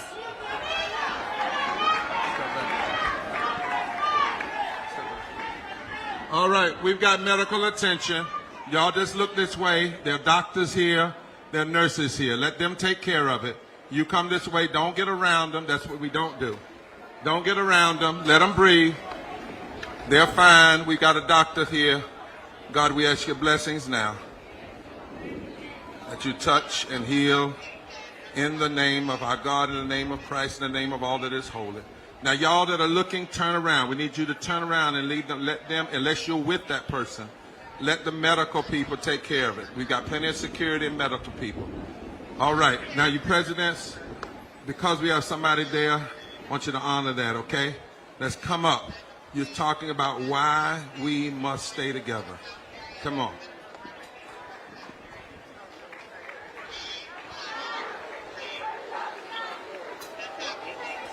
Our immigration laws, policies, and strategies have created a broken system that has separated more than 2,000 children from their parents at the border since 2017. It has rejected and expelled almost 1.5 million refugees and asylum seekers in the last 2 years. It has built more than 1,000 miles of border walls that send migrants to the isolated deserts and mountains where they're dying at a ratio of 1,000 per year, which equals to 3 per day. It allows 11 million immigrants in the United States to live in the shadow of poverty, oppression, and persecution. We refuse to accept this culture of abuse, terror, and poverty towards immigrants and other people of color. America is supposed to be the nation of immigrants, a melting pot, used to represent the promised land and a better future for all. Thank you so much. Before the next one comes, President, I have to ask you something in great love. This section is supposed to be about why we must stay together. We all know we have our individual issues, but you're talking to millions of people. They've heard the issues. What they need to hear you talk about is why you are committed as your organization, not to be under the Poor People's Campaign, but at least for us to work together. That's the message right now. Can y'all give that message your best 45 seconds? Come on. My name is Jessica, and I'm from New York. I represent Minkwon Center in Flushing, a neighborhood of Queens. We are a part of the Nakasek Network, where we serve and organize Korean and Asian American immigrants. There's a significant portion of the community who are low income and undocumented, and I am one of them. Because of this, much of our community and I am faced with multiple barriers economically, socially, and politically. We affirm the rights of every person regardless of color, ability, or class, the right to live safely with their loved ones, and with access to quality education, healthcare, housing, and support. All people, young and old, Asian or Black, Latino or white, immigrant or indigenous, deserve to seek a better life and live happily. When citizenship is required for access to safety, basic resources, and dignity, it is not an option. It is a basic right. Thank you. I'm going to have to make an adjustment because I'm honoring this brother. And I'm going to make that adjustment, and I hope folk won't be mad. I pastor Greenleaf Christian Church. And what I have seen today makes me committed to stay with all of you and to make sure my church, that's what you're supposed to be talking about. We've already heard the issues. This section is supposed to be about how we will stay together. I really love you all, but we need to say that because millions of people are hearing this. So if you could not restate the issues that your organization fights for, but state the commitment of understanding now that silos alone are not going to get it. We can have our silos, but in this moment, we better know how to fuse together. Because if the folk that are against us are together, we better be figure out, can y'all do that? The next speaker and the next ones, he's getting better. Amen. Say amen. All right, next president, please do that. Let's don't restate the issues. Next, we have the Ubuntu Center, followed by the Transformative Justice Coalition and the Center for Constitutional Rights. Forward together. Very simply, we stand here with the Poor People's Campaign because everybody has a right to live. Every poor body, every working class body, every Black body, every indigenous body, every Latinx body, every immigrant body, every differently abled body, every LGBTQI body, every trans body, every incarcerated body, everybody has a right to live, and we must join in this movement to fight for a way forward that honors our shared humanity. Justice demands it, nothing less of us in this moment, and our collective lives depend on it. Thank you. Yeah. That's what we're talking about. Next president. Hi, everyone. When our votes are under attack, what do? Stand up, fight back. Whoa, 55 million of us are under attack right now. Our votes are, and it calls for every one of us to get in this fight. We need the churches to be fighting for the vote. That's We right. need young people to be fighting for the vote. We need lawyers to be in the courts fighting for the vote. We need everybody united, one vision. They keep trying to stop us, but they forget we are unstoppable when we unite. So we say to them right now, we will always make sure our united mission is to free the vote. Free the vote. Free the vote. Yeah. Thank you, Barbara. Next president. Good afternoon, beautiful people. It's so good to see all of you. I am Donita Judge, and I am the Associate Executive Director at the Center for Constitutional Rights. My colleague, Raphael, is here with me. We were here as legal observers. Without a doubt, the work that we do together to dismantle the systems of oppression that impact poor, Black, and marginalized communities is as crucial as ever today. Our partnership with communities under threat is why the Center of Constitutional Rights is able to fight injustice for more than half a century, and it is why we stand here today. That's right. with the Poor People's Campaign, because we know justice takes a fight. Yes. Justice Takes a fight. Forward together. Not. Forward together. Yes. All right, next we have the Freedom Center for Social Justice, the National Center for Lesbian Rights. That's right. And the Center for Community Change. That's right. Come on up together. Good afternoon. My name is Bishop All right, Tom folks, Rawls. welcome back I'm to our founder anchor and position executive- here at the Poor People's Campaign Moral March here. We're joined by one of our regular panelists every Thursday, Dr. Greg Carr, Department of Afro-American Studies, Howard University. He's been busy doing radio today with the folks at Pacifica. He was there with Ron Daniels as well. Greg, always good to see you here. Oh, you got to hold the mic. There you go. Roland Martin Unfiltered. The Black Star is here. Where's Come on, everybody Doc. else? It don't even Come on, matter. come on, Doc.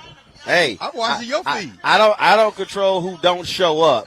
All I do know is we cover a whole bunch of black stuff, and it's a whole bunch of black media we ain't never seen there. I don't see them, man. I mean, we were WPFW, like you say, with Pacifica Network, but we were watching your live feed because you've been broadcast. I've been watching you since they opened up with prayer this morning, man. Well, I mean, you covered the thing wall to wall. That's why we wanted to be here. And unlike a lot of these other media people who've already left, we're going to be here until the last speaker when they packing stuff up. We'll be here. I'll be on MSNBC with Simone Sanders at 4:05 p.m. Eastern. I'll be doing it from right here. They wanted me. And again, let me explain to y'all who need to understand. Yes, sir.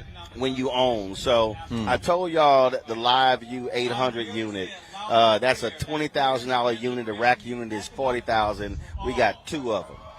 So we're using one of those to broadcast our stream here.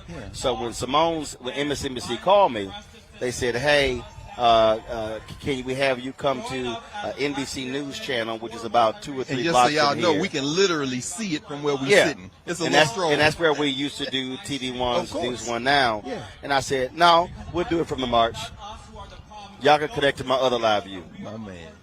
And y'all, again, I see AP, ABC. This is the premium spot. This We're is the supposed to media be. platform. Y'all can't see where we sitting, y'all. but they didn't show up. I didn't see Associated Press or the Washington Post. Now, maybe they were here. Maybe they went down here, but I haven't seen them up here. Plus, I gotta get some love to your staff, this young crew, man. I don't get to see them in person. This is the first time I've seen them since COVID, man. And first of all, normally they in the studio, and I'm always trying to explain to them. Yes, sir. Studio ain't nothing like being out in the Nah, field. you in the field, man. So, and this is light work compared to how Essence is going to be. So, Oh, wait a minute. This is the crew that's gonna be at Essence? maybe. Maybe. I'm telling you. Hey, it bro, is- you had everybody up here, though, man. By the time Cornell got to us, I've been watching them with you, man. And Yeah. Daniels, everybody was here, man. Julianne did the early Absolutely. ship, came over here. Absolutely. You have interviewed everybody, man. Look, this is the thing I keep making clear to people. If you keep waiting on white corporate media to show up, that is akin to asking permission. You're hoping they show up. This is why we've got to have independent black-owned media. Yes, sir. Literally, this generation does not understand what Ebony showed up to, what Jet showed up to, with the Chicago Defender, the Tri-State Defender, Pittsburgh Courier, Atlanta Daily World. They were covering stuff white media wasn't covering. That's right. At a time when that was the most important stuff to cover. And you talked about it. How many times have you talked about Claude Barnett and them in Africa as those countries came in independence? And they could walk in and have an audience with the ambassador and the white press like, well, how could you? No, because they were here when you weren't. There and you I'm go. looking here, the same thing is happening Right, here. and that's the piece. And so, I mean, imagine, again, if we're not here. Yes. If Pacifica isn't on radio, then what voices are you hearing? Exactly. What are you actually hearing? Are you waiting for, again, a 30-second soundbite on someone else's network? What are you waiting for? How's that possible, Roland? Well, because, again, you have largely white male executives who decide what the news is. I mean, but 100 and 40 million people in this country are poor or low wealth. They don't. This is the story right here. Because they only care about high income earners. I'm telling you. When I was at KRLD radio, they made it clear they wanted our focus to be on North Dallas and Plano. Come on, man.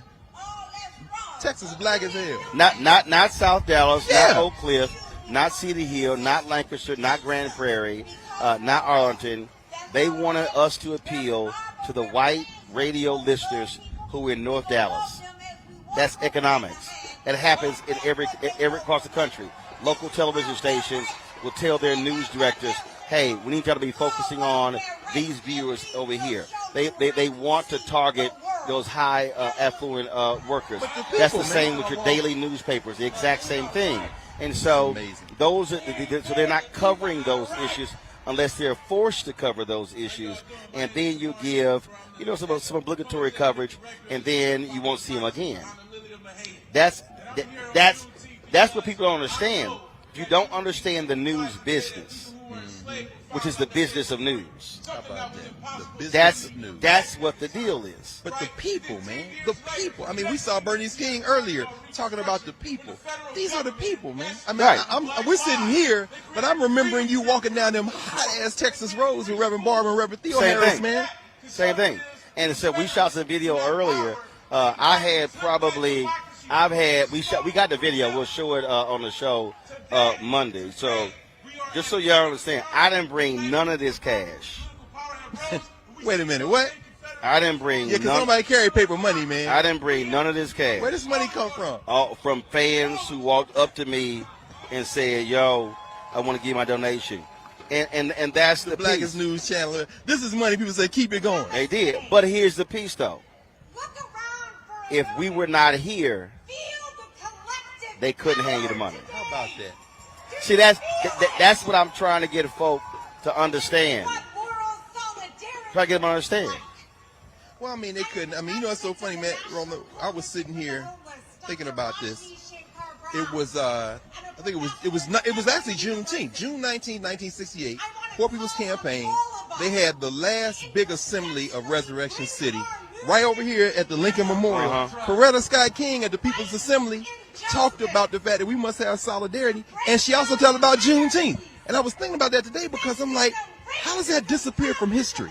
There may have been 100,000 people there. Hubert Humphrey spoke, and here we are 64 years later. First of all, you asked how this been. Look, Questlove just won an Oscar for a music festival in Harlem that no one knew took place. Facts. That's how. Facts. With thousands of people still alive. And it was filmed. That's right. And filmed. That's my point. That's right. That's right. That's my point. That's right. So there are events like this. Maybe that's not this mass. There are events like this happening all over America that no one knows about, no one hears about, because no one is there to cover it. And so if we're not there at the UNCF summit, right, can you hear from the president directly? First of all, the president of Morehouse, that was the first time he publicly addressed the hiring of the white woman as his marketing exec. He said, I'm not sending an email out. But because he sat in the chair, I'm going to ask you the question. But that's what I'm always trying to get out people to understand. And then when I see other high-profile black folk who will quickly retweet a clip from Don Lemon's show or Joanne Reed's show, and that's fine, but then Reese will say, I ain't never seen y'all retweet a clip from Roland's show. Well, they can't do that. But again, but then who shows up?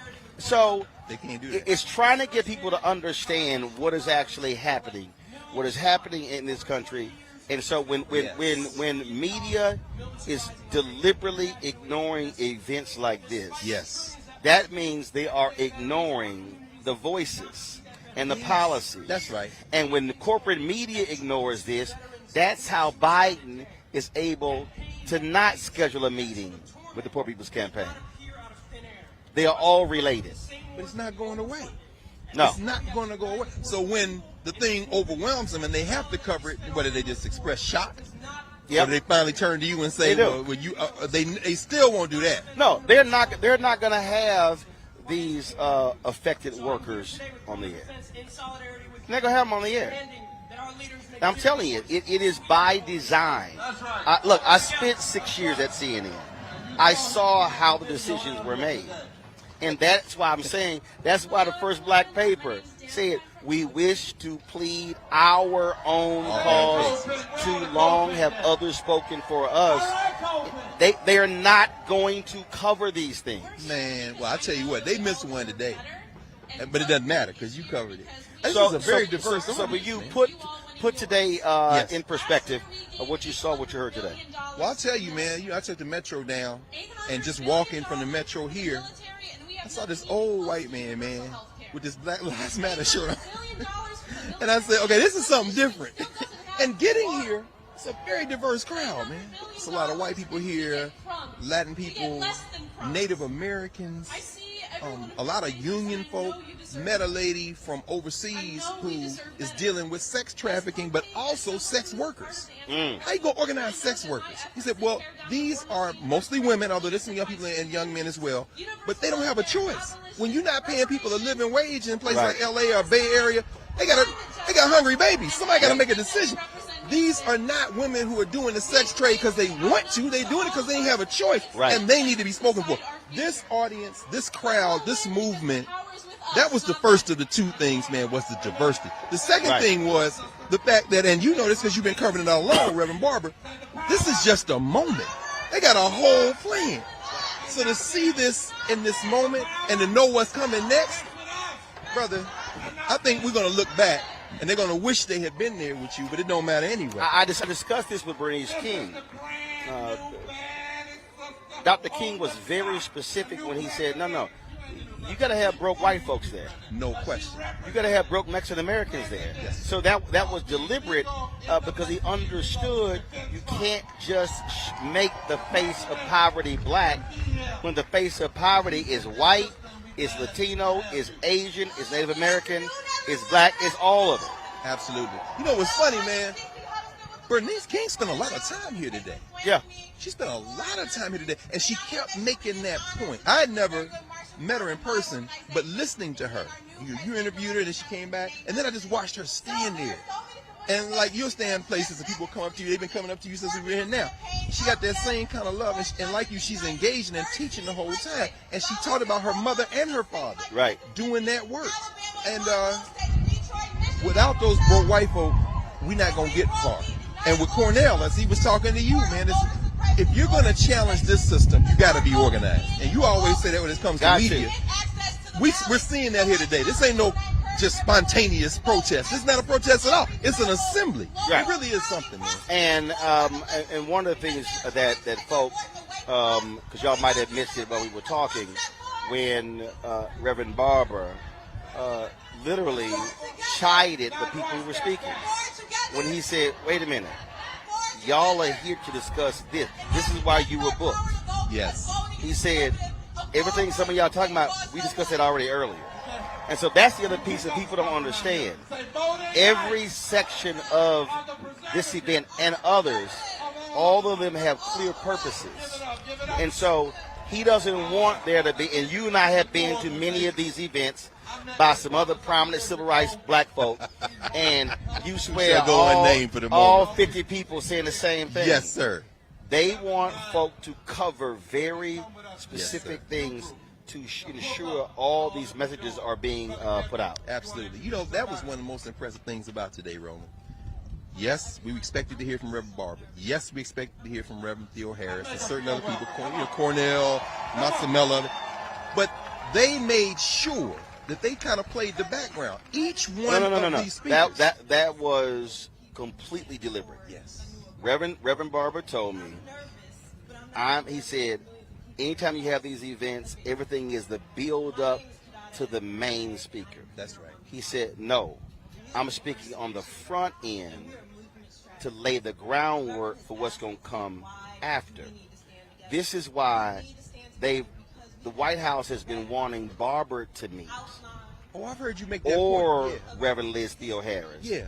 He said, we do nothing unless affected workers are there. So they want the actual faces and voices of poverty to speak versus having him speak for them. That's why the structure of today was done that way. What's funny about that, Roland, is I'm hearing you describe that. As many times as you've been in and out of the White House, as many times as you've walked the Russell Building or the halls of Congress, the women and men who mop the floors, who guard those offices, are invisible. And those are the people, and I've seen it happen. I watched you, man. You go on location somewhere, and there's somebody who nobody paying attention to got the keys to the kingdom and say, no, come this way, Ron. You get this spot. And say, so for the White House or any lawmaker to ignore literally the people who they pass every day. Right. I mean, that is the most short-sighted. And, of course, on January 6th last year, they found out how important those people were. But you knew all along, Reverend Barber knew all along, Reverend Theo Harris, and today we're seeing those people, man. How do you ignore those people? Well, it's because I believe we are being conditioned in this country to only, let's do this here. Let's go back to the stage real quick. Go back and demand that every politician acknowledge the 140 million. See, that's where the whole conversation gets off in the first place. They claim it's only 39 million. Say no more. We've got to go back and demand and find these politicians, I don't care what party they are, and push them on this third Reconstruction agenda, and you can find it at www.poorpeoplescampaign.org. We cannot walk away from the right to vote. They want you to do that because they know how powerful it is. And they know how powerful it is that poor and low wealth people decide that we are going to move in a massive way. So we must go back and decide that we're going to mobilize communities and vote in every election. Don't let anybody tell you anything is already decided. Because they haven't heard from us yet. And we've got to do it. How many of you are going to go back in every community, and poor and low wealth community, and tell them there's a movement afoot? And we got to vote our own interests. And sometimes you got to vote for the person close enough to you and then get them in office and then make them go all the way. This ain't an exact science, y'all. You ain't voting for Jesus. You hear what I'm saying? And we demand what? A White House meeting, not with Liz and me and some leaders, but with poor and low wealth people at the table, and religious leaders and economists. And how many of you, when we call for 100 buses, 50 people on those buses in September, to come and join 100 economists, to come and do it all day, every day, walk in throughout the Congress and all these buildings in September, you'll join us. Because from here, we only intensify. And we say to America, you got 2 years. 2 years to do some fundamental change in living wages and raising child income tax credit and health care, or we will be back not just in D.C., but every street and every back road of America with massive nonviolent civil disobedience rooted in love and truth. But we're not taking no for an answer, and we won't be silent anymore. Can I hear it? Now, we've got policy groups here, EPI, Economic Policy, IPS, and others. I'm going to ask them not to stand down, but I want them to hold their hands up. I want to tell you how important they are. The worst thing you can do in a movement is be loud and wrong. To be loud and not have a footnote. To say stuff and they can critique you. To not have your numbers right. You got to have that. All of the policy folk, raise your hands. These people have committed resources so that when we ride deep. When we talk sure. When we speak clear. And when we go in a room, they can't fool us with alternative information. Am I right about it, policy? We promised them that if they would keep writing and researching, we would build you an army right here in America. And the army is here. Now, some folk have had to leave. We hear there were upwards of 150,000 people and millions online. But some folk had 12 hours to drive. If there are any state chairs, come on the stage, because now we got a closing. And the closing is simply this. You can put that away. The closing is simply this. There's an army rising. And it's going to break. Just take that off. There's an army rising. Come take this from Liz. She can't lift her hand with that in it. Y'all believe there's an army rising? Look at your neighbor and say, there's a nonviolent, truth-telling, powerful, moral fusion. Ain't gonna be silent. Ain't going nowhere. Army rising. I'm in it. I've suited up. I'm ready. And we are gonna break every chain. Stand up all over this place. Grab, if you want to, COVID safe, hook up with somebody in the elbow, all over this place, all the way down to 14th Street if you're still here. And our closing, look at somebody that doesn't look like you and tell them, I'm glad to be in the army with you. Those of you that got gray hair, God has kept you alive for one more fight. Those of you that are middle-aged like me, God is telling you to fight because you're living off the fights of other people. And those of you that are young, God is saying it's time for you to sign up. But we all in it together. And can't nobody tell you you can't get in this army because of who you love, or because of the color of your skin, or because of what religion you have or don't have. Because all you got to be, and all you got to be to get in this army is a human being, created by a mighty creator. All you got to be is somebody that wants to do justice and drive the land to repentance so we can have reconstruction and revolution and revival. Are you in the army? And how many of you will promise, if some of us fall, you'll keep marching? If some of us go down, you know I've been wrestling with death a lot. Because during the pandemic, I have an immune deficiency. And I had one family lost 12 members in my church, and one young lady lost 25 members of her family in this movement in a 30-mile radius. And one day, Erica, I got like Howard Thurman. It was messing with me bad. And I went walking, and I started musing, and I said, God, why am I still here? Because I have immune deficiency. I know I've been around COVID. The people that die aren't worse than me. I'm not better than them. And I struggled with that, the guilt of it. And then another day, the Spirit said to me, wrong question. The question is never, why are you still here? Because the day you were born, somebody died. That very day, you could have died that day. You faced death, dangers seen and unseen. But the question is, what are you going to do since you're still here? And if we have not found out anything during COVID, we should have found out that air and breathing is a commodity. And you ain't got but 6 minutes before death. Everybody out here that I'm looking at, if you stop breathing for 6 minutes, most of us, that's it. But maybe the question is not how long we've got to breathe, but what we're going to do while we're still breathing. Whether we got 6 minutes or 6 hours, Liz, or 6 days, or 6 weeks, or 6 months, or 6 years, or 60 years.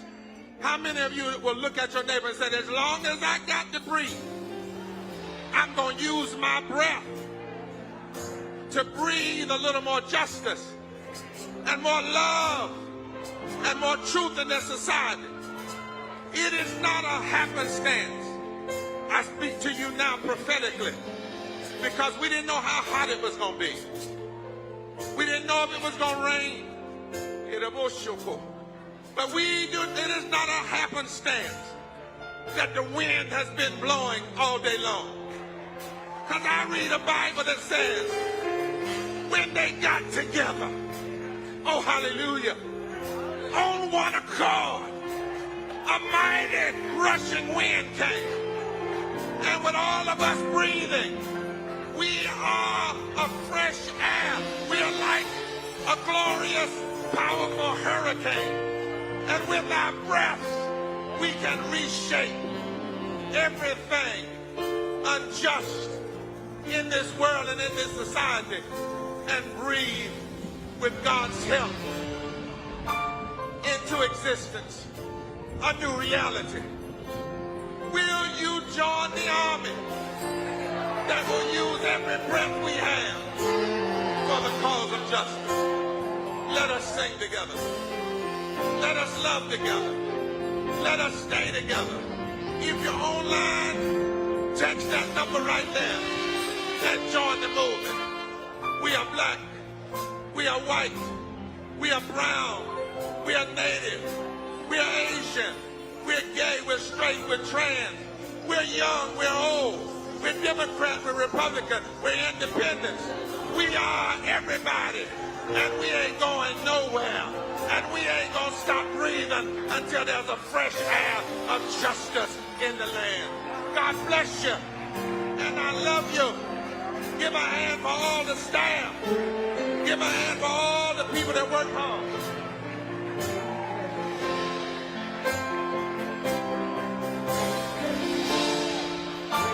Hold on one second.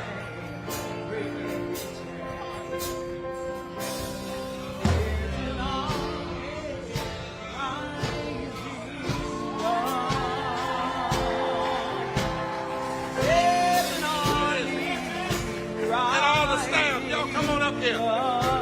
Team of Kairos and repairers. They're watching y'all on C-SPAN. They're watching all over. Lift your hands in the air. Wave them. Let the wind blow. Let the army march. It's our time. Sing it.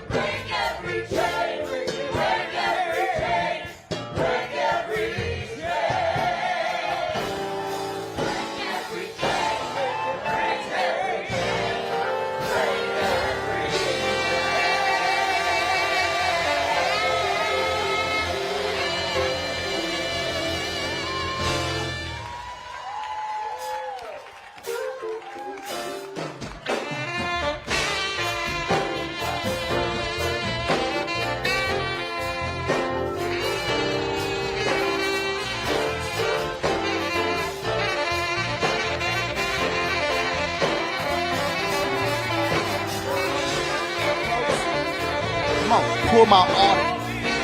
Well, folks, exactly 6 hours after this started, it ends. The Poor People's Campaign, this Moral Assembly 2022. It literally started at 9:30 a.m. It is now 3:38 p.m. And as you see, the various stats, that's the feed from the Poor People's Campaign that we're using right there. It has certainly been, Greg Carr, it's been an inspirational day. It has been an educational day. But I think the most important, and this is something that our alpha brother, Dr. Barbara, always talks about, they are constantly focused on trying to get people to understand the policy implications. This is not a place where you heard the same speech over and over and over again. And so, guys, I want to do this here. If they are changing the graphics, let's go back to that so we can keep showing that. Greg and I will talk over that. Greg, go ahead. Yeah, no, you're right, Roland. Listening today to the stories of the people, listening to folk from LA saying $15 an hour is a start, but you can't live on $15 an hour in LA County. Listening to somebody saying that $1,000 a month for a room in LA simply won't cut it. Listen to somebody from San Francisco saying, or Oakland saying, I can't survive on what I make. Man, and hearing all those different perspectives, one after the other, building on each other, it was incredibly educational. In fact, anyone rewatching this or watching it for the first time will really get to see the face. Michael Harrington many years ago called it the other America.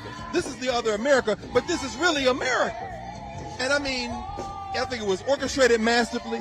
No, a bunch of politicians talking about this. And finally, the repairers of the breach, then the Poor People's Movement, who you've been interviewing folk like this for the last several weeks on Roland Martin Unfiltered. When you go to their website, now they're like, okay, that was Saturday, June 18th. Now, here are the 7 policy movements we now move forward with. I mean, clearly this has been a lot of planning and a lot of hard work. If I had to use the example,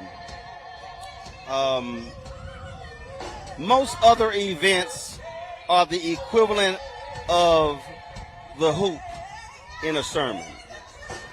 Well, the hoop, so if someone says, how was church? Oh, so-and-so gave an amazing sermon. What did he or she talk about? Because they don't remember the thesis, the script. They remember the scripture. And so you can't have a march or an assembly and not give people the policy details that are needed to know why they're even here. I mean, you attended many events, I've attended many, and you'll sit there and you'll be like, oh man, great speaker, great speaker, great speaker.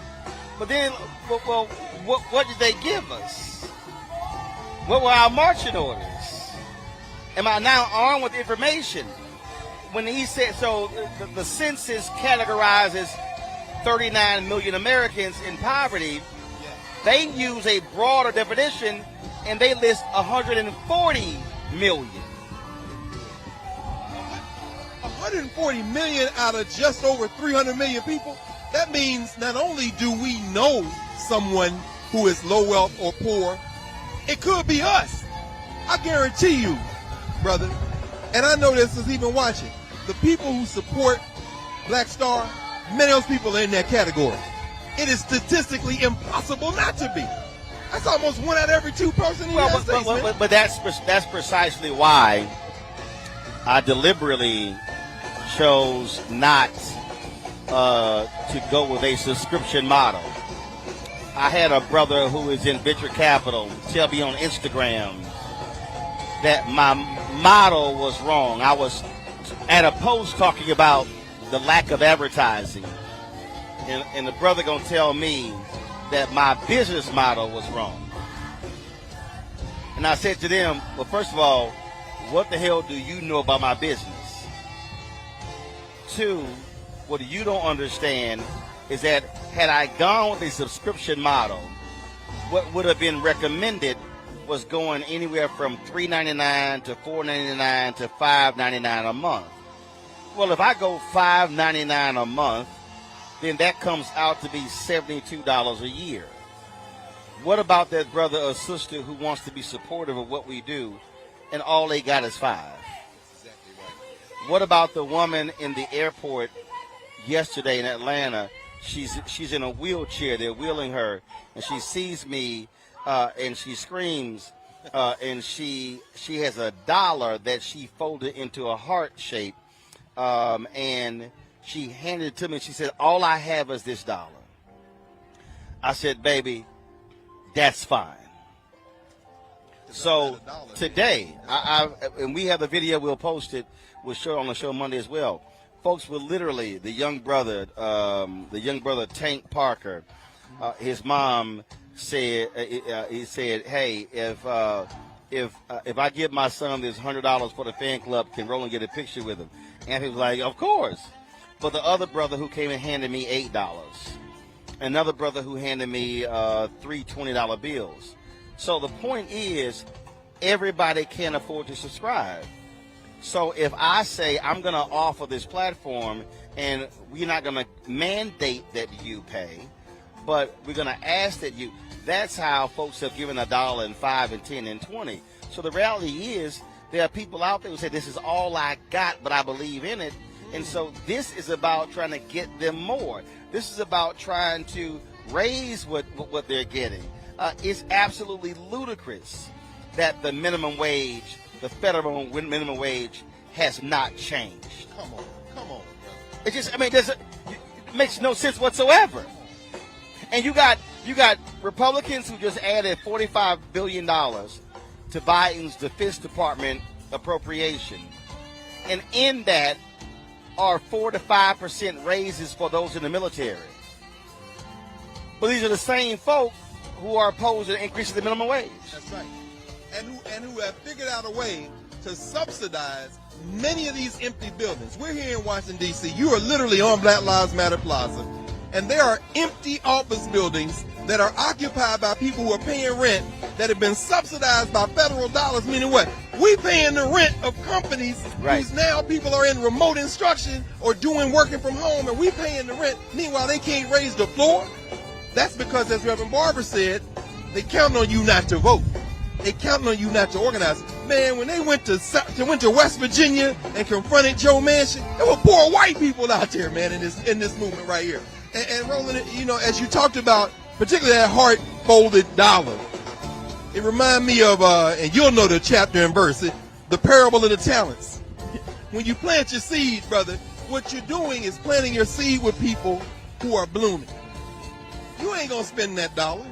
In part, it reminds me I was in Ghana, the first time I went to Ghana, and I was telling people I was going to take a CD, and you know the CDs, they have a cowrie shell on the hard currency.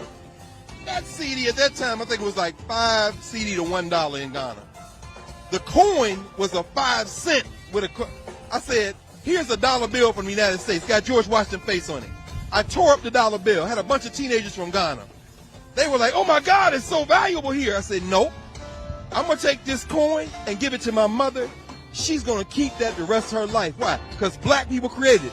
This little boy, after it was over, let's say little boy, about 12, 13 years old, he came up to me after the session we had and put another 5 cent CD coin in my palm. He said, take this to your mother. My mother kept that to the day she made transition.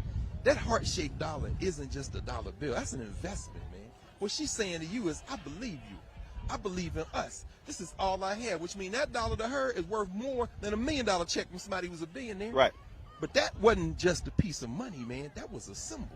And that's why what folks are doing out here, what this is about, what they are doing is picking up the mantle when Dr. King was assassinated. Yes, sir. Picking up the mantle, because people forget the Poor People's Campaign did continue after Dr. King was assassinated. That's right. They still came to the mall in Washington. That's right. But many organizations stopped focusing on the poor and the low-wage workers. Yes, sir. And so I would hope I would hope that the Biden White House was paying attention to this. I know Biden, he's at the beach in Delaware. But his aides should be paying attention here. And there's no reason in the world the White House should not have a summit on poverty. There's no reason in the world they should not sit down with the Poor People's Campaign and these affected workers, because if you are trying to win in November, this is your margin of victory. This is it. You stop trying to get these conservative white women to vote. It's not going to happen. That's right. It's not going to happen. That's right. This is it. And so that's why it matters. And so the work continues. This assembly served as the purpose to motivate folks to be able to go next level. And then, as Reverend Barber said, to focus over the next 143 days leading up to the November election. My God. Final thoughts. No, I mean, I think you just summarized it beautifully. This is just a moment to renew, to regain strength, and then to keep on. That 143 that comes out, you said 143 days. 143 days. That's funny, man. You know, cats sometime in lockdown or back in the 60s, as they say, they used to say 143. That's the same number in the letters of the words, I love you. So instead of saying 143, oh, I love you, people say 143.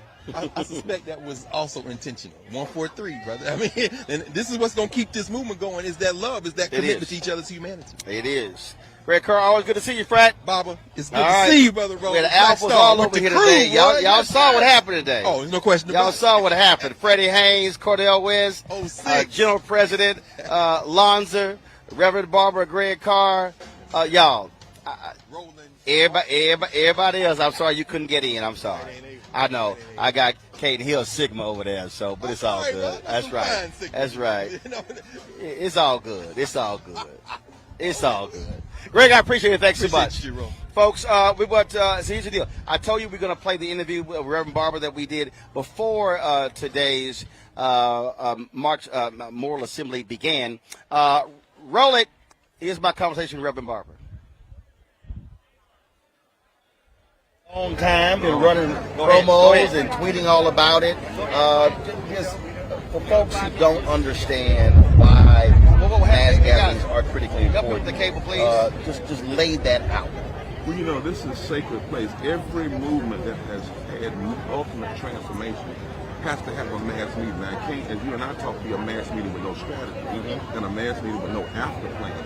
But from the abolitionists to the folks who stood against lynching, to the labor movement, to the civil rights movement, to the peace movement, every movement has a point where you must use a mass gathering to shift the moral narrative and to put a face change and a voice change on that narrative and to make clear to the entire nation and the world what the real problems are. And one of the reasons you do it is because you meet all of the steps of nonviolent civil disobedience, so that if you go to nonviolent civil disobedience, people have no excuse for not knowing. Today, we have people from everywhere, every race, every color, every creed, rolling with top. But isn't it interesting? We got people from Appalachia, from Alabama. Appalachian people are clear that racism is their enemy too, because they're white. But we got black folk that are clear that economic injustice and lack of living wage is their enemy, and they're fusing. They're fusing. And whenever that happens, that's a generationally transformative possibility in that moment. But we're not just today. This gathering today, you will hear the people make the case. Then you will hear the demands. And then you will hear the strategy from now to the end of the year, and then the strategy for the next 2 years. And so it's a complete sense of a movement. We have now 42 state coordinating committees across this country. We built slow, right, and deep. We have over 500 buses coming in today. Got 375 cross posts on social media now going on, so that people who still say COVID, they could see it. And in every way, we've got over 300 partner allies and over 25 denominational leaders. And that's when you have a mass meeting that becomes a mass movement that can make a mass difference in our lives. One of the big things that I've always emphasized that y'all do is data collection. Yes, sir. It's a waste of time to have these events and then you don't know who the heck shows up. You're not staying in contact with them. Right. So talk about how y'all have been able to really build this thing. You said build it slowly, but driving data collection. Yeah. With driving data collection, everything we do, we have where people can sign in, they can tweet in, they can text, and we connect data. And then we line it up by state. So I can tell you right now how many people do we have in Ohio. And then you drill down to the city. So when y'all hit a city, you let them know we're coming. Exactly. And when we do an action alert, like we have almost 500,000 people in our action alert. Those are the people that say, tell us where to be, when to move, who doors to knock on. We're ready. All across the country, and we have that systematically in place. The other data we do, though, Roller, is the data that tells the truth in a way that makes people say, I got to be a part of this, because, listen, a lot of lying going on. We hear 39 million poor people. That is not true. There's 140 million poor and low-wealth people. 87 million people are underinsured or underinsured. That's part of the reason. A lot of times, I've seen folks have rallies and they cuss everybody out, but nobody knows why they cuss. Right. There's no data in the speech. Nobody takes the time and let folk know. All emotion. Yeah. You need to have the empirical data and the emotion, but the emotion alone is not going to do it, and empirical data without fervor is not going to do it. It must be a combination. President still has not sat down with you and affected workers. They want to meet with you and Reverend Liz Theo Harris separately. Yeah. Is this going to get their attention at the White House with these Democrats, especially those in Congress as well? Well, I tell you, I certainly hope that we are going to handle it. We've asked simply this: meet with a diverse group of poor and lower people. They can actually help you, right? Because they put a face on your policies. And then it's not just about you versus McConnell. It's about McConnell or somebody versus the people. Let us bring folk from Kentucky and Arizona and everywhere else. But in addition to that, meet with religious leaders that lead thousands, millions of people, and bring economists in. Now, I don't understand why that's a problem. I don't understand why that's a problem. And then lastly, meet with the sleeping giants, because poor and low-wealth people represent 33% of the electorate, 45% in battleground states. And in the last election, people making under $50,000, poor and low-wealth, voted 53% for the current administration and party. That's the transformational power. Mm-hmm. But what poor and low-wealth people tell us all over the country, greater than even the systemic voter suppression, they say what has suppressed their vote is nobody comes and talks to them. And we are saying, okay, make them. Right. And the way you make them is by refusing to be silent. And that's what this is about. Right. Always good. Let's keep swinging. Thank you, my brother. Appreciate it. So, folks, that is it for our coverage of this June 18th Poor People's Campaign moral event here, this moral assembly.